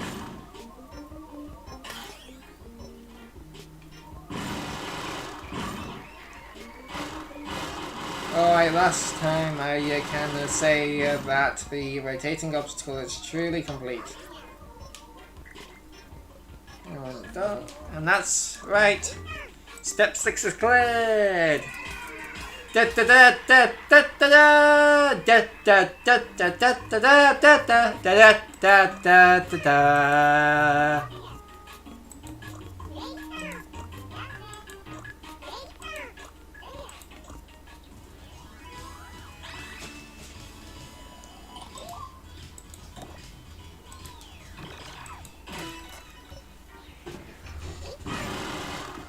Yeah, I'm back.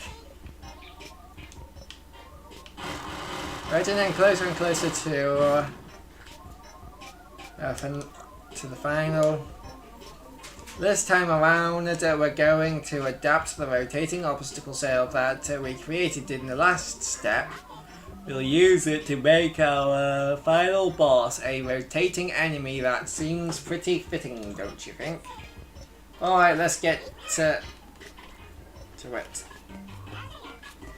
Just a bit more work to do on this. Let's add a few more aliens here.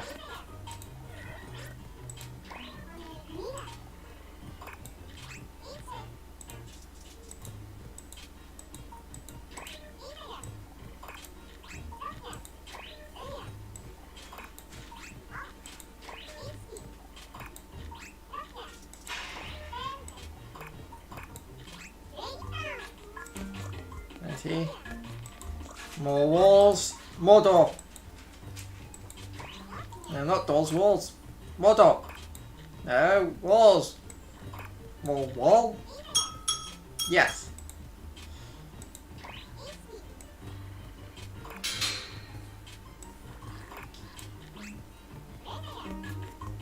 I'll place some visible walls.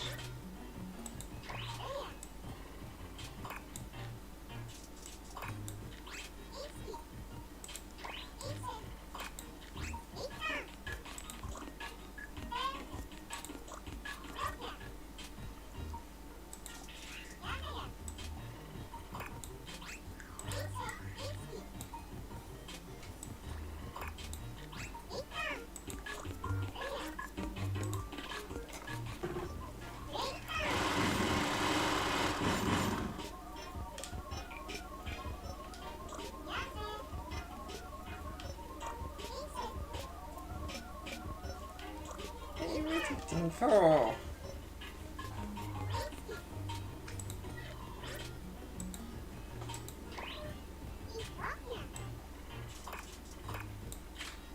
up here, make it bigger.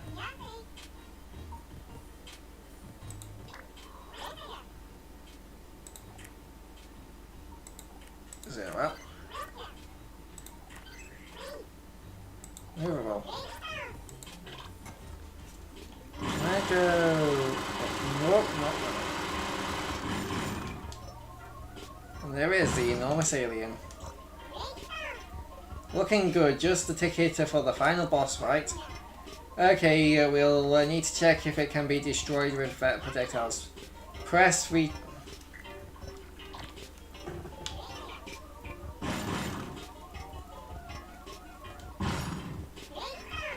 Awesome, the explosion was extra big too. It's not complete yet though. Remember, it's going to be a rotating boss of doom! Aliens generally can't rotate themselves. We'll need the help of the rotating object node on that we met in the last step. Objects, special objects, rotating objects, and node on. Oh, rotating objects box. Tra-la-la! Open up the settings screen.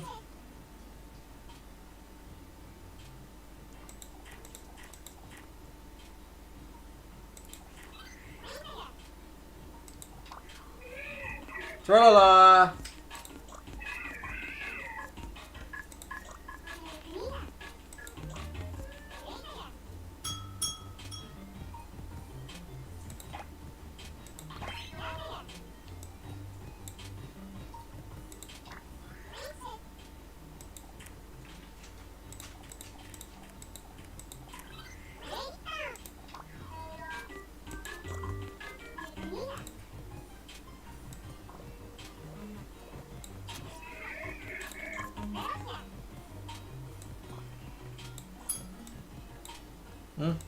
Not that one.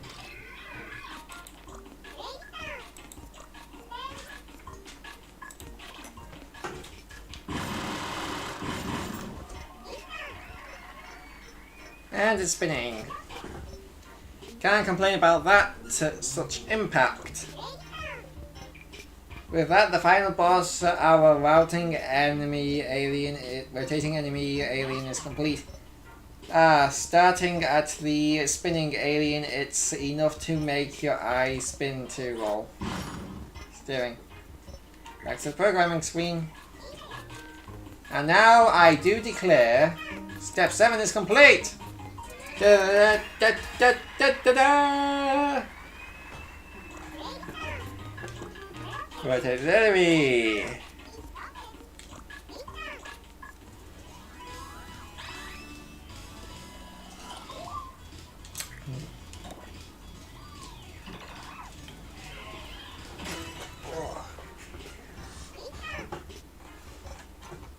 Welcome back. In the last step, we pretty much finished building the level. So this time, let's top it off with a setup for the level's goal. Get your eyes on the prize, let's get to programming. Before we get started in our goal setup, we need to add in some more invisible walls. Copy this object, I need the mouse. Copy. Copy.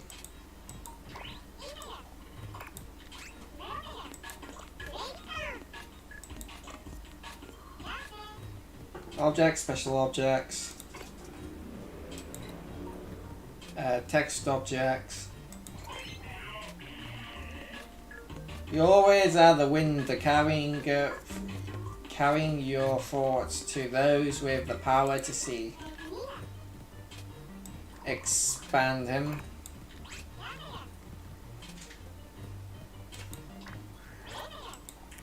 Edit.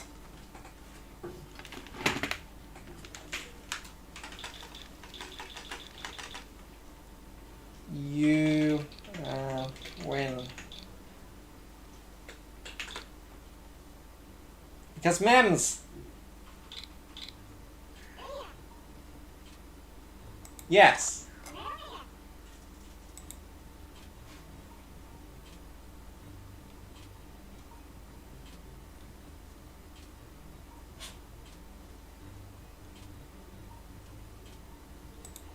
Okay.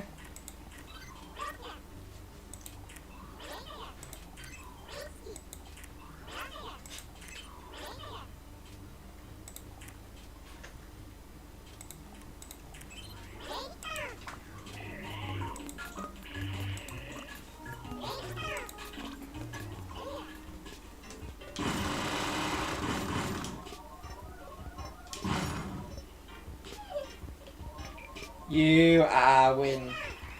And there's the goal! Right, so you've got the location of our goal now. Next we need to trigger a sequence. After UFO has battled its way through that long dangerous level, a fancy end sequence is just the way to celebrate. To do that, the first thing you'll need is a way to know when the UFO has reached the goal. Call up a touch sensor node on. Sensors? Touch. Me. What is it? Oh, that's cute. You're the programmer. Don't scare me like that.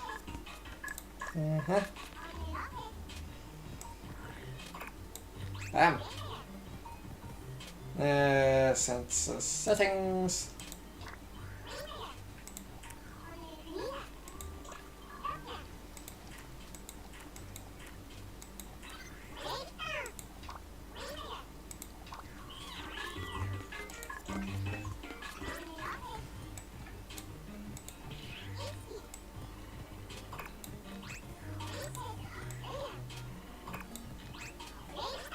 And done. Wait, can I? Yeah. Okay.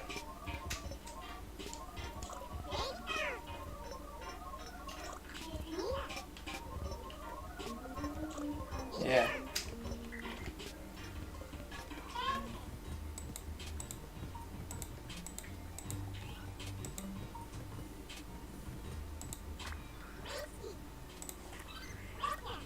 Click that.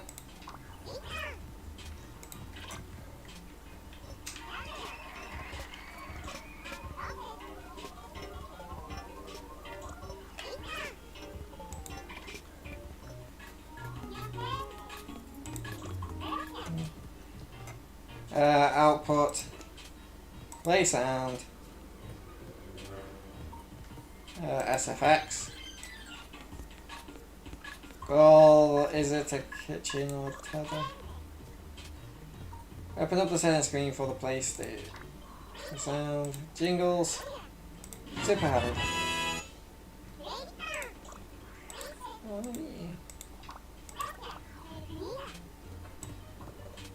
Play. Yeah, can't wait for the drop. Neat. Now now a sound will play when the UFO comes into contact with the touch sensor. Next, let's call up effect node on to release some fireworks. Oh.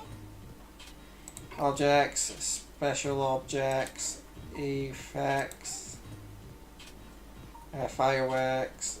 There they are.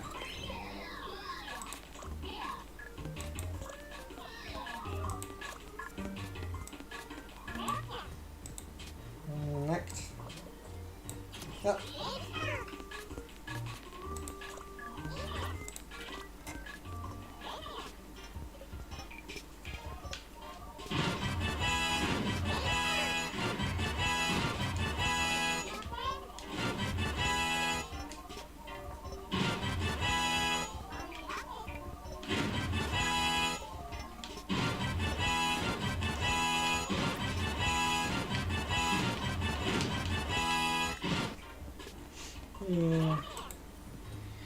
Output, retry.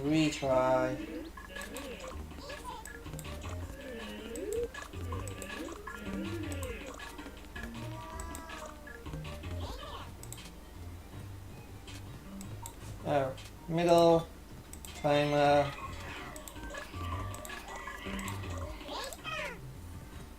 And I pretty much know what to do here. Just set the timer to 6.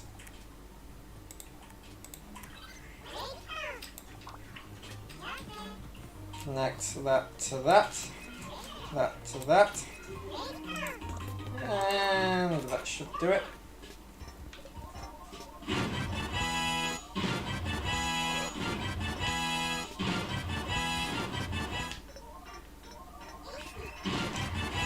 And there's a retry.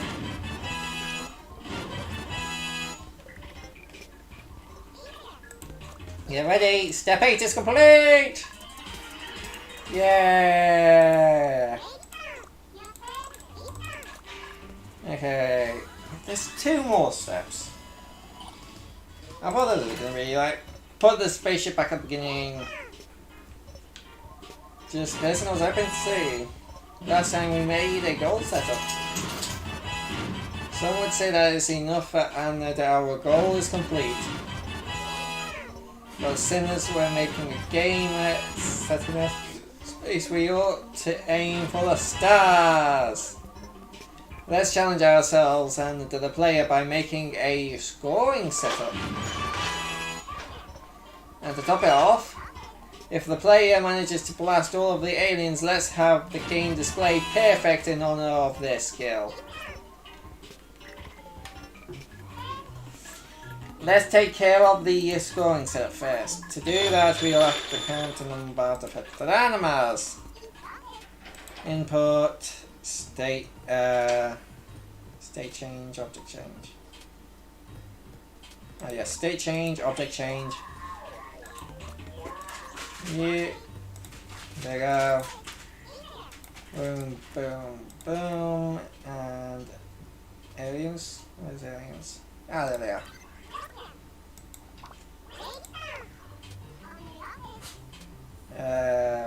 Flag. Counter random. And then counter.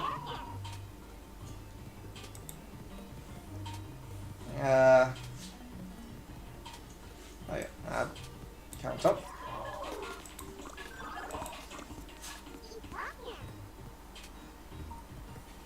Open number objects. Object Luna.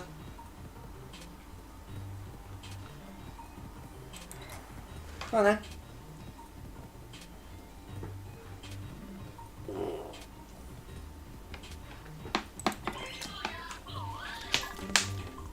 You just want.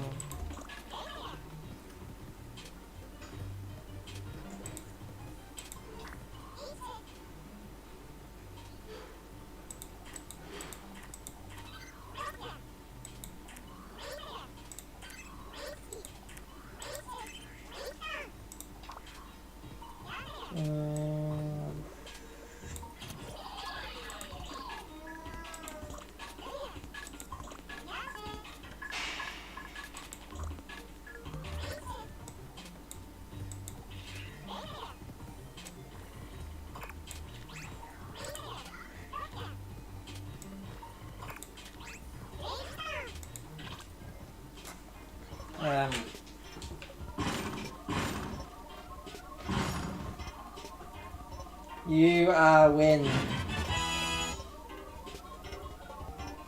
3.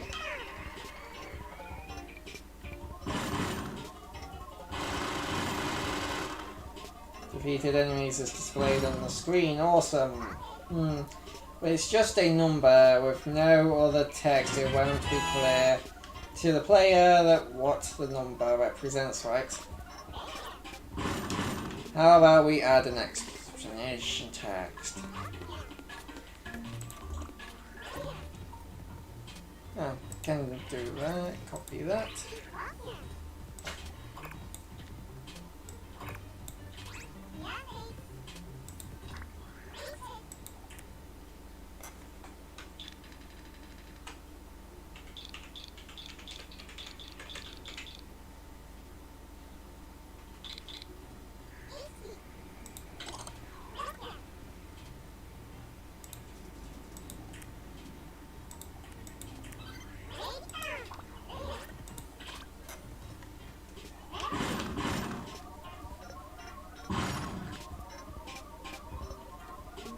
You are in.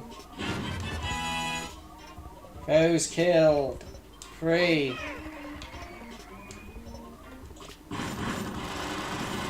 However, the score is plainly visible even before you get to the goal. Why don't we change it up so that the score is only revealed after reaching the goal?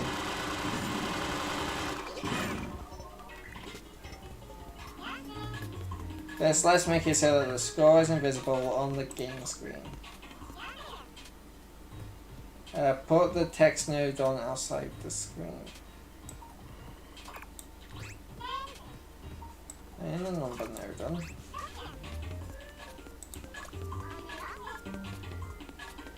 Let's have the score teleport into the center of the screen when the goal is reached. Right, so we'll need to teleport both the number object and the text object at the same time.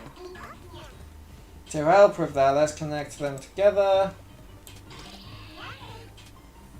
Open up number objects node on. Connection point. Boom. Boom.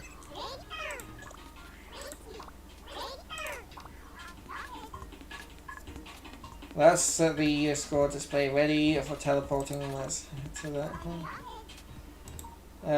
Objects, launch, destroy, attract. Teleport, objects. Entrance.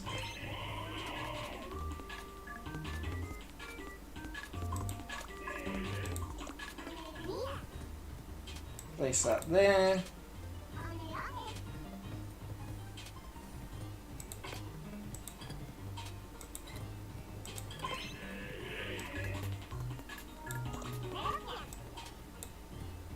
Settings. Not visible. 1. Now if you could connect. Connect the touch sensor node onto the teleport object. Okay. Let me just get a quick drink.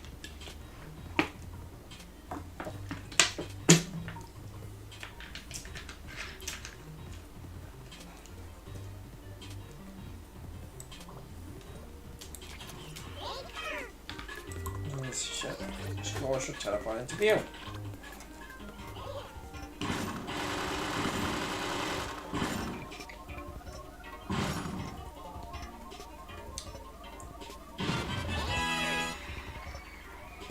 You got to the goal and the score appeared. Great. Alright, there was one other thing we had planned.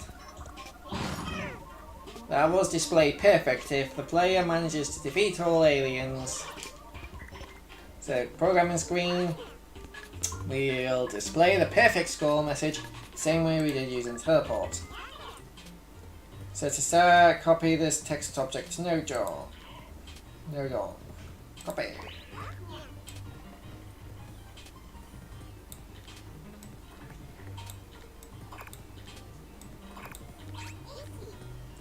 Now open its settings screen. Edit.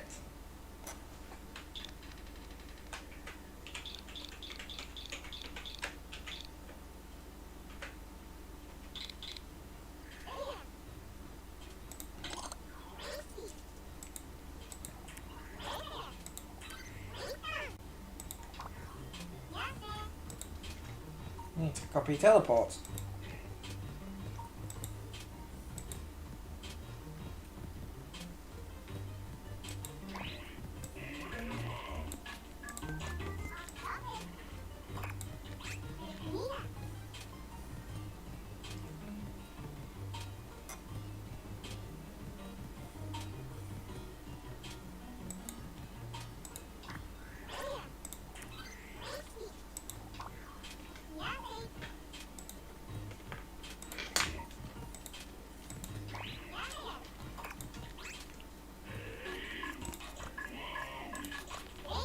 Okay.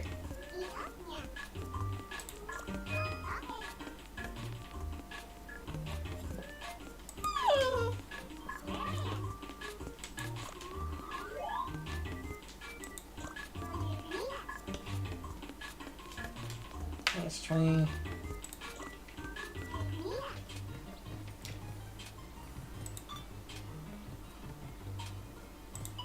Person equal input constant.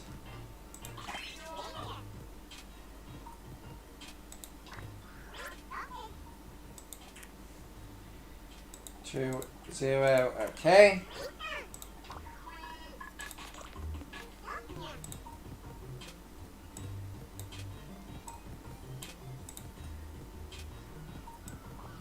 There you go. Input 1, input 2, and when the perfect score message will be displayed as soon as 20 aliens has been defeated. But what we really want is for the perfect score message to be displayed alongside with the score when the player hits goal. In other words, to be satisfied defeating 20 aliens again, the UFO to the goal. Oh, Luna, that's a really painful place for you to be stood right now. Oh. This brings us to our next task, making a setup to trigger the message when... Oh, we're going to need an AND gate. And I know just the node on for a setup like that. The AND node on! Yes! Redstone is very similar to computers. I like it. Texture.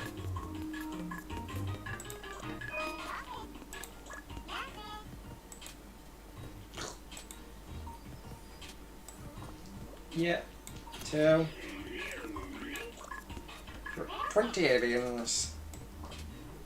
And get across the finish line. Yeah. Yeah. What are you going to do about it? Get anything. And then we relax the conditions a bit. Aww. Open up the constants.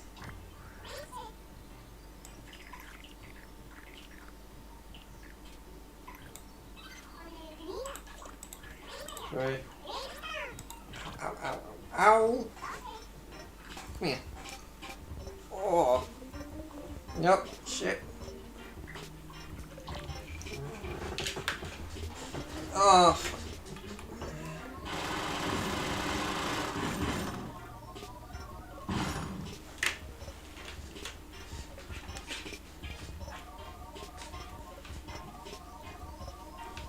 And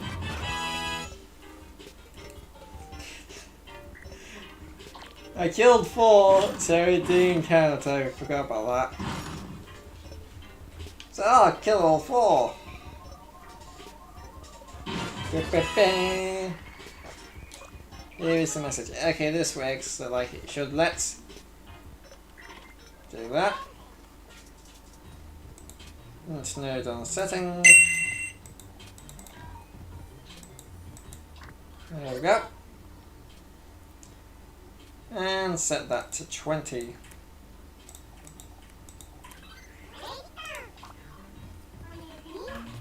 Alrighty, let's return the game screen. And I got a message about so that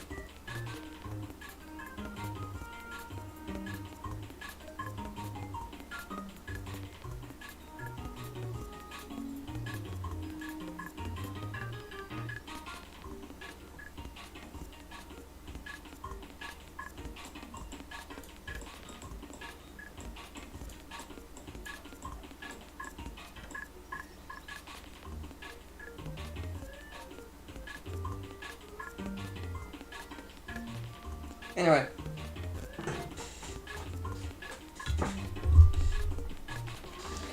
Alright, let's return the game screen and UFO to the starting positions.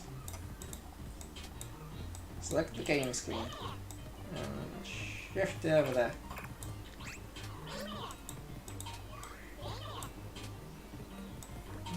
Over you there.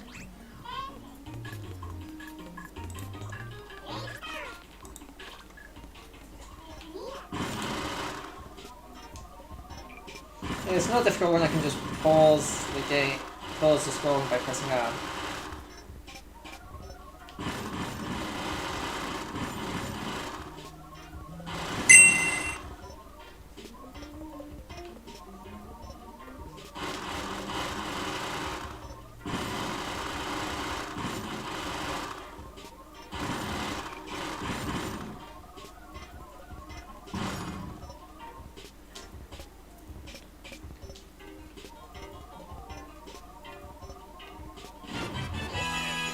Brilliant job! Wow, your gameplay is as good as your game building. Say what again? Say what again, motherfucker? Say what again?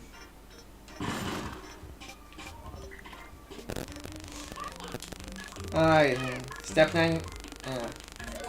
Yeah!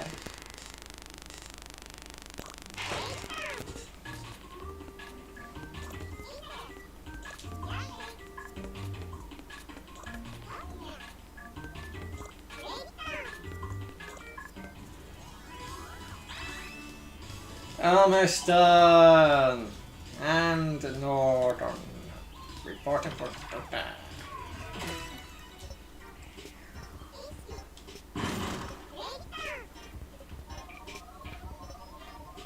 A step of Alien Blaster. All that remains now is to add a few finishing touches to our game. In this step we're going to modify the UFO with a picture drawn by a gifted artist. That artist's name is... Oh no! I'm not a gifted artist! We're going to be drawing a picture called Texture Node on to help us replace that.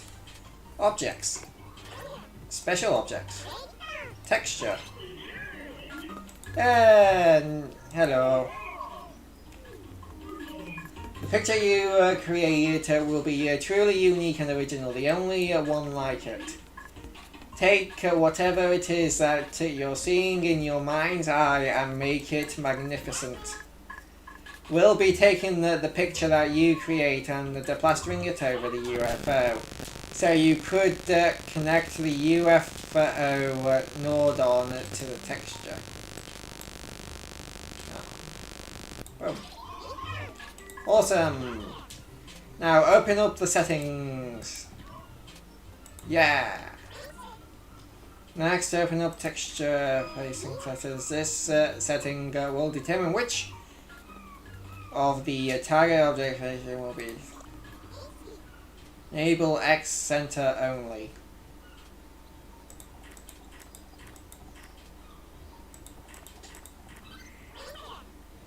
Now close that. Go at drawing something then.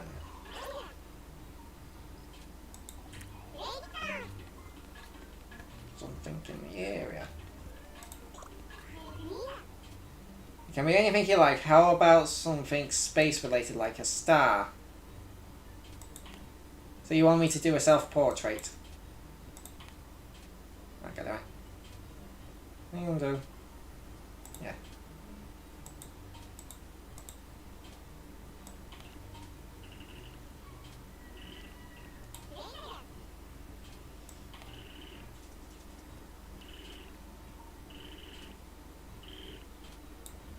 Hold on now.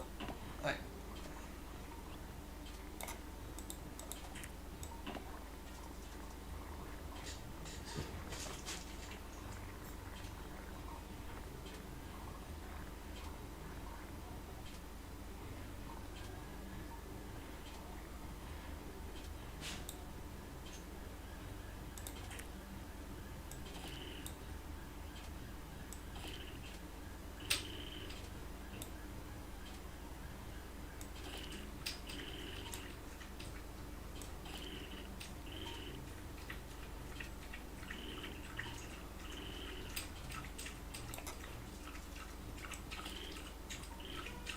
Worst star ever, but I'll have to do.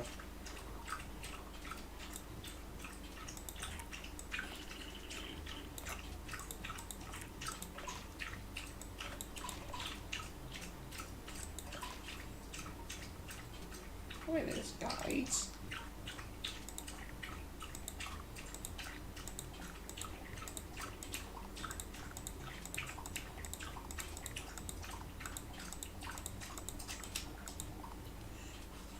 It's a me, a Mario, question mark. Alright.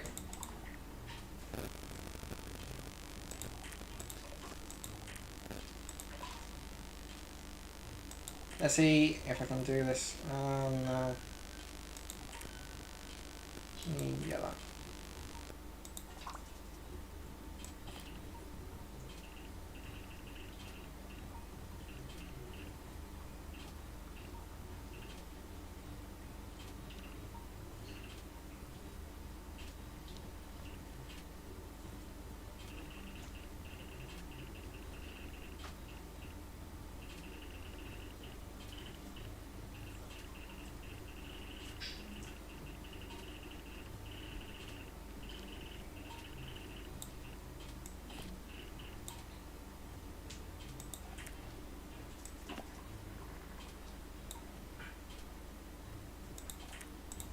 That'll do.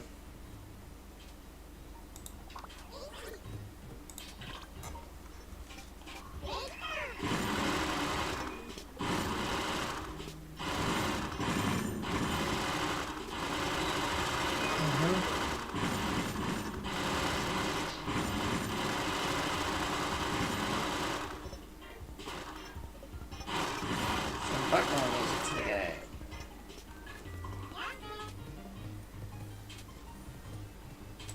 I'll put play background music.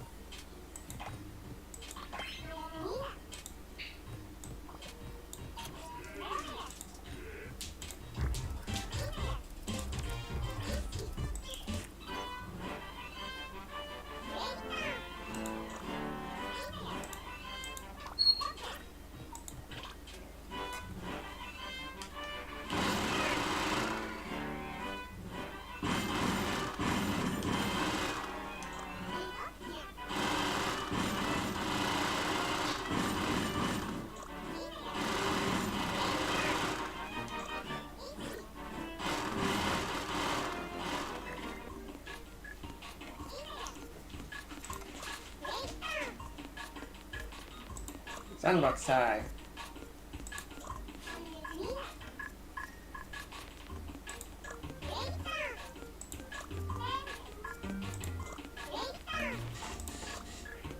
Okay.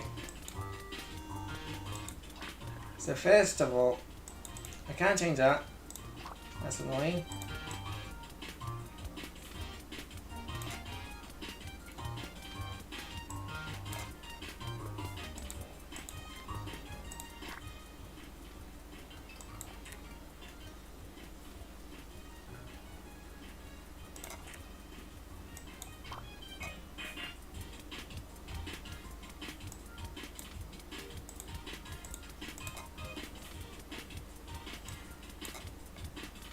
I can,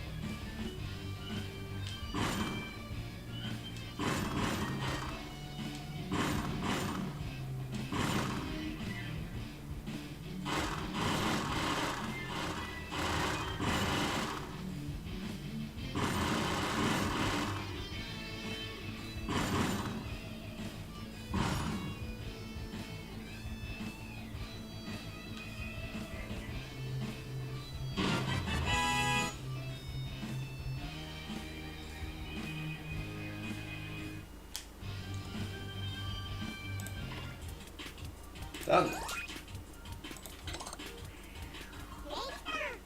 Oh.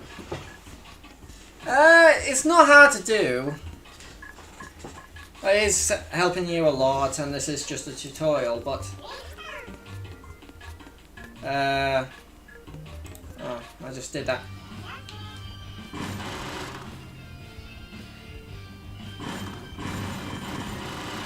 Well, I would imagine building a game from scratch without any help would be a bit more difficult. But the UI is made to be like easy to figure out.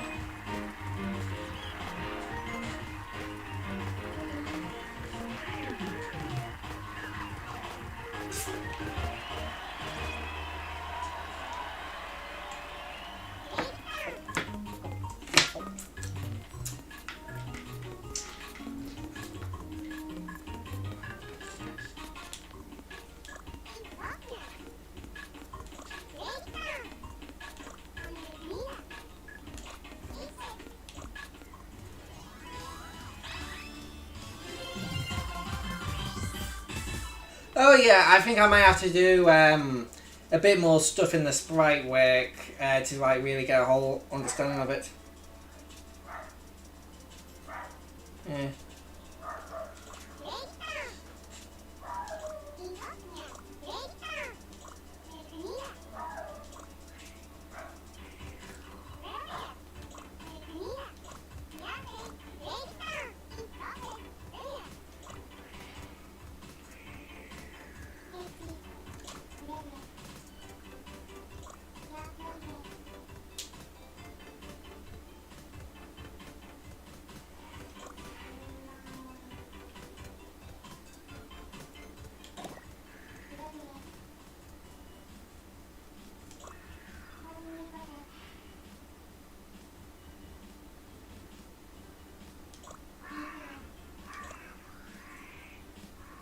Okay.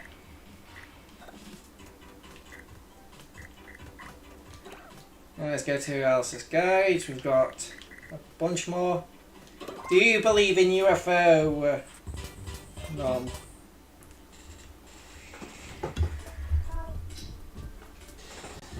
Hello. What's that floating thing? Goodness, it's a UFO. No, UFO. Light so mysteriously. How about a little UFO study? Some extraterrestrial investigation. Good then.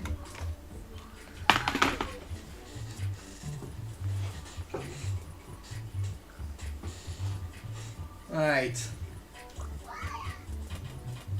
Perhaps you wanted to know more about me and the addiction. Like,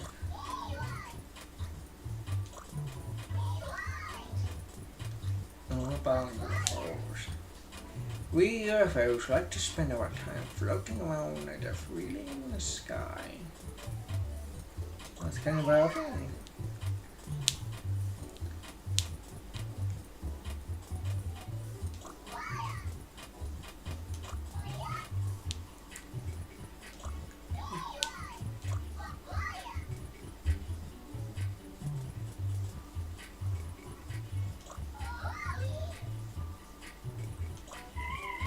Hello.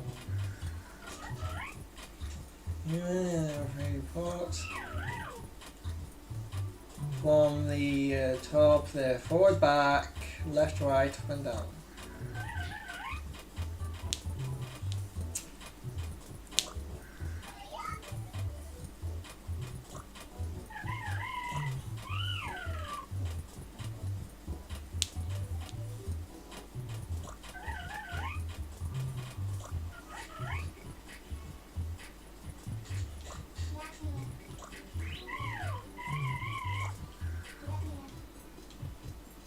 Oh, I need the mouse.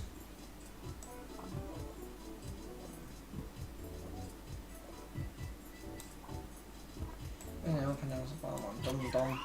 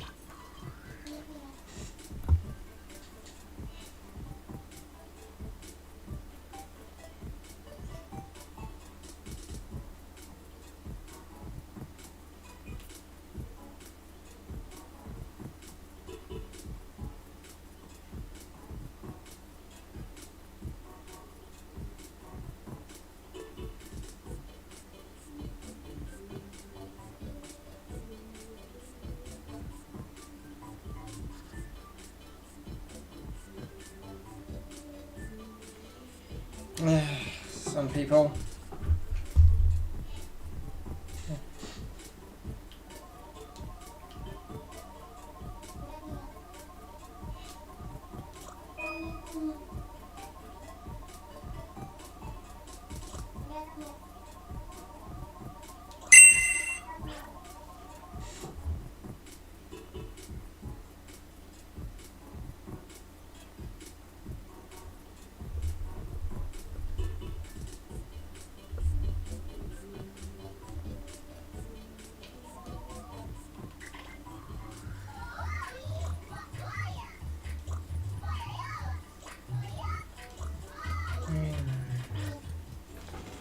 Okay, and now we're going to make it go a bit faster.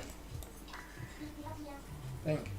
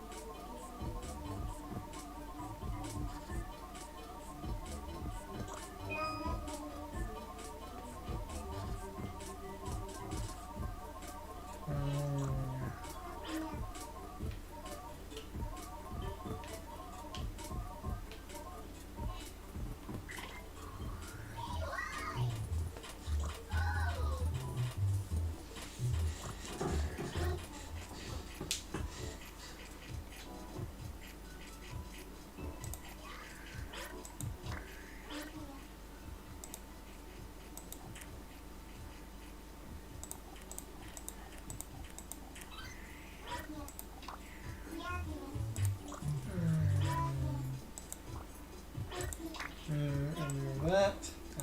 There.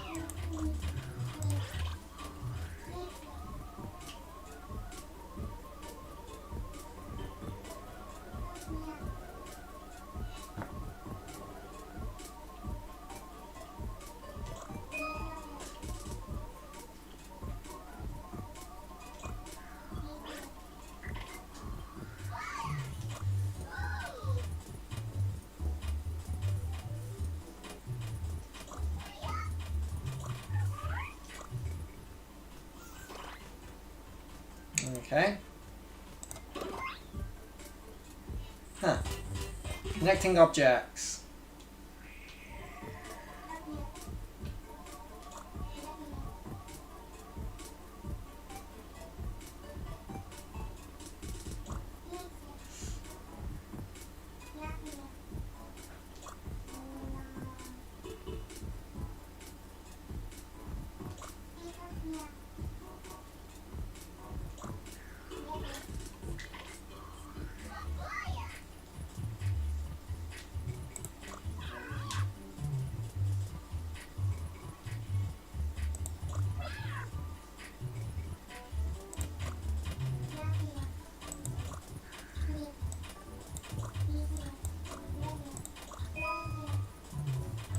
let's do that.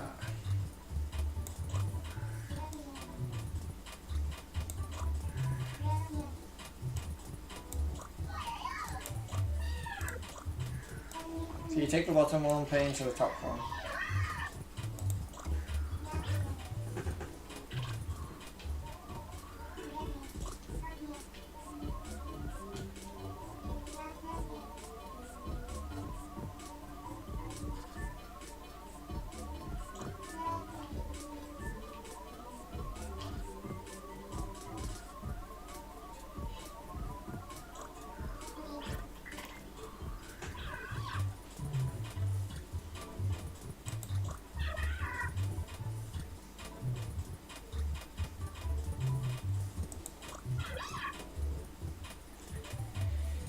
Remote there.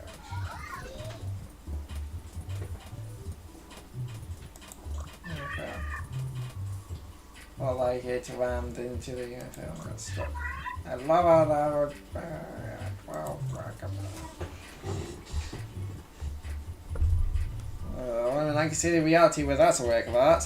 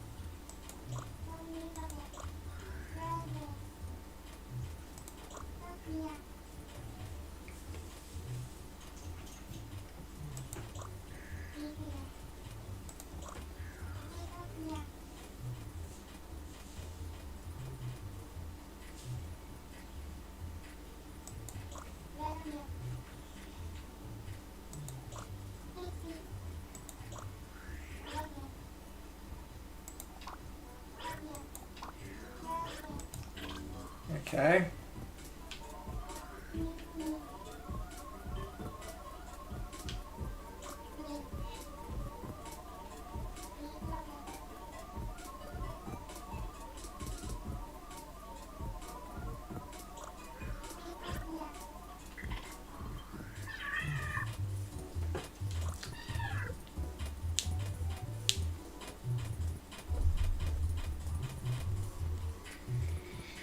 There's a story to be told here, I'm sure of it. I don't know about this, guys. Wouldn't it look better if the tuna was nudged in me from behind or something? Also, did I mention that this really tickles? So you want a piggyback ride or rather a tuna back? Oh, it's the beginnings of an unlikely friendship. Let's give this... Ow! Something hurt.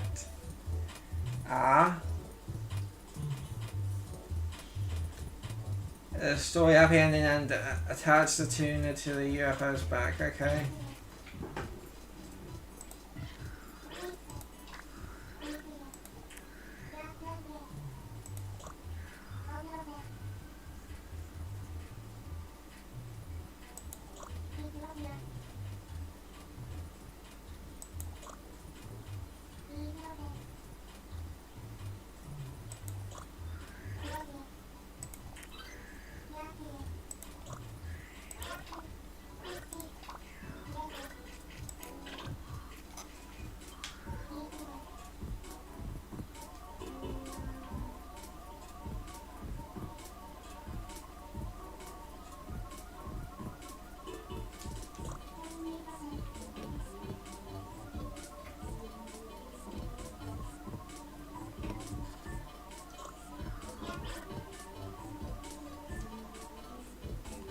Well, it's a really nice looking tuna though.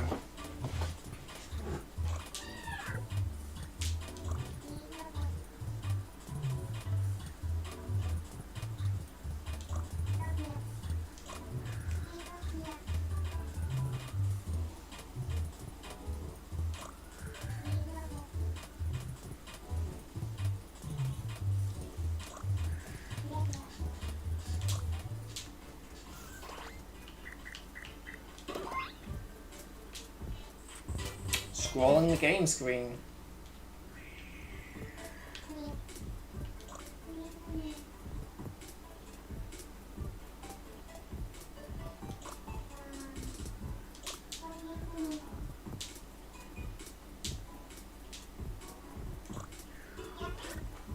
This will be simple.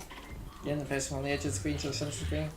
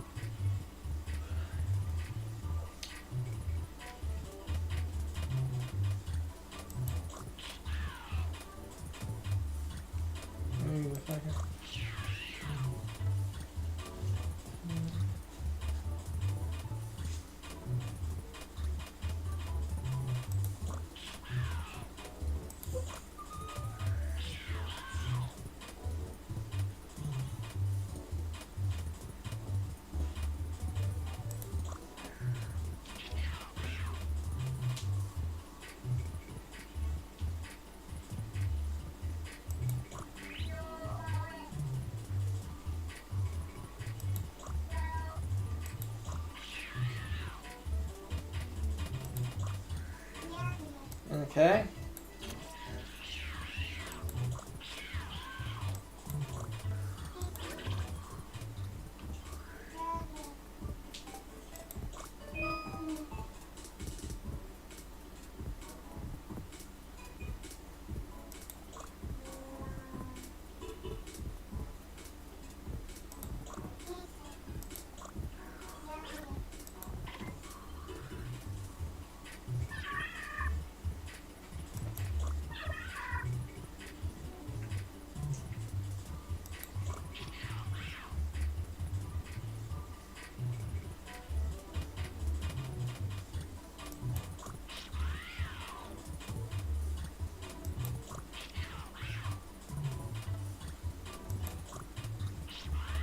Okay.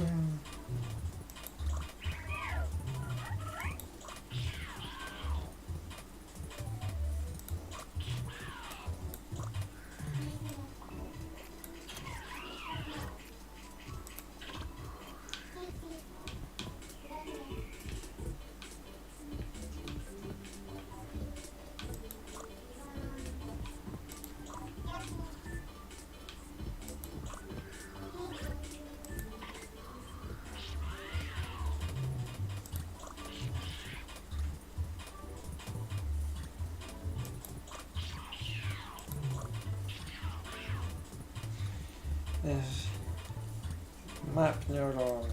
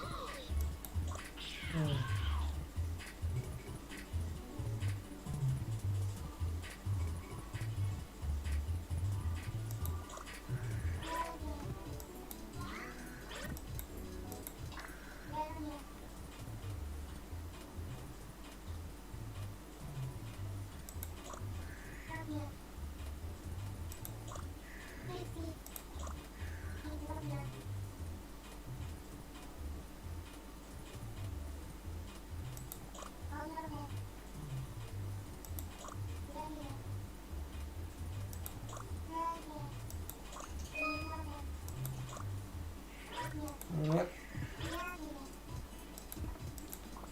So this basically just scales up the input.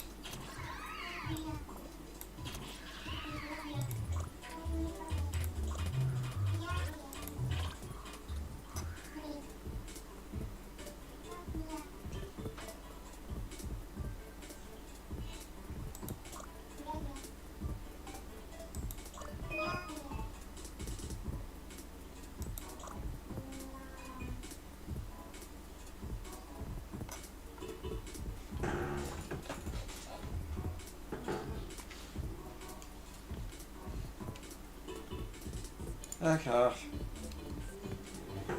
He's like, oh, running low on storage and stuff like that.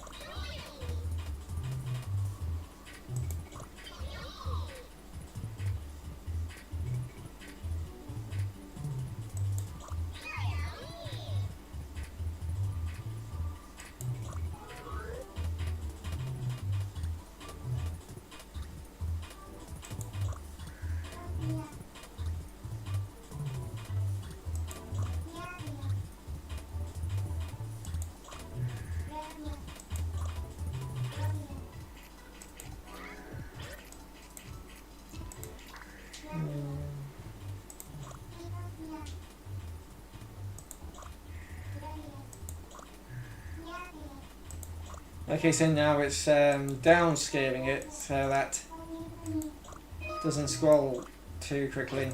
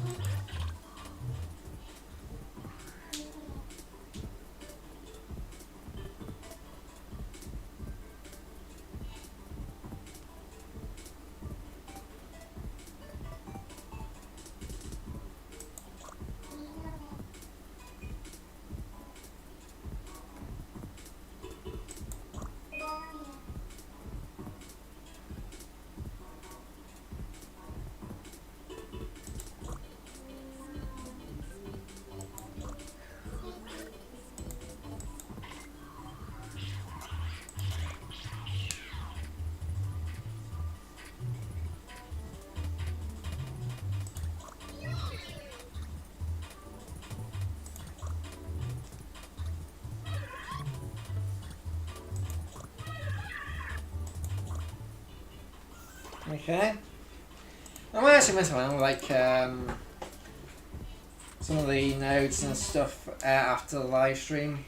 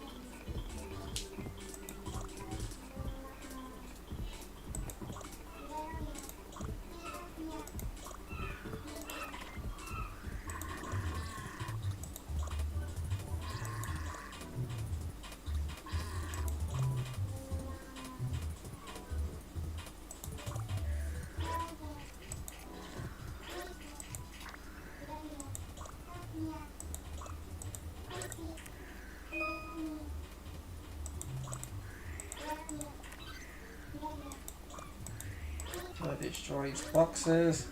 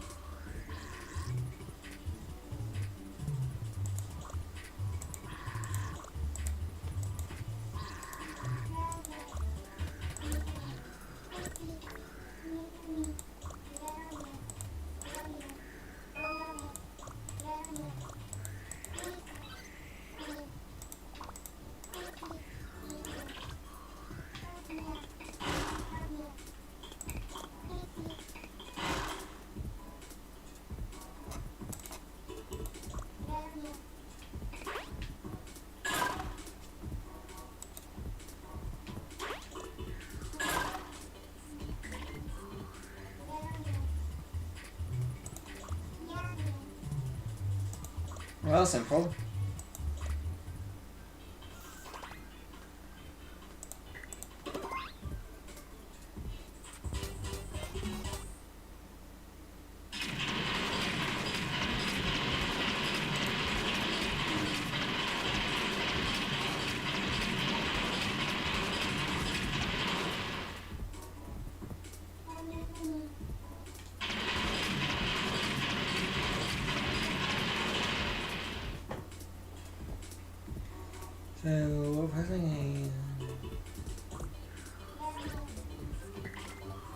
What gate?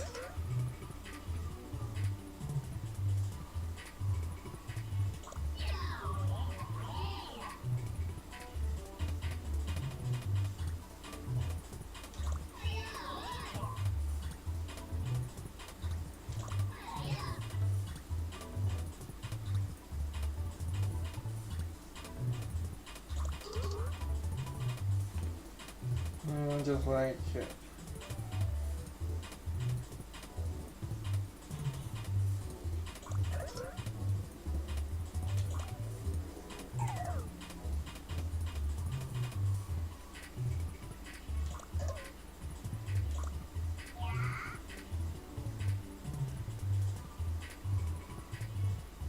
I'm not a not.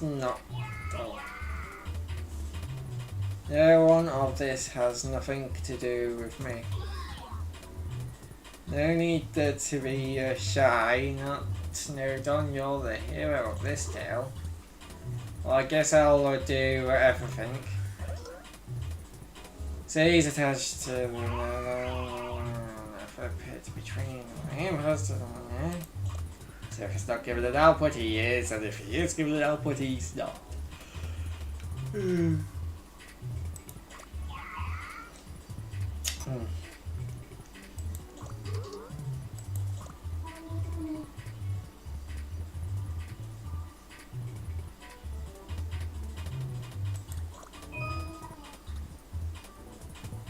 Prize any signal enters a not.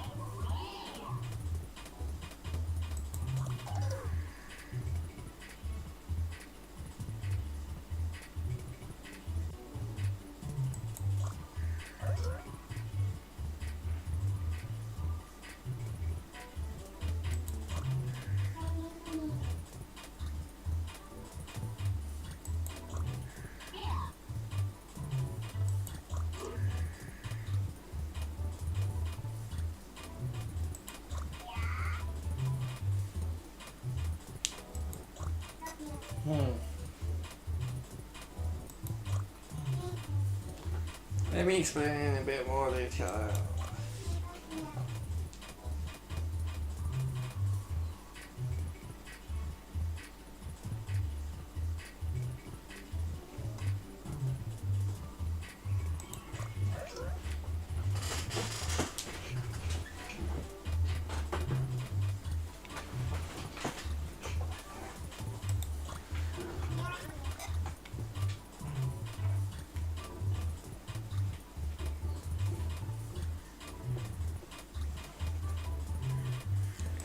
The game stream.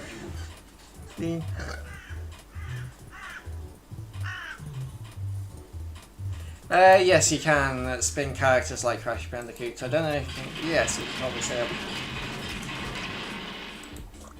to burn.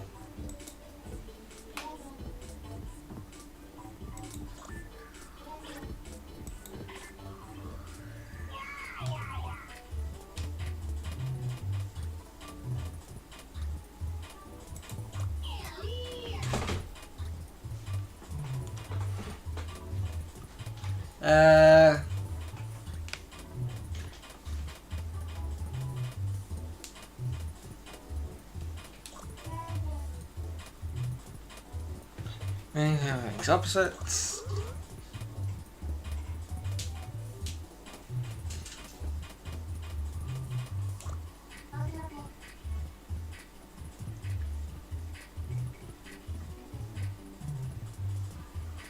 Apa sah?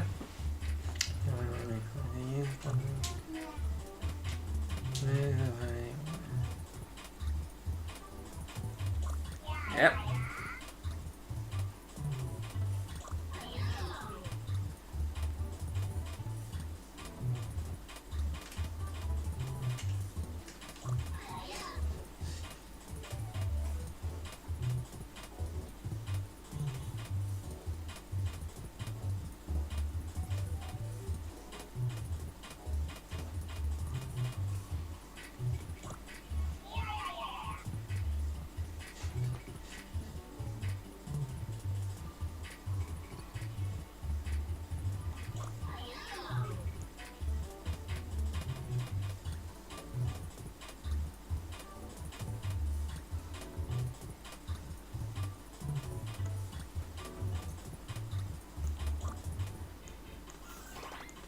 Okay, that was not more fun.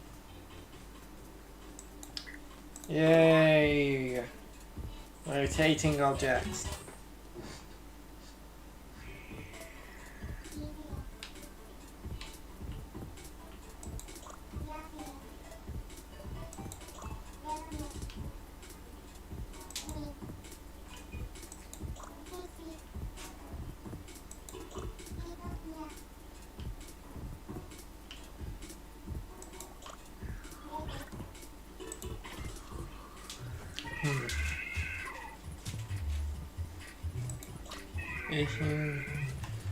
Called rotating object node on, and I am pleased to make your acquaintance. Following, I'm sending an input from control stick to the rotating node on. The joy of tripping the light, fantastic with a dance partner and a pure weightlessness. To will in perfect freedom, one must not be weighted down. Come, spin with me.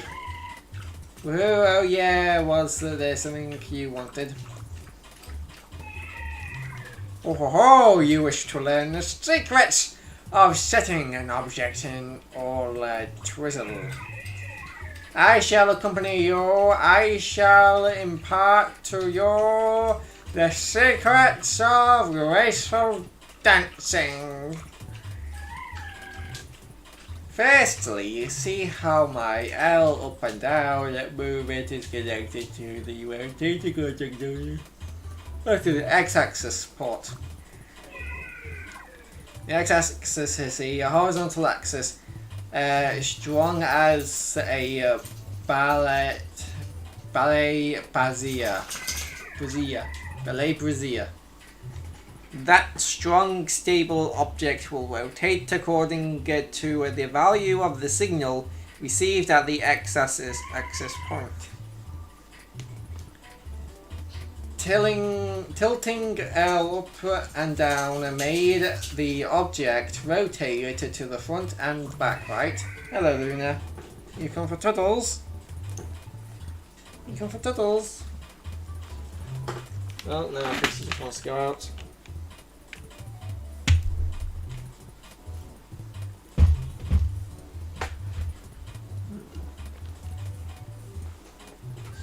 Yep. Right. The input number can be changed, the rotation, direction, and speed alike. Imagine you tilted L and I send it out an input of 1. Then the rotation would take place in a forward direction at that a speed. What do you mean? Of 1 rotation per second. And then imagine if you tilted down and the neutral position, but only halfway, I'd output at 0.5 and that's a half turn per second, rotation to the back. Hey, what would happen if one of the other input ports had a number input in it? How would it rotate then? There's only one way to find out! Let's get ready to rumble! Wait, no. Let's get ready to node! Anyway, let's play with the y-axis port. There you go. What?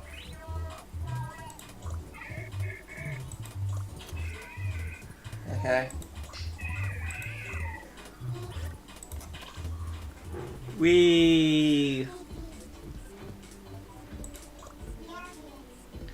So this is how it looks when you rotate it like this on the y-axis. Oh la la! Such immaculate swift pirouettes on the y-axis are more fortunate. The y-axis gives a spin around a vertical center line. Think of the upright spin of the figure skater and fucking French accent. I must ask myself how the Z-axis port affects rotation though. The Z-axis is the inner direction axis. This rotates. Rotation is as of the hands of a clock. This is the best way. The best way to finalize connected. Again. L.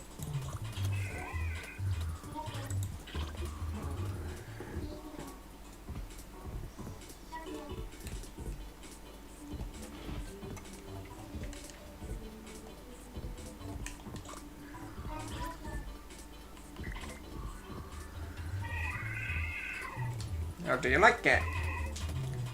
Number in the axis board will create an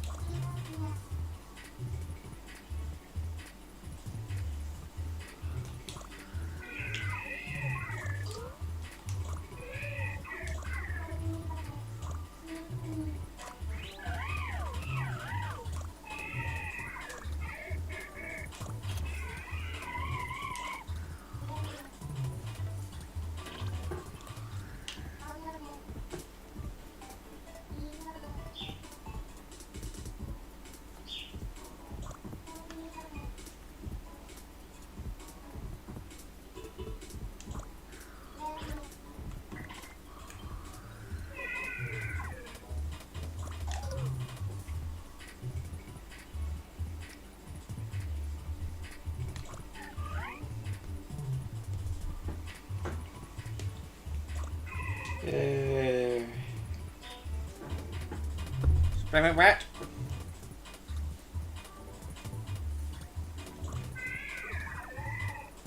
Is enough to enjoy it in your heart. And that's how to make good use of a rotating object nodon to fill your game screen with rotating objects.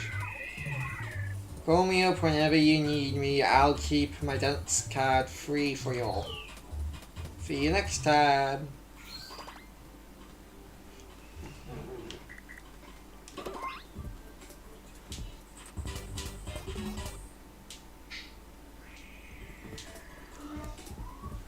Hello. It sure is a tuna. See? Tuna move.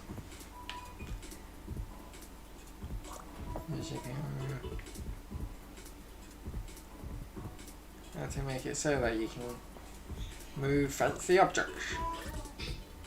Fish in reverse. Beep, beep, beep.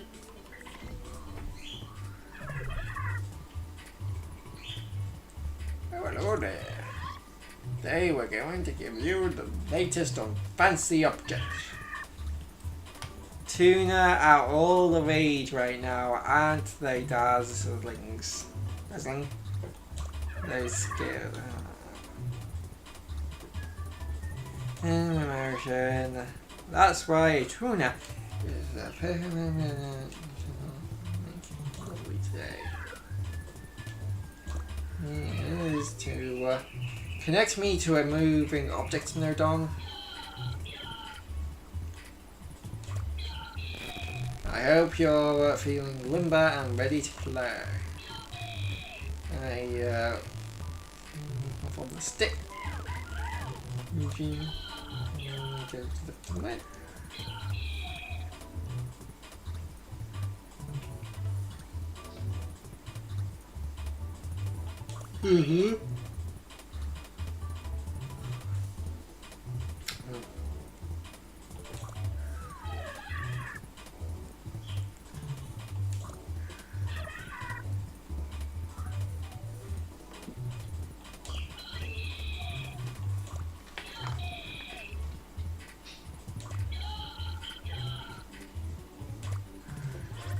Okay.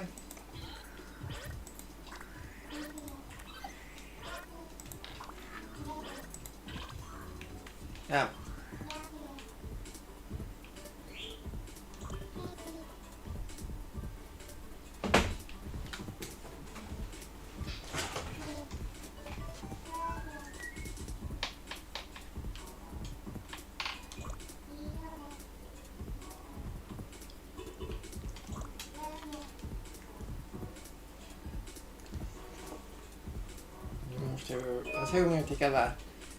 So you're not really moving the tournament itself at all, at least not directly.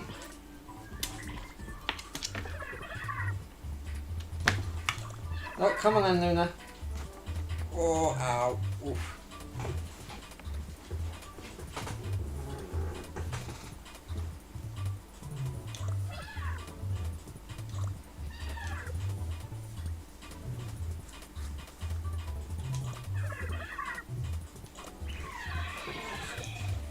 Like to die if you want to get it to the new and zero.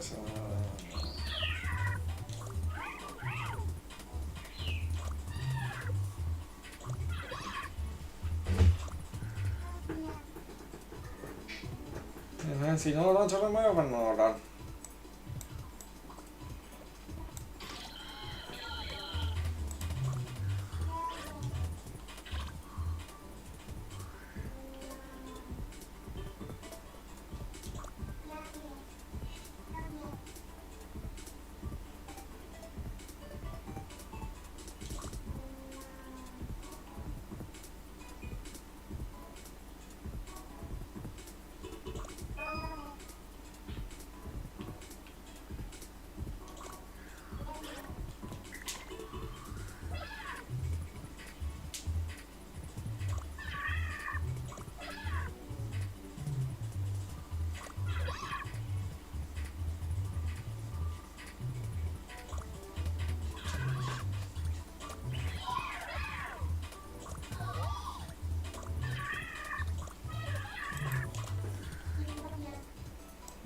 Connect that to there.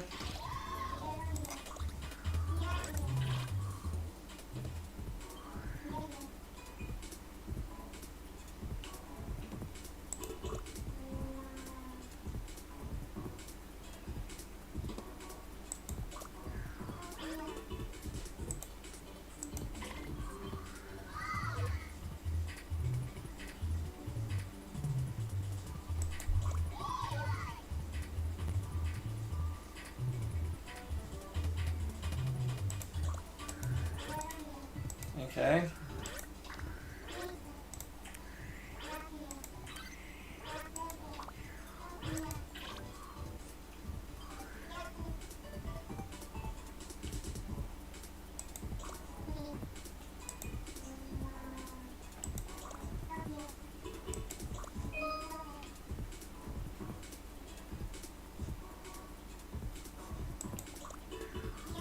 Look. Who lives in a pineapple under the sea? Tuna fish pants.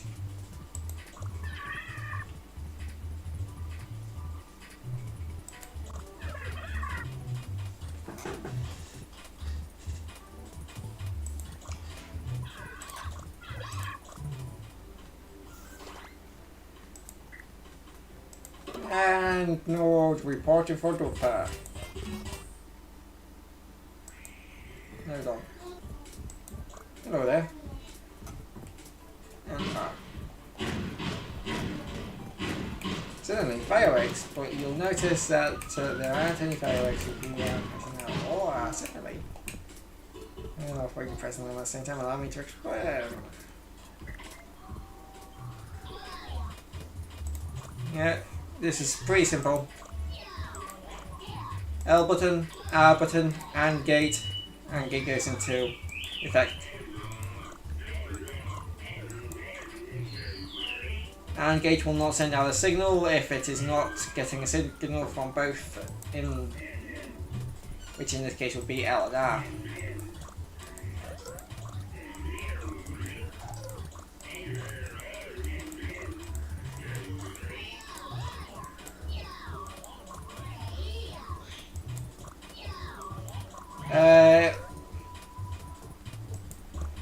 In Minecraft, this could be accomplished with a couple of redstone torches and the redstone torch.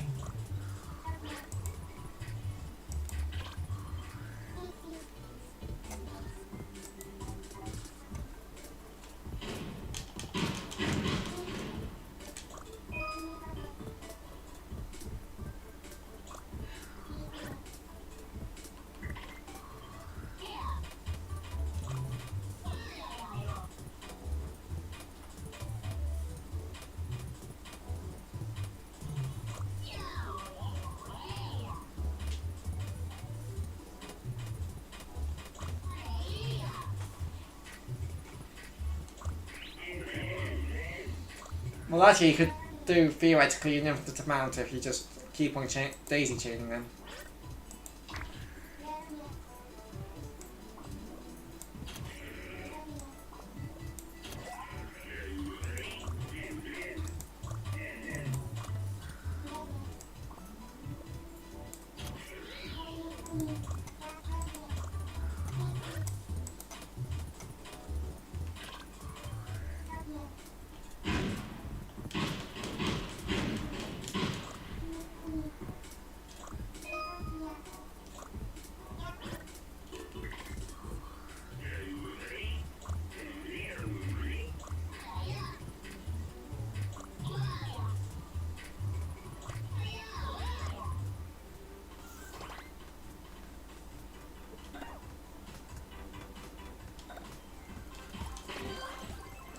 Now I want to go to that. So I've got more puzzles to solve. I do. I'm not the biggest fan of puzzle games, but I do. Oh no, I do like a good brain tease.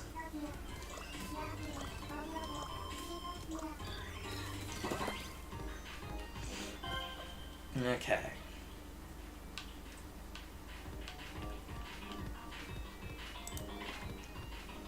So I need to get that apple down to.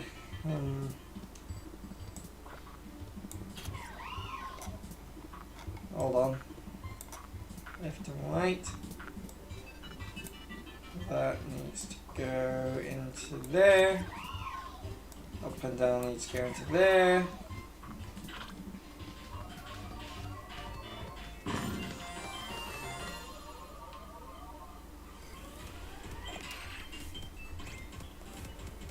We'll call that the friendly UFO.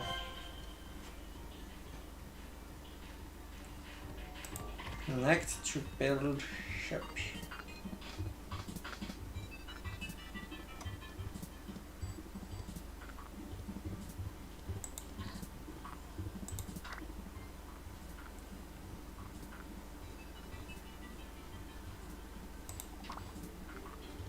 Okay, so I think this is going to be a bit of trial and error. But if I do that, and then, yeah, no, that needs moving.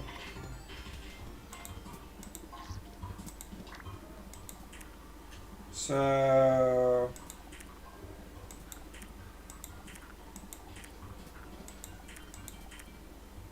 that there. There we go. Yes.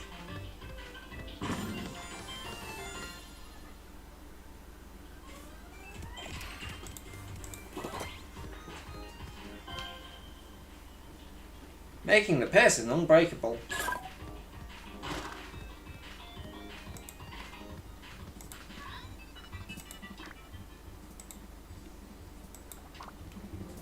Of course it wouldn't be that easy.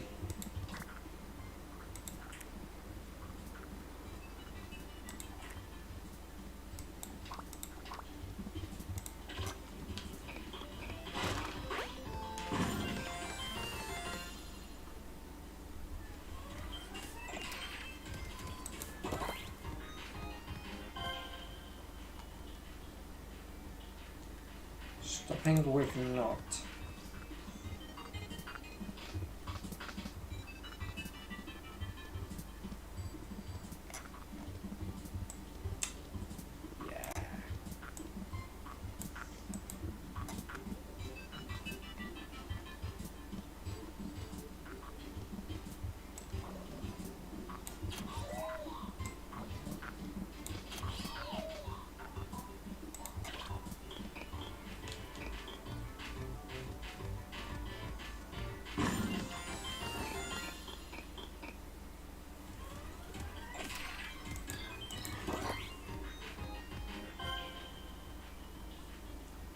The meaning of and. L.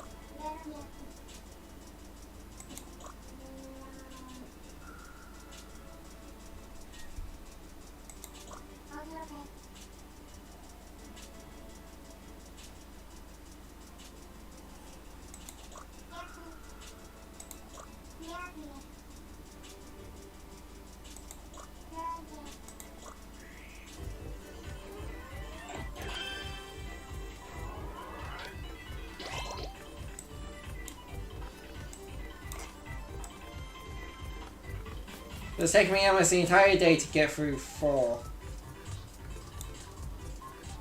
You know what? I think I'm going to end the live stream off here and finish and do these tomorrow. I do want to. I'm probably going to mess around with this a bit more in free programming and just have like a bit of a, just like, mess about with the, nodes and all that. Anyway, just like see what I can do.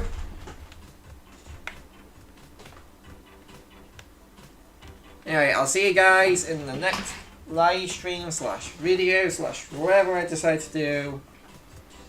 Bye bye. If I actually had the right mouse, I would be able to do that. I don't know. Anyway.